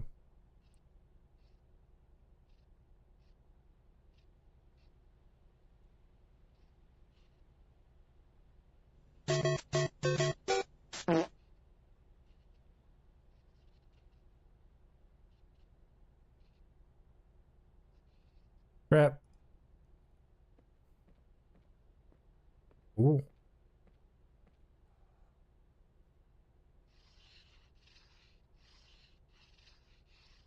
Ah. What? It's not linked? Hello? Okay. Yay, we've opened this gate. I still want to open the dungeon thing. Before going any further.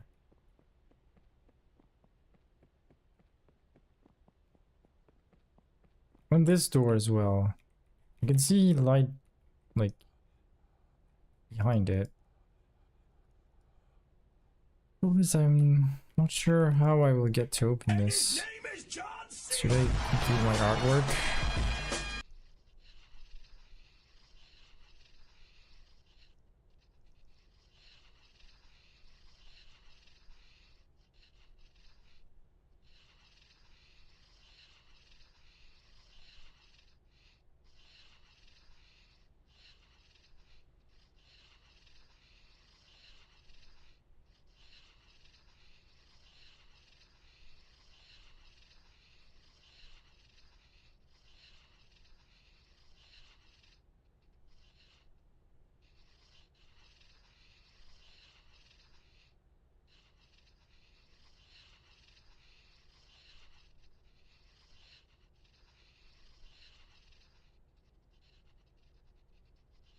Oh, it doesn't seem to be doing anything. Sag. Wow. One big red artwork. And the store is still closed. Sad.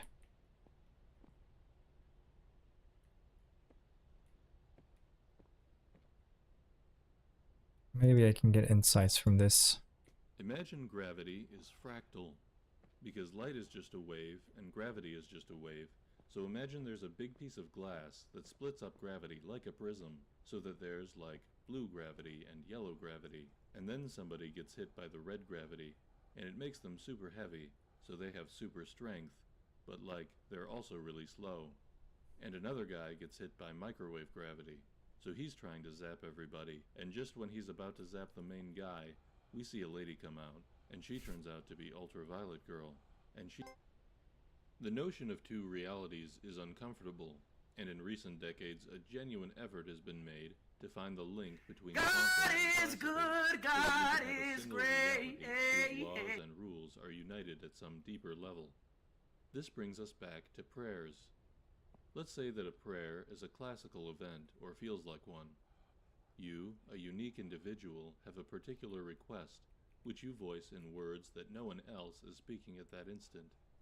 What if this classical event gets processed at a non-local level?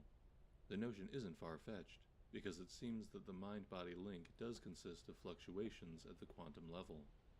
If this is so, then any thought, not just a prayer, has quantum implications. Deepak Chopra, A Spiritual Mystery. Does God Listen to Prayers? Part 2.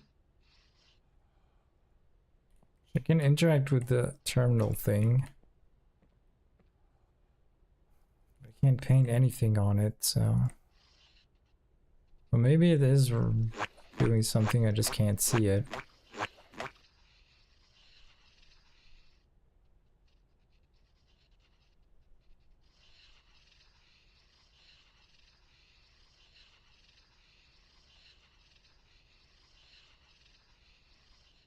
Oh, I don't think that's it, unfortunately.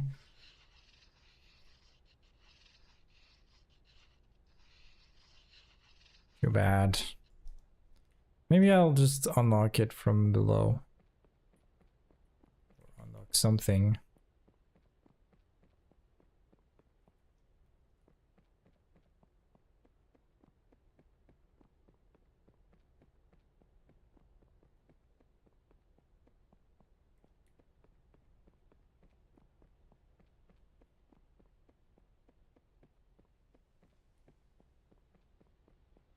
Let's see what's beyond this gate.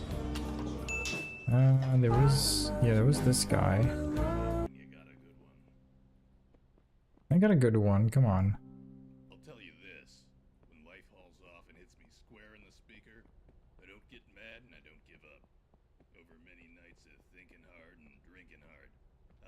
morning lighting 1 cup of joe with the smoldering butt of the last slug of rum. This is what I learned. When you're up against the impossible, and there's no getting through it, you might just have to go around it. Get a look at the back of the box, if you get me. Read the nutrition facts, if you follow.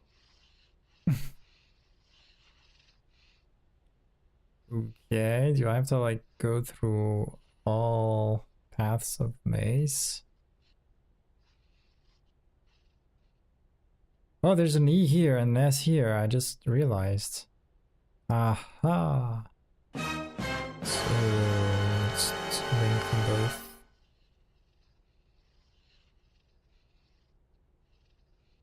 Ah, that's a dead end. That's also a dead end.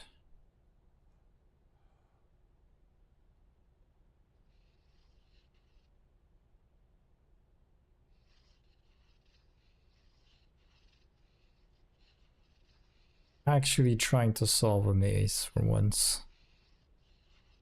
There, I made it. Bro. Oh, this thing was cut. Okay. Yay. Okay, now I still want to solve that dungeon thing, magnifying like telescope thing. Wait, I opened this now. Goes down. The arcade. Yeah, I don't want to go in the maze before I solve the this tower thingy. Let's see if this guy has something else to say. This castle's rotten from start to end. That's it, this castle's rotten. Alright, let's trigger another dialogue.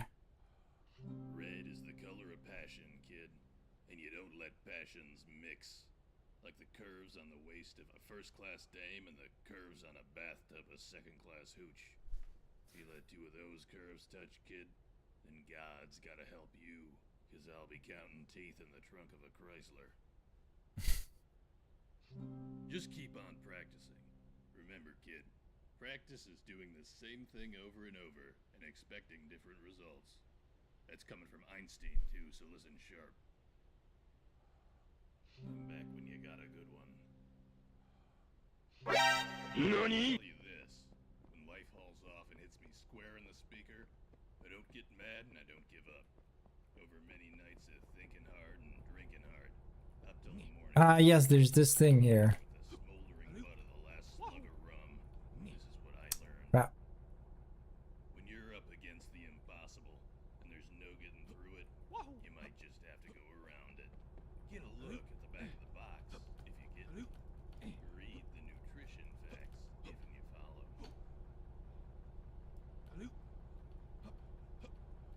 No, there's no way I draw on this. Ah.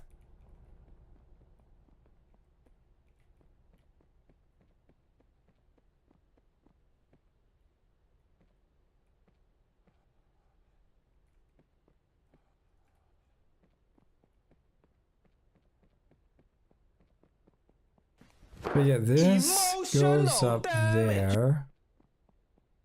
And I've already been up there, right? Yeah, it opens the door to the left. No, I hadn't. I'm stupid. There you go. Gamepad. Remote. Start game. Another game. Let's go. Ponytail. Thanks a lot, Mac Edition. That's the Braid.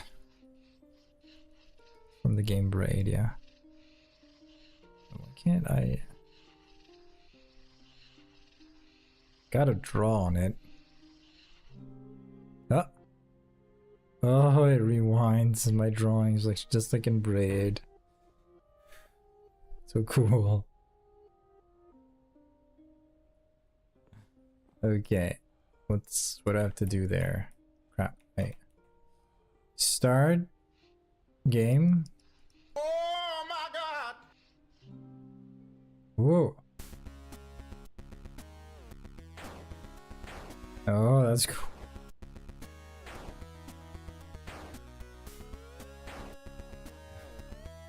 No.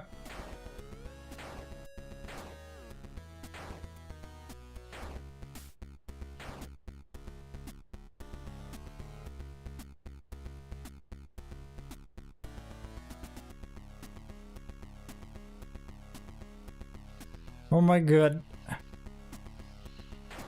No, I missed one. Oh, this is getting hard.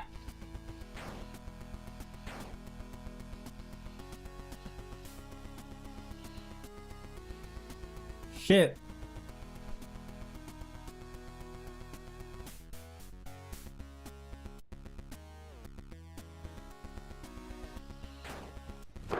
Emotional damage. Ah.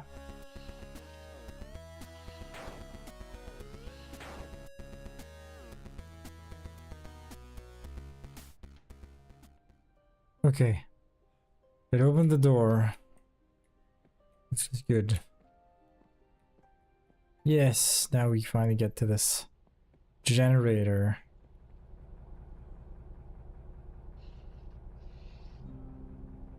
What does it do?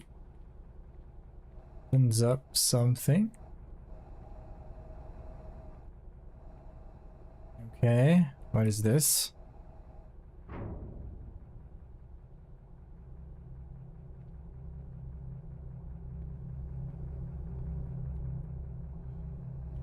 Oh, wait, something is rotating.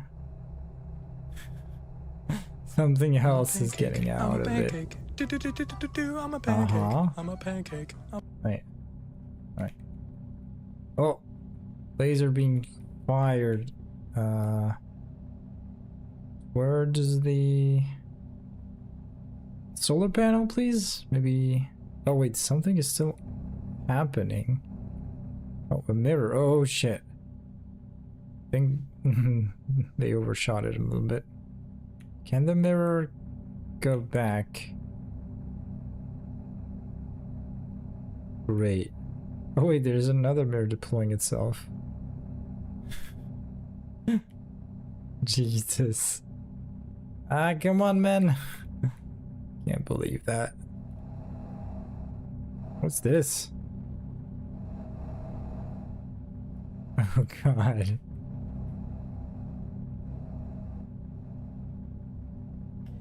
Oh yeah, finally. Jesus. Oh, and this is the door on the other side. Feels good, man. Go back up from here. And there we go. The panel is oh. Oof. What is that? Different symbols.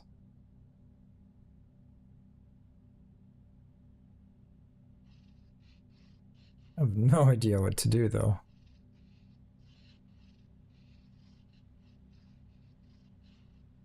It's not powered up really. It's still kind of back. Do I have to come back after going into the maze? Maybe that's what I have to do. Because I'm not sure what to do.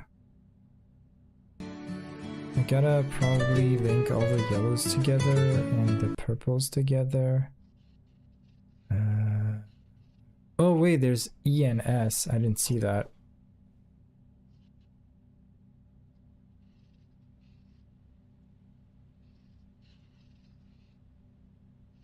Pretty simple.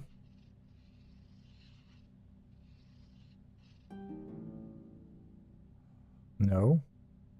Do I have to pick up all of them? So let's see, maybe I have to start by going there, pick this item up, pick that item,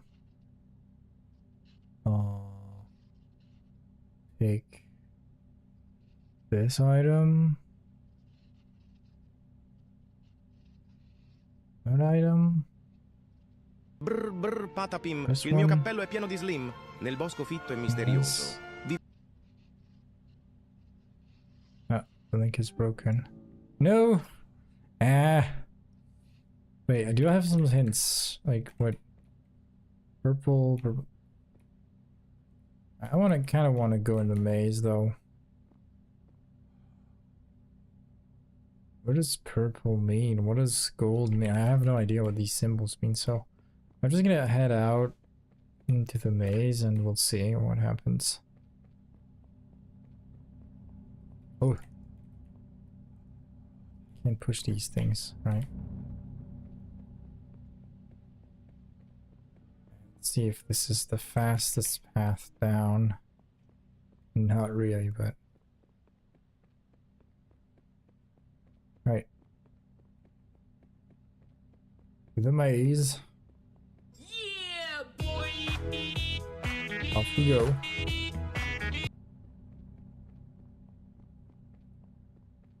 And so, do I have to study this a little bit?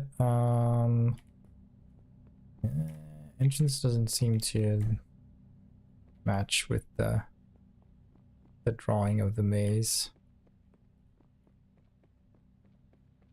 We could have seen where to go from above. I'm not even sure about that.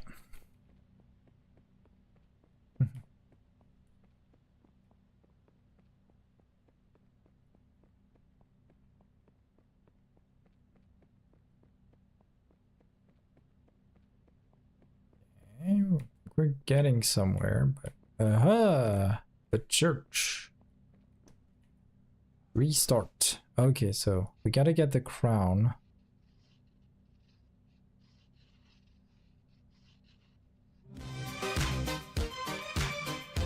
Crown, then the symbol.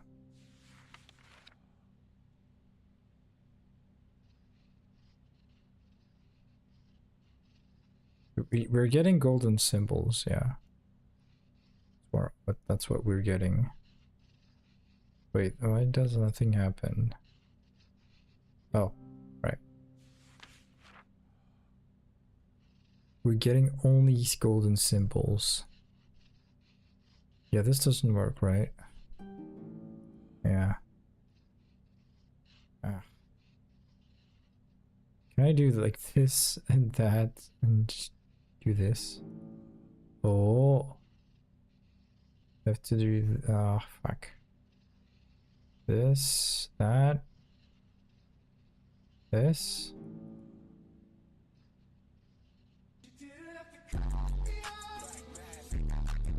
Star. Bell. So star has to be gone before bell? Should I write this down?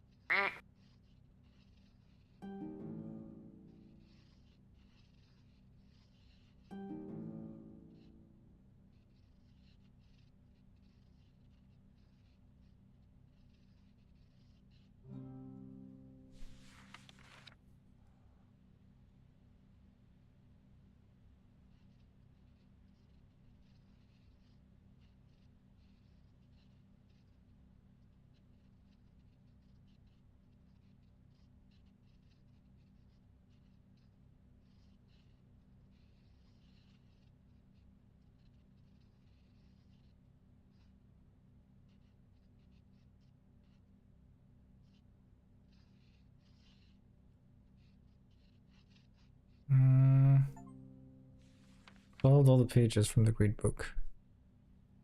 So this kind of gave me indications, but it didn't take any note. And just recall that you should get the triangles before getting the hourglass, and you should get the Mercedes logo at the end, from what I recall.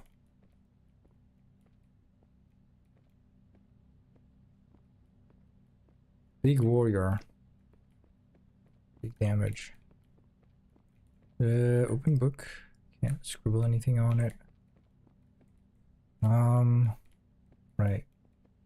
Let's go and try and put into application what we got from that. And if it doesn't work, we'll just come back and write some notes.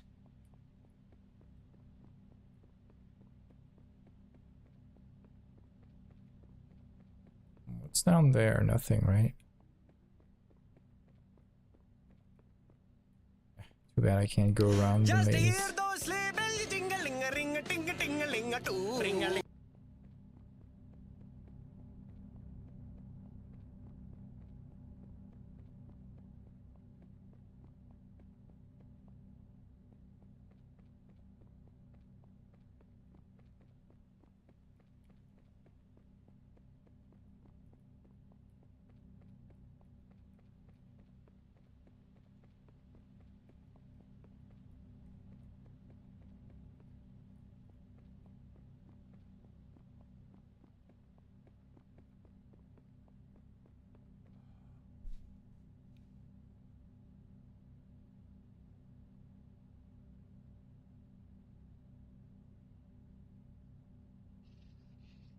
So if I recall correctly, you get this thing first. And then you get the bell.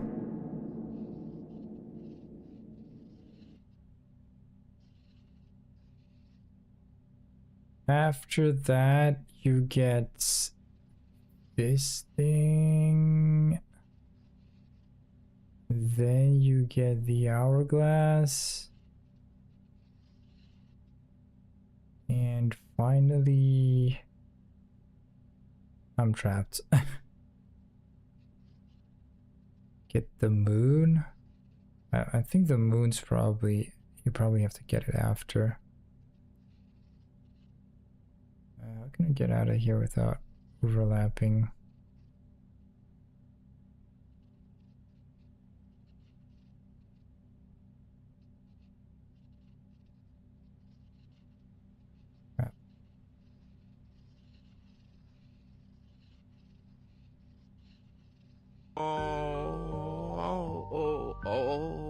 No. Shit. Maybe mood is the last thing you gotta pick up, so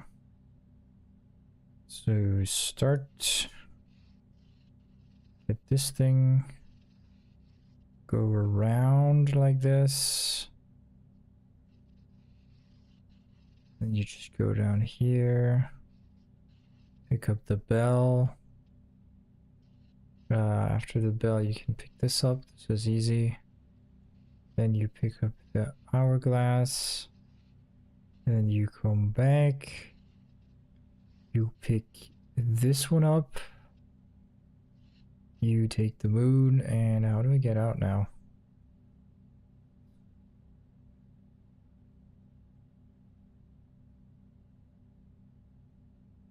Can't get out.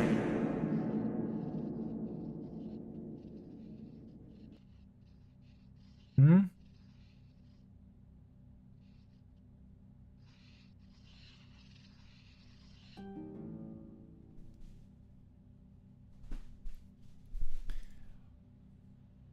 I think you have to get the moon last, yeah, and kind of like find a way to get out. Oh crap. Start there. Get this. And then maybe go that way. Seemed like a good idea at all.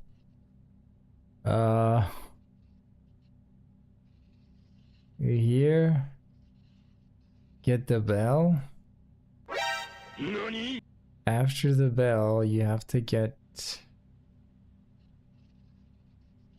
this. After this, you get the hourglass. After the hourglass, you get the triangle theme Mercedes thing. And after that, you kind of Go there. Come back out. Shit.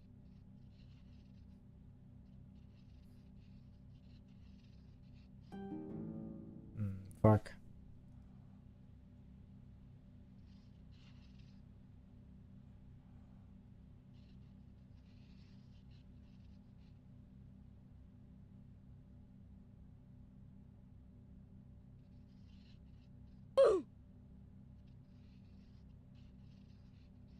Maybe it's crown, moon, bell. This. Hourglass.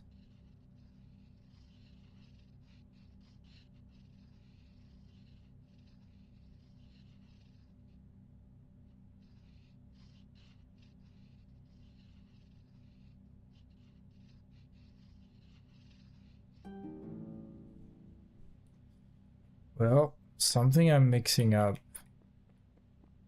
I think I'm almost there, but there's just one thing I'm mixing up.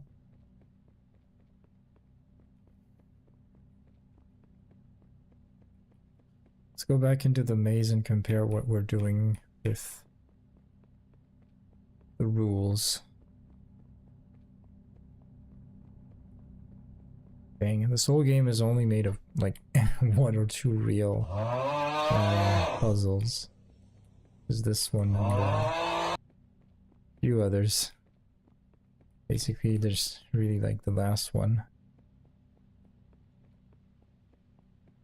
And there's a house here. Yeah, wait, there's a house there. I've never been to. Let me get in the house. Need to go see what's in the house.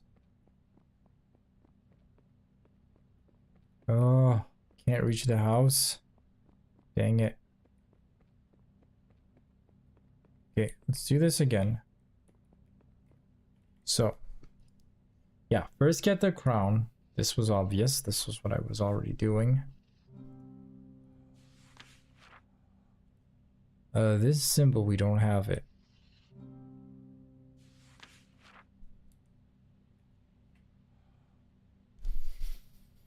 So, first get the hourglass or the moon? Probably the hourglass before the moon, right? Would make sense with what we're doing.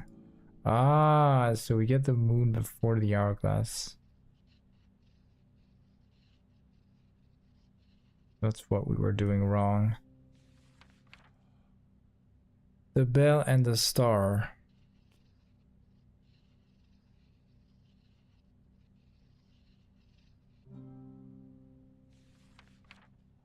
So we gotta get this thing before the hourglass. So whatever a circle means, but we gotta get this before. Yeah.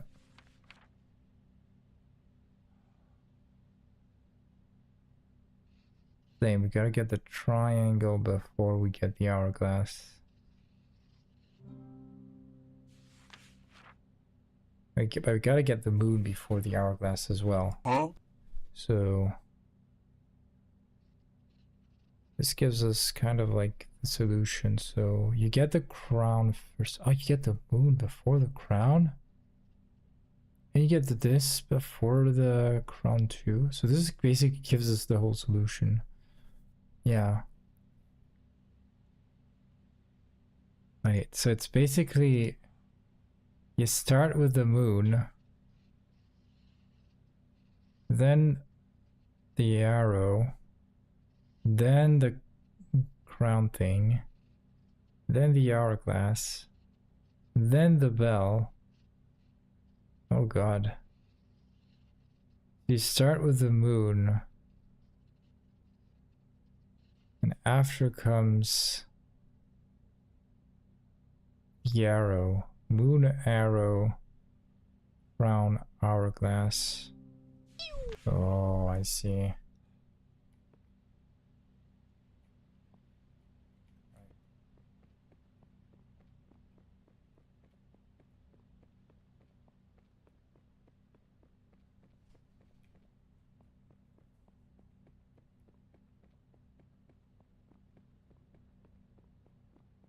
Can I get to the hut? No.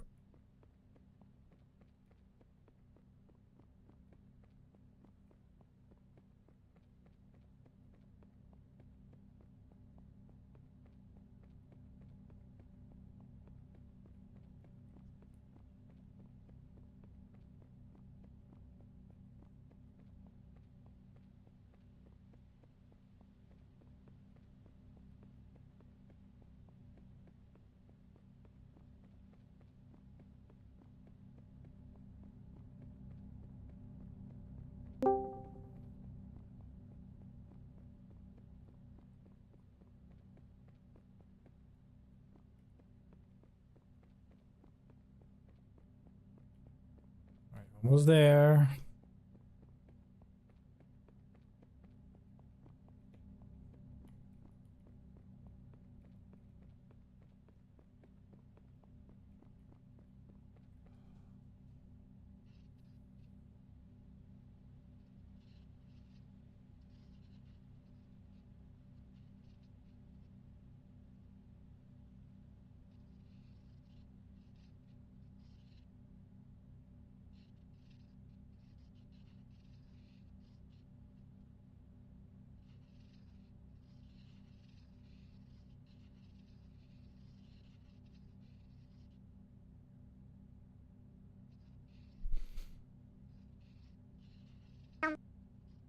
An hour crown, then we gotta get the hourglass.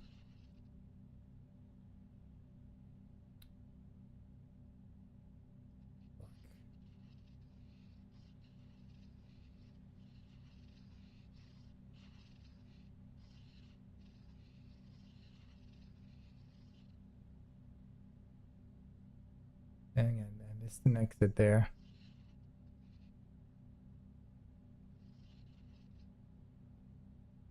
Oh no, I can't do that either. I can't do this either. Oh, fuck!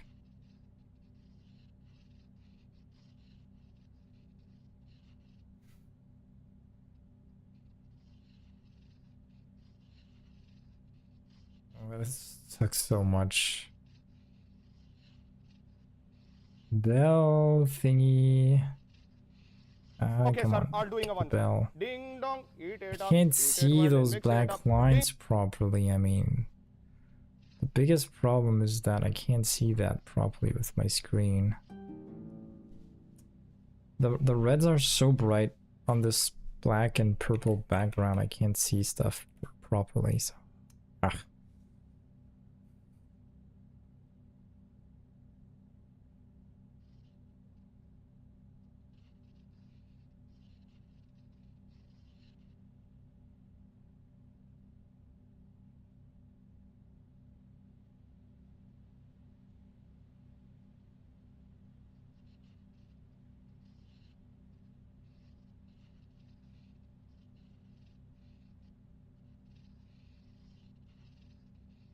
this moon arrow crown.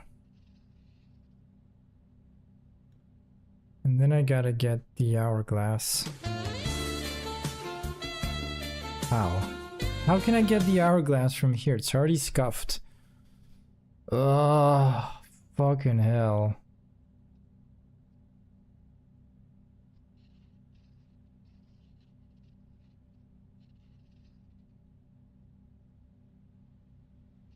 Moon. Let's go around. Oh no, this is not good. I'm kind of locking the crown up. Oh god. Moon. Arrow. Oh god.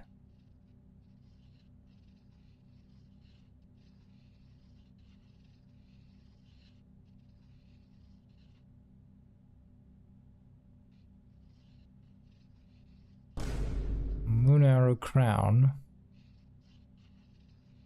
Get the hourglass now. Hourglass? How am I supposed to get the bell now?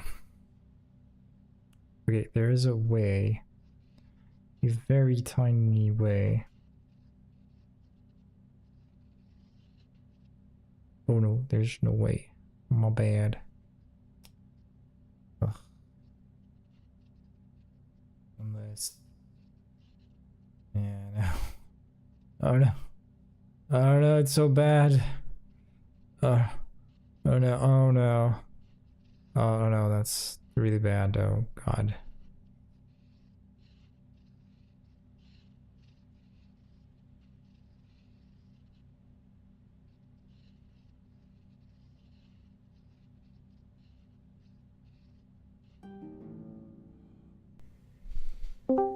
Ouais les gars, bien ou quoi?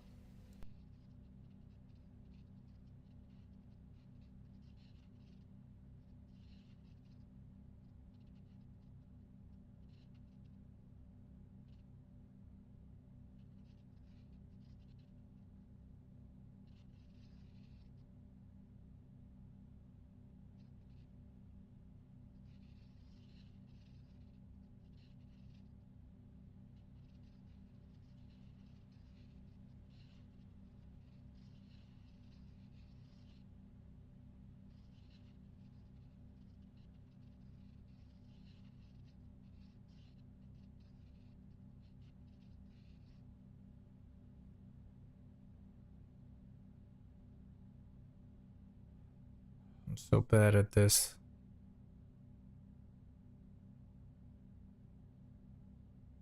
Surprise, motherfucker.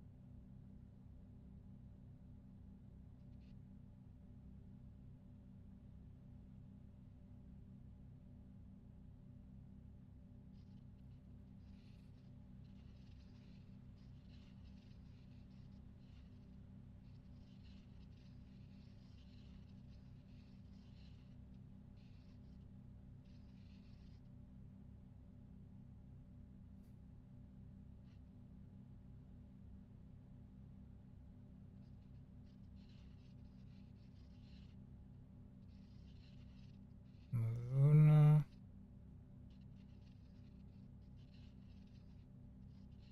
Arrow.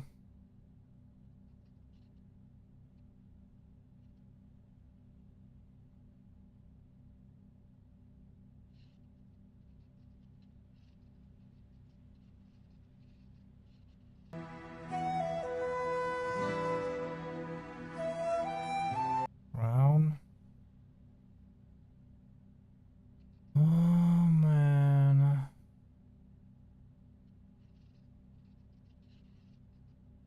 Hourglass. And there I get back out like this. Oh, what happened? What is this kit? Okay. Oh, what's that? Let's ignore it.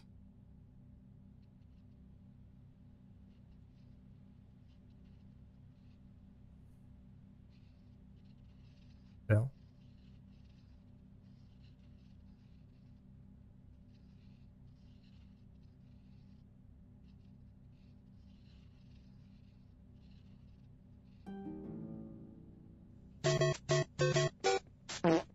Well, I guess I'm mixing things up still.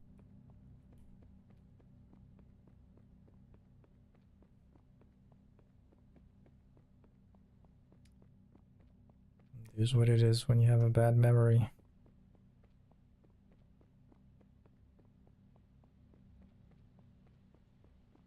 For me, it's definitely moon and then arrow. And then arrow comes before crown. And after crown, the only thing I'm wondering is, does Bell come after Mercedes or before? That's the only thing I'm not quite sure about.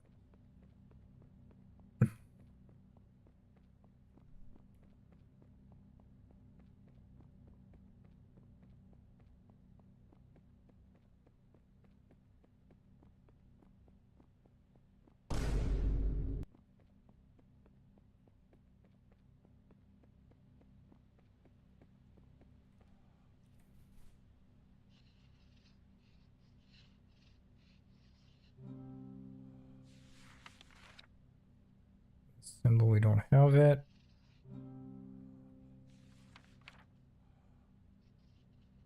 Moon comes before hourglass.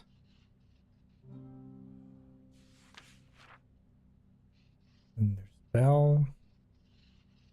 Bell should come before star. Hmm? Yeah. I mean after star.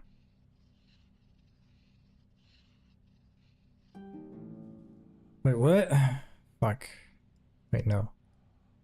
Start. You start by getting the star first. And then you get the bell, right? You start by getting the bell first, and then you get the star.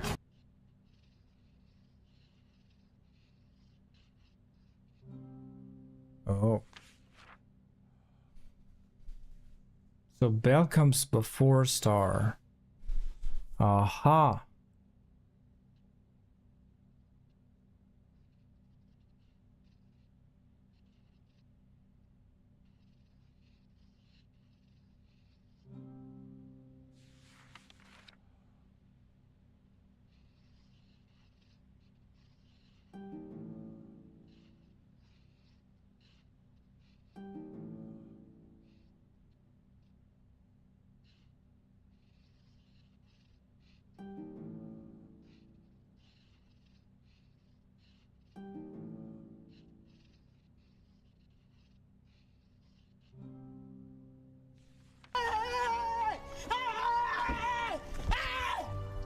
you running?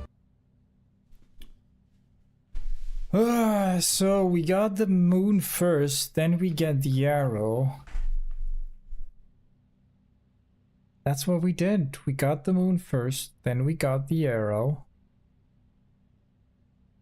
Then we went off getting the crown. And then we got the bell. And then we got the Mercedes thing. That's exactly what we did. Moon first, arrow second, crown third, hourglass.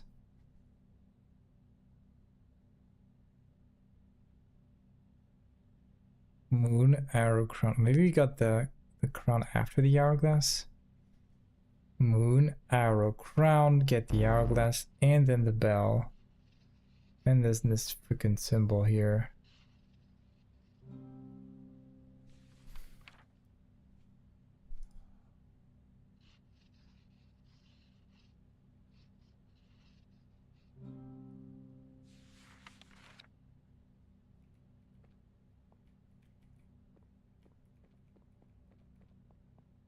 The only thing that's a little confusing is the fact that the symbols, they're purple. Whatever that means.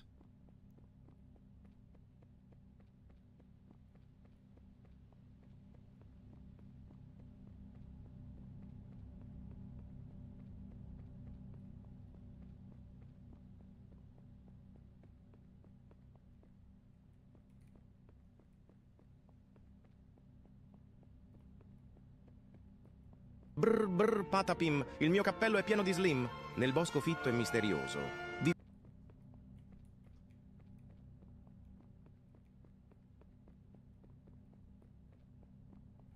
So moon first. Then we get the arrow. Then we get the crown. Yeah, maybe we got the hourglass before. So moon, arrow, crown.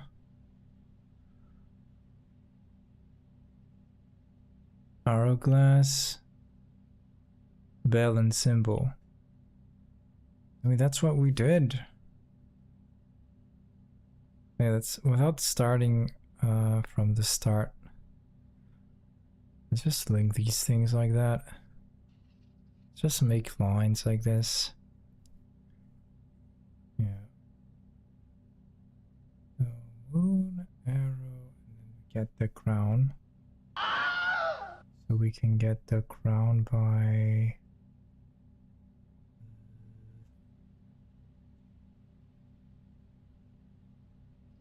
doing that.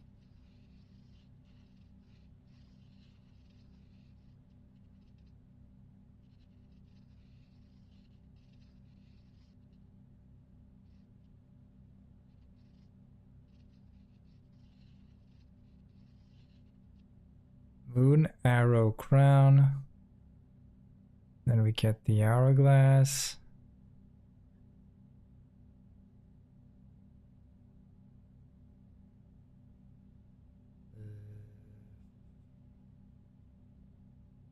Yeah, that's why it sucks, because the start is gonna go through somewhere here, so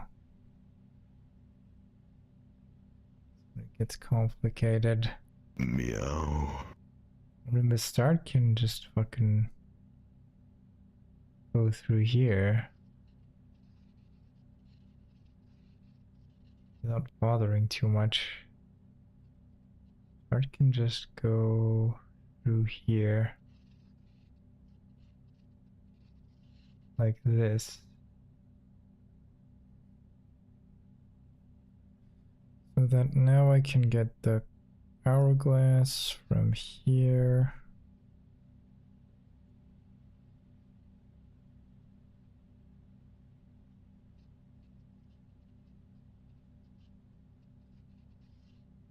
Okay, that was scary. And then getting the bell, so getting the bell, oops, requires me to go there.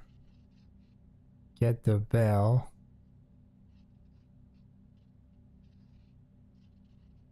Back here.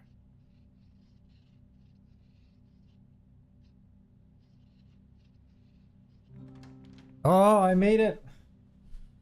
Ah, that was hard, but it was easier to link segments separately and then just link all those segments back together. Oh. Oh. Wait, so the hut... Yeah, there's no way to reach the hut. Yeah. Completely locked. See. Oh. Mm-hmm.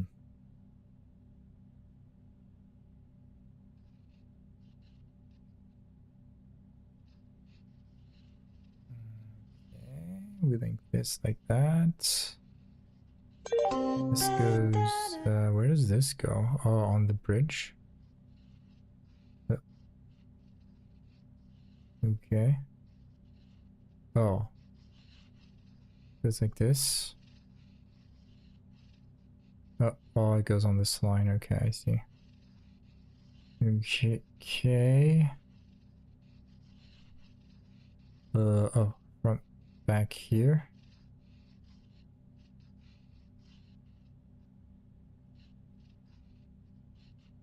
Okay, this is a little sketchy, to say the least. So this goes up here. Ridge. Grass. What am I missing? Oh, there's an E here and an S here. Ah, didn't see that. So, start. Okay, start goes there. Then down there. Okay, start from here to here. Now, this seems to be a dead end. So start has got to go up there first, then to the left.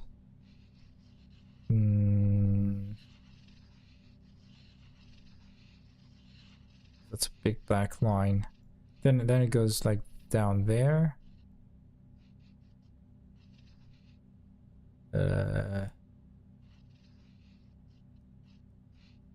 Where do we go from here? Like, okay. Let's do this again. So let's do it from the exit.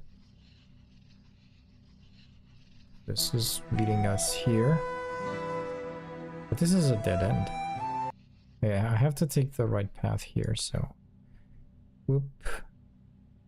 Right path is making us come here and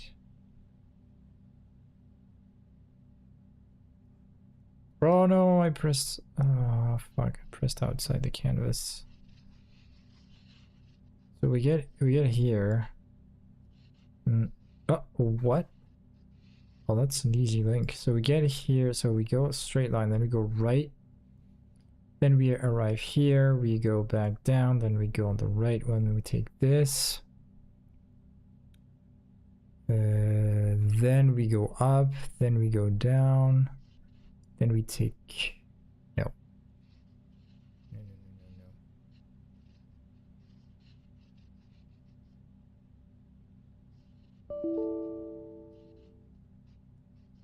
Go back down there, we go here, we go there, we do that. Take this, or we don't.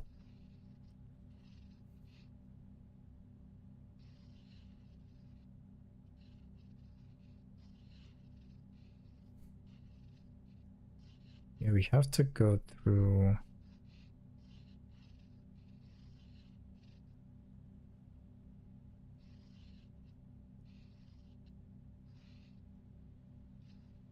am I missing? This path.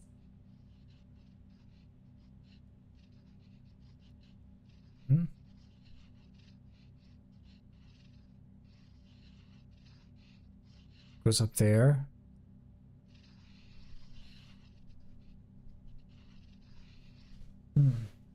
My neck hurts. Emotional damage.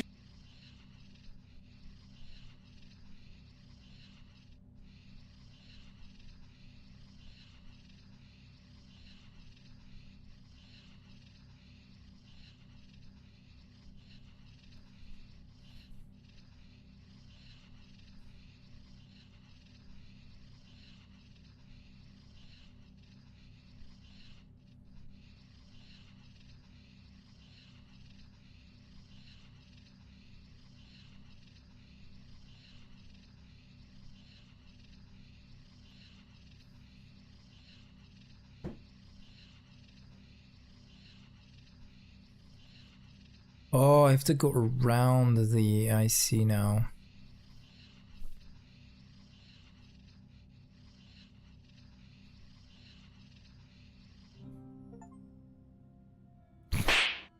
That's so bad. The obelisk of knowledge. The obelisk of knowledge. Yolande Wixelbite.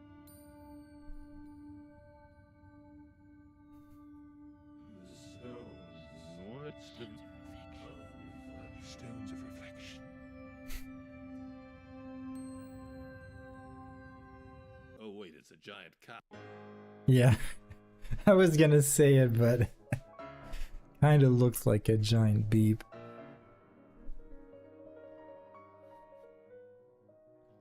That was cool. I still wonder what was in that hut back there.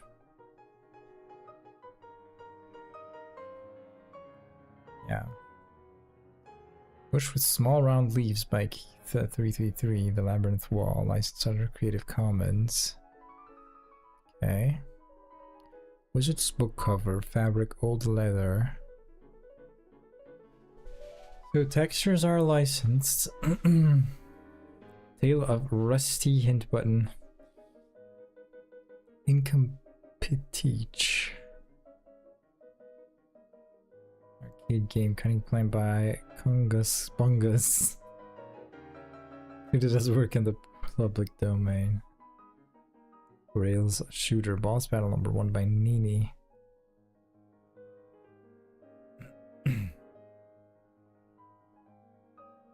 Ponytail poster The Great Collapse by Hit Control.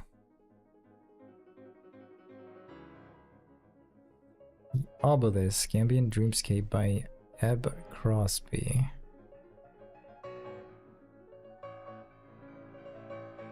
Piano Sonata Moonlight. Presto Agitato. Consiglia Gre. Oh!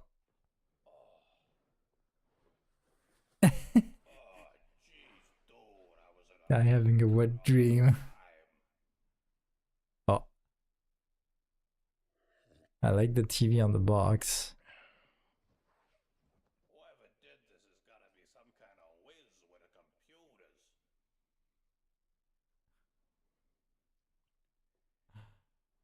First War of Physics.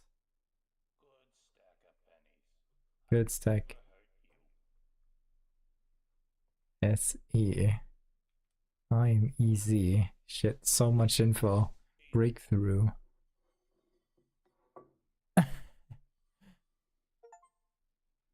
Oh, that's funny.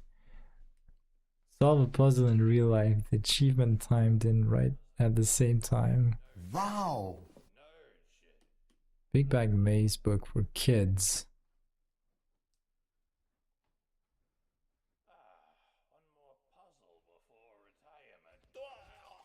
No.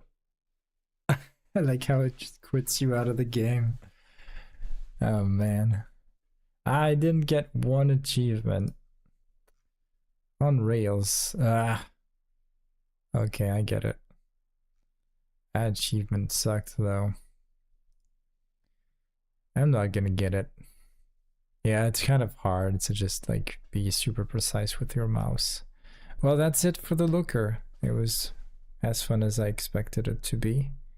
I'm gonna take a break, and afterwards I may come back for another game, which is Later Alligator.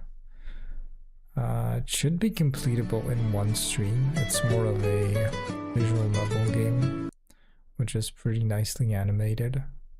So yeah. Alright, well, I hope you guys enjoyed this stream, and I'll probably see you guys in a few hours in the evening, my time. Alright, take care, you guys, and see you later. Bye-bye.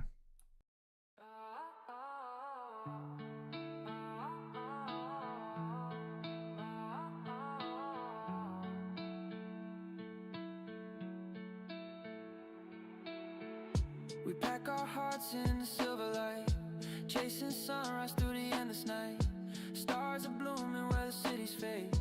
Echoes fall from the world we made. Gravity tries to hold us down, but hope is louder than this dying town. We close our eyes, let the future in, leaving Earth like we were born again. All the memories in our veins, we take them with us, they remain. We're leaving home to find home, running from the ashes of tomorrow, but we're not alone, not alone. We carry every dream we ever borrowed. If we're lost in space, we'll be found someday. We're leaving home to find home. Radio whispers in the cosmic dark, constellations reading every spark. Every tear we left behind will shine, turning heartbreak into borderlines. If the world we knew was just a start, maybe paradise is still a part of every breath we're learning not to fear, every promise pulling us from here. All the memories in our veins, we take them with us, they remain. We're leaving home to find home, running from the ashes of tomorrow, but we're not alone, not alone. We carry every dream we ever borrowed. If we're lost in space, we'll be found someday. We're leaving home to find home. If we break like stars, falling upward into who we are. Every goodbye is a reason to fly, so hold on tight. You'll be alright. We're leaving home to find home, even if the sky's falling hollow. We're not alone, not alone. We'll rewrite the universe and follow. If we're lost in space, we'll be found someday. We're leaving home to find home.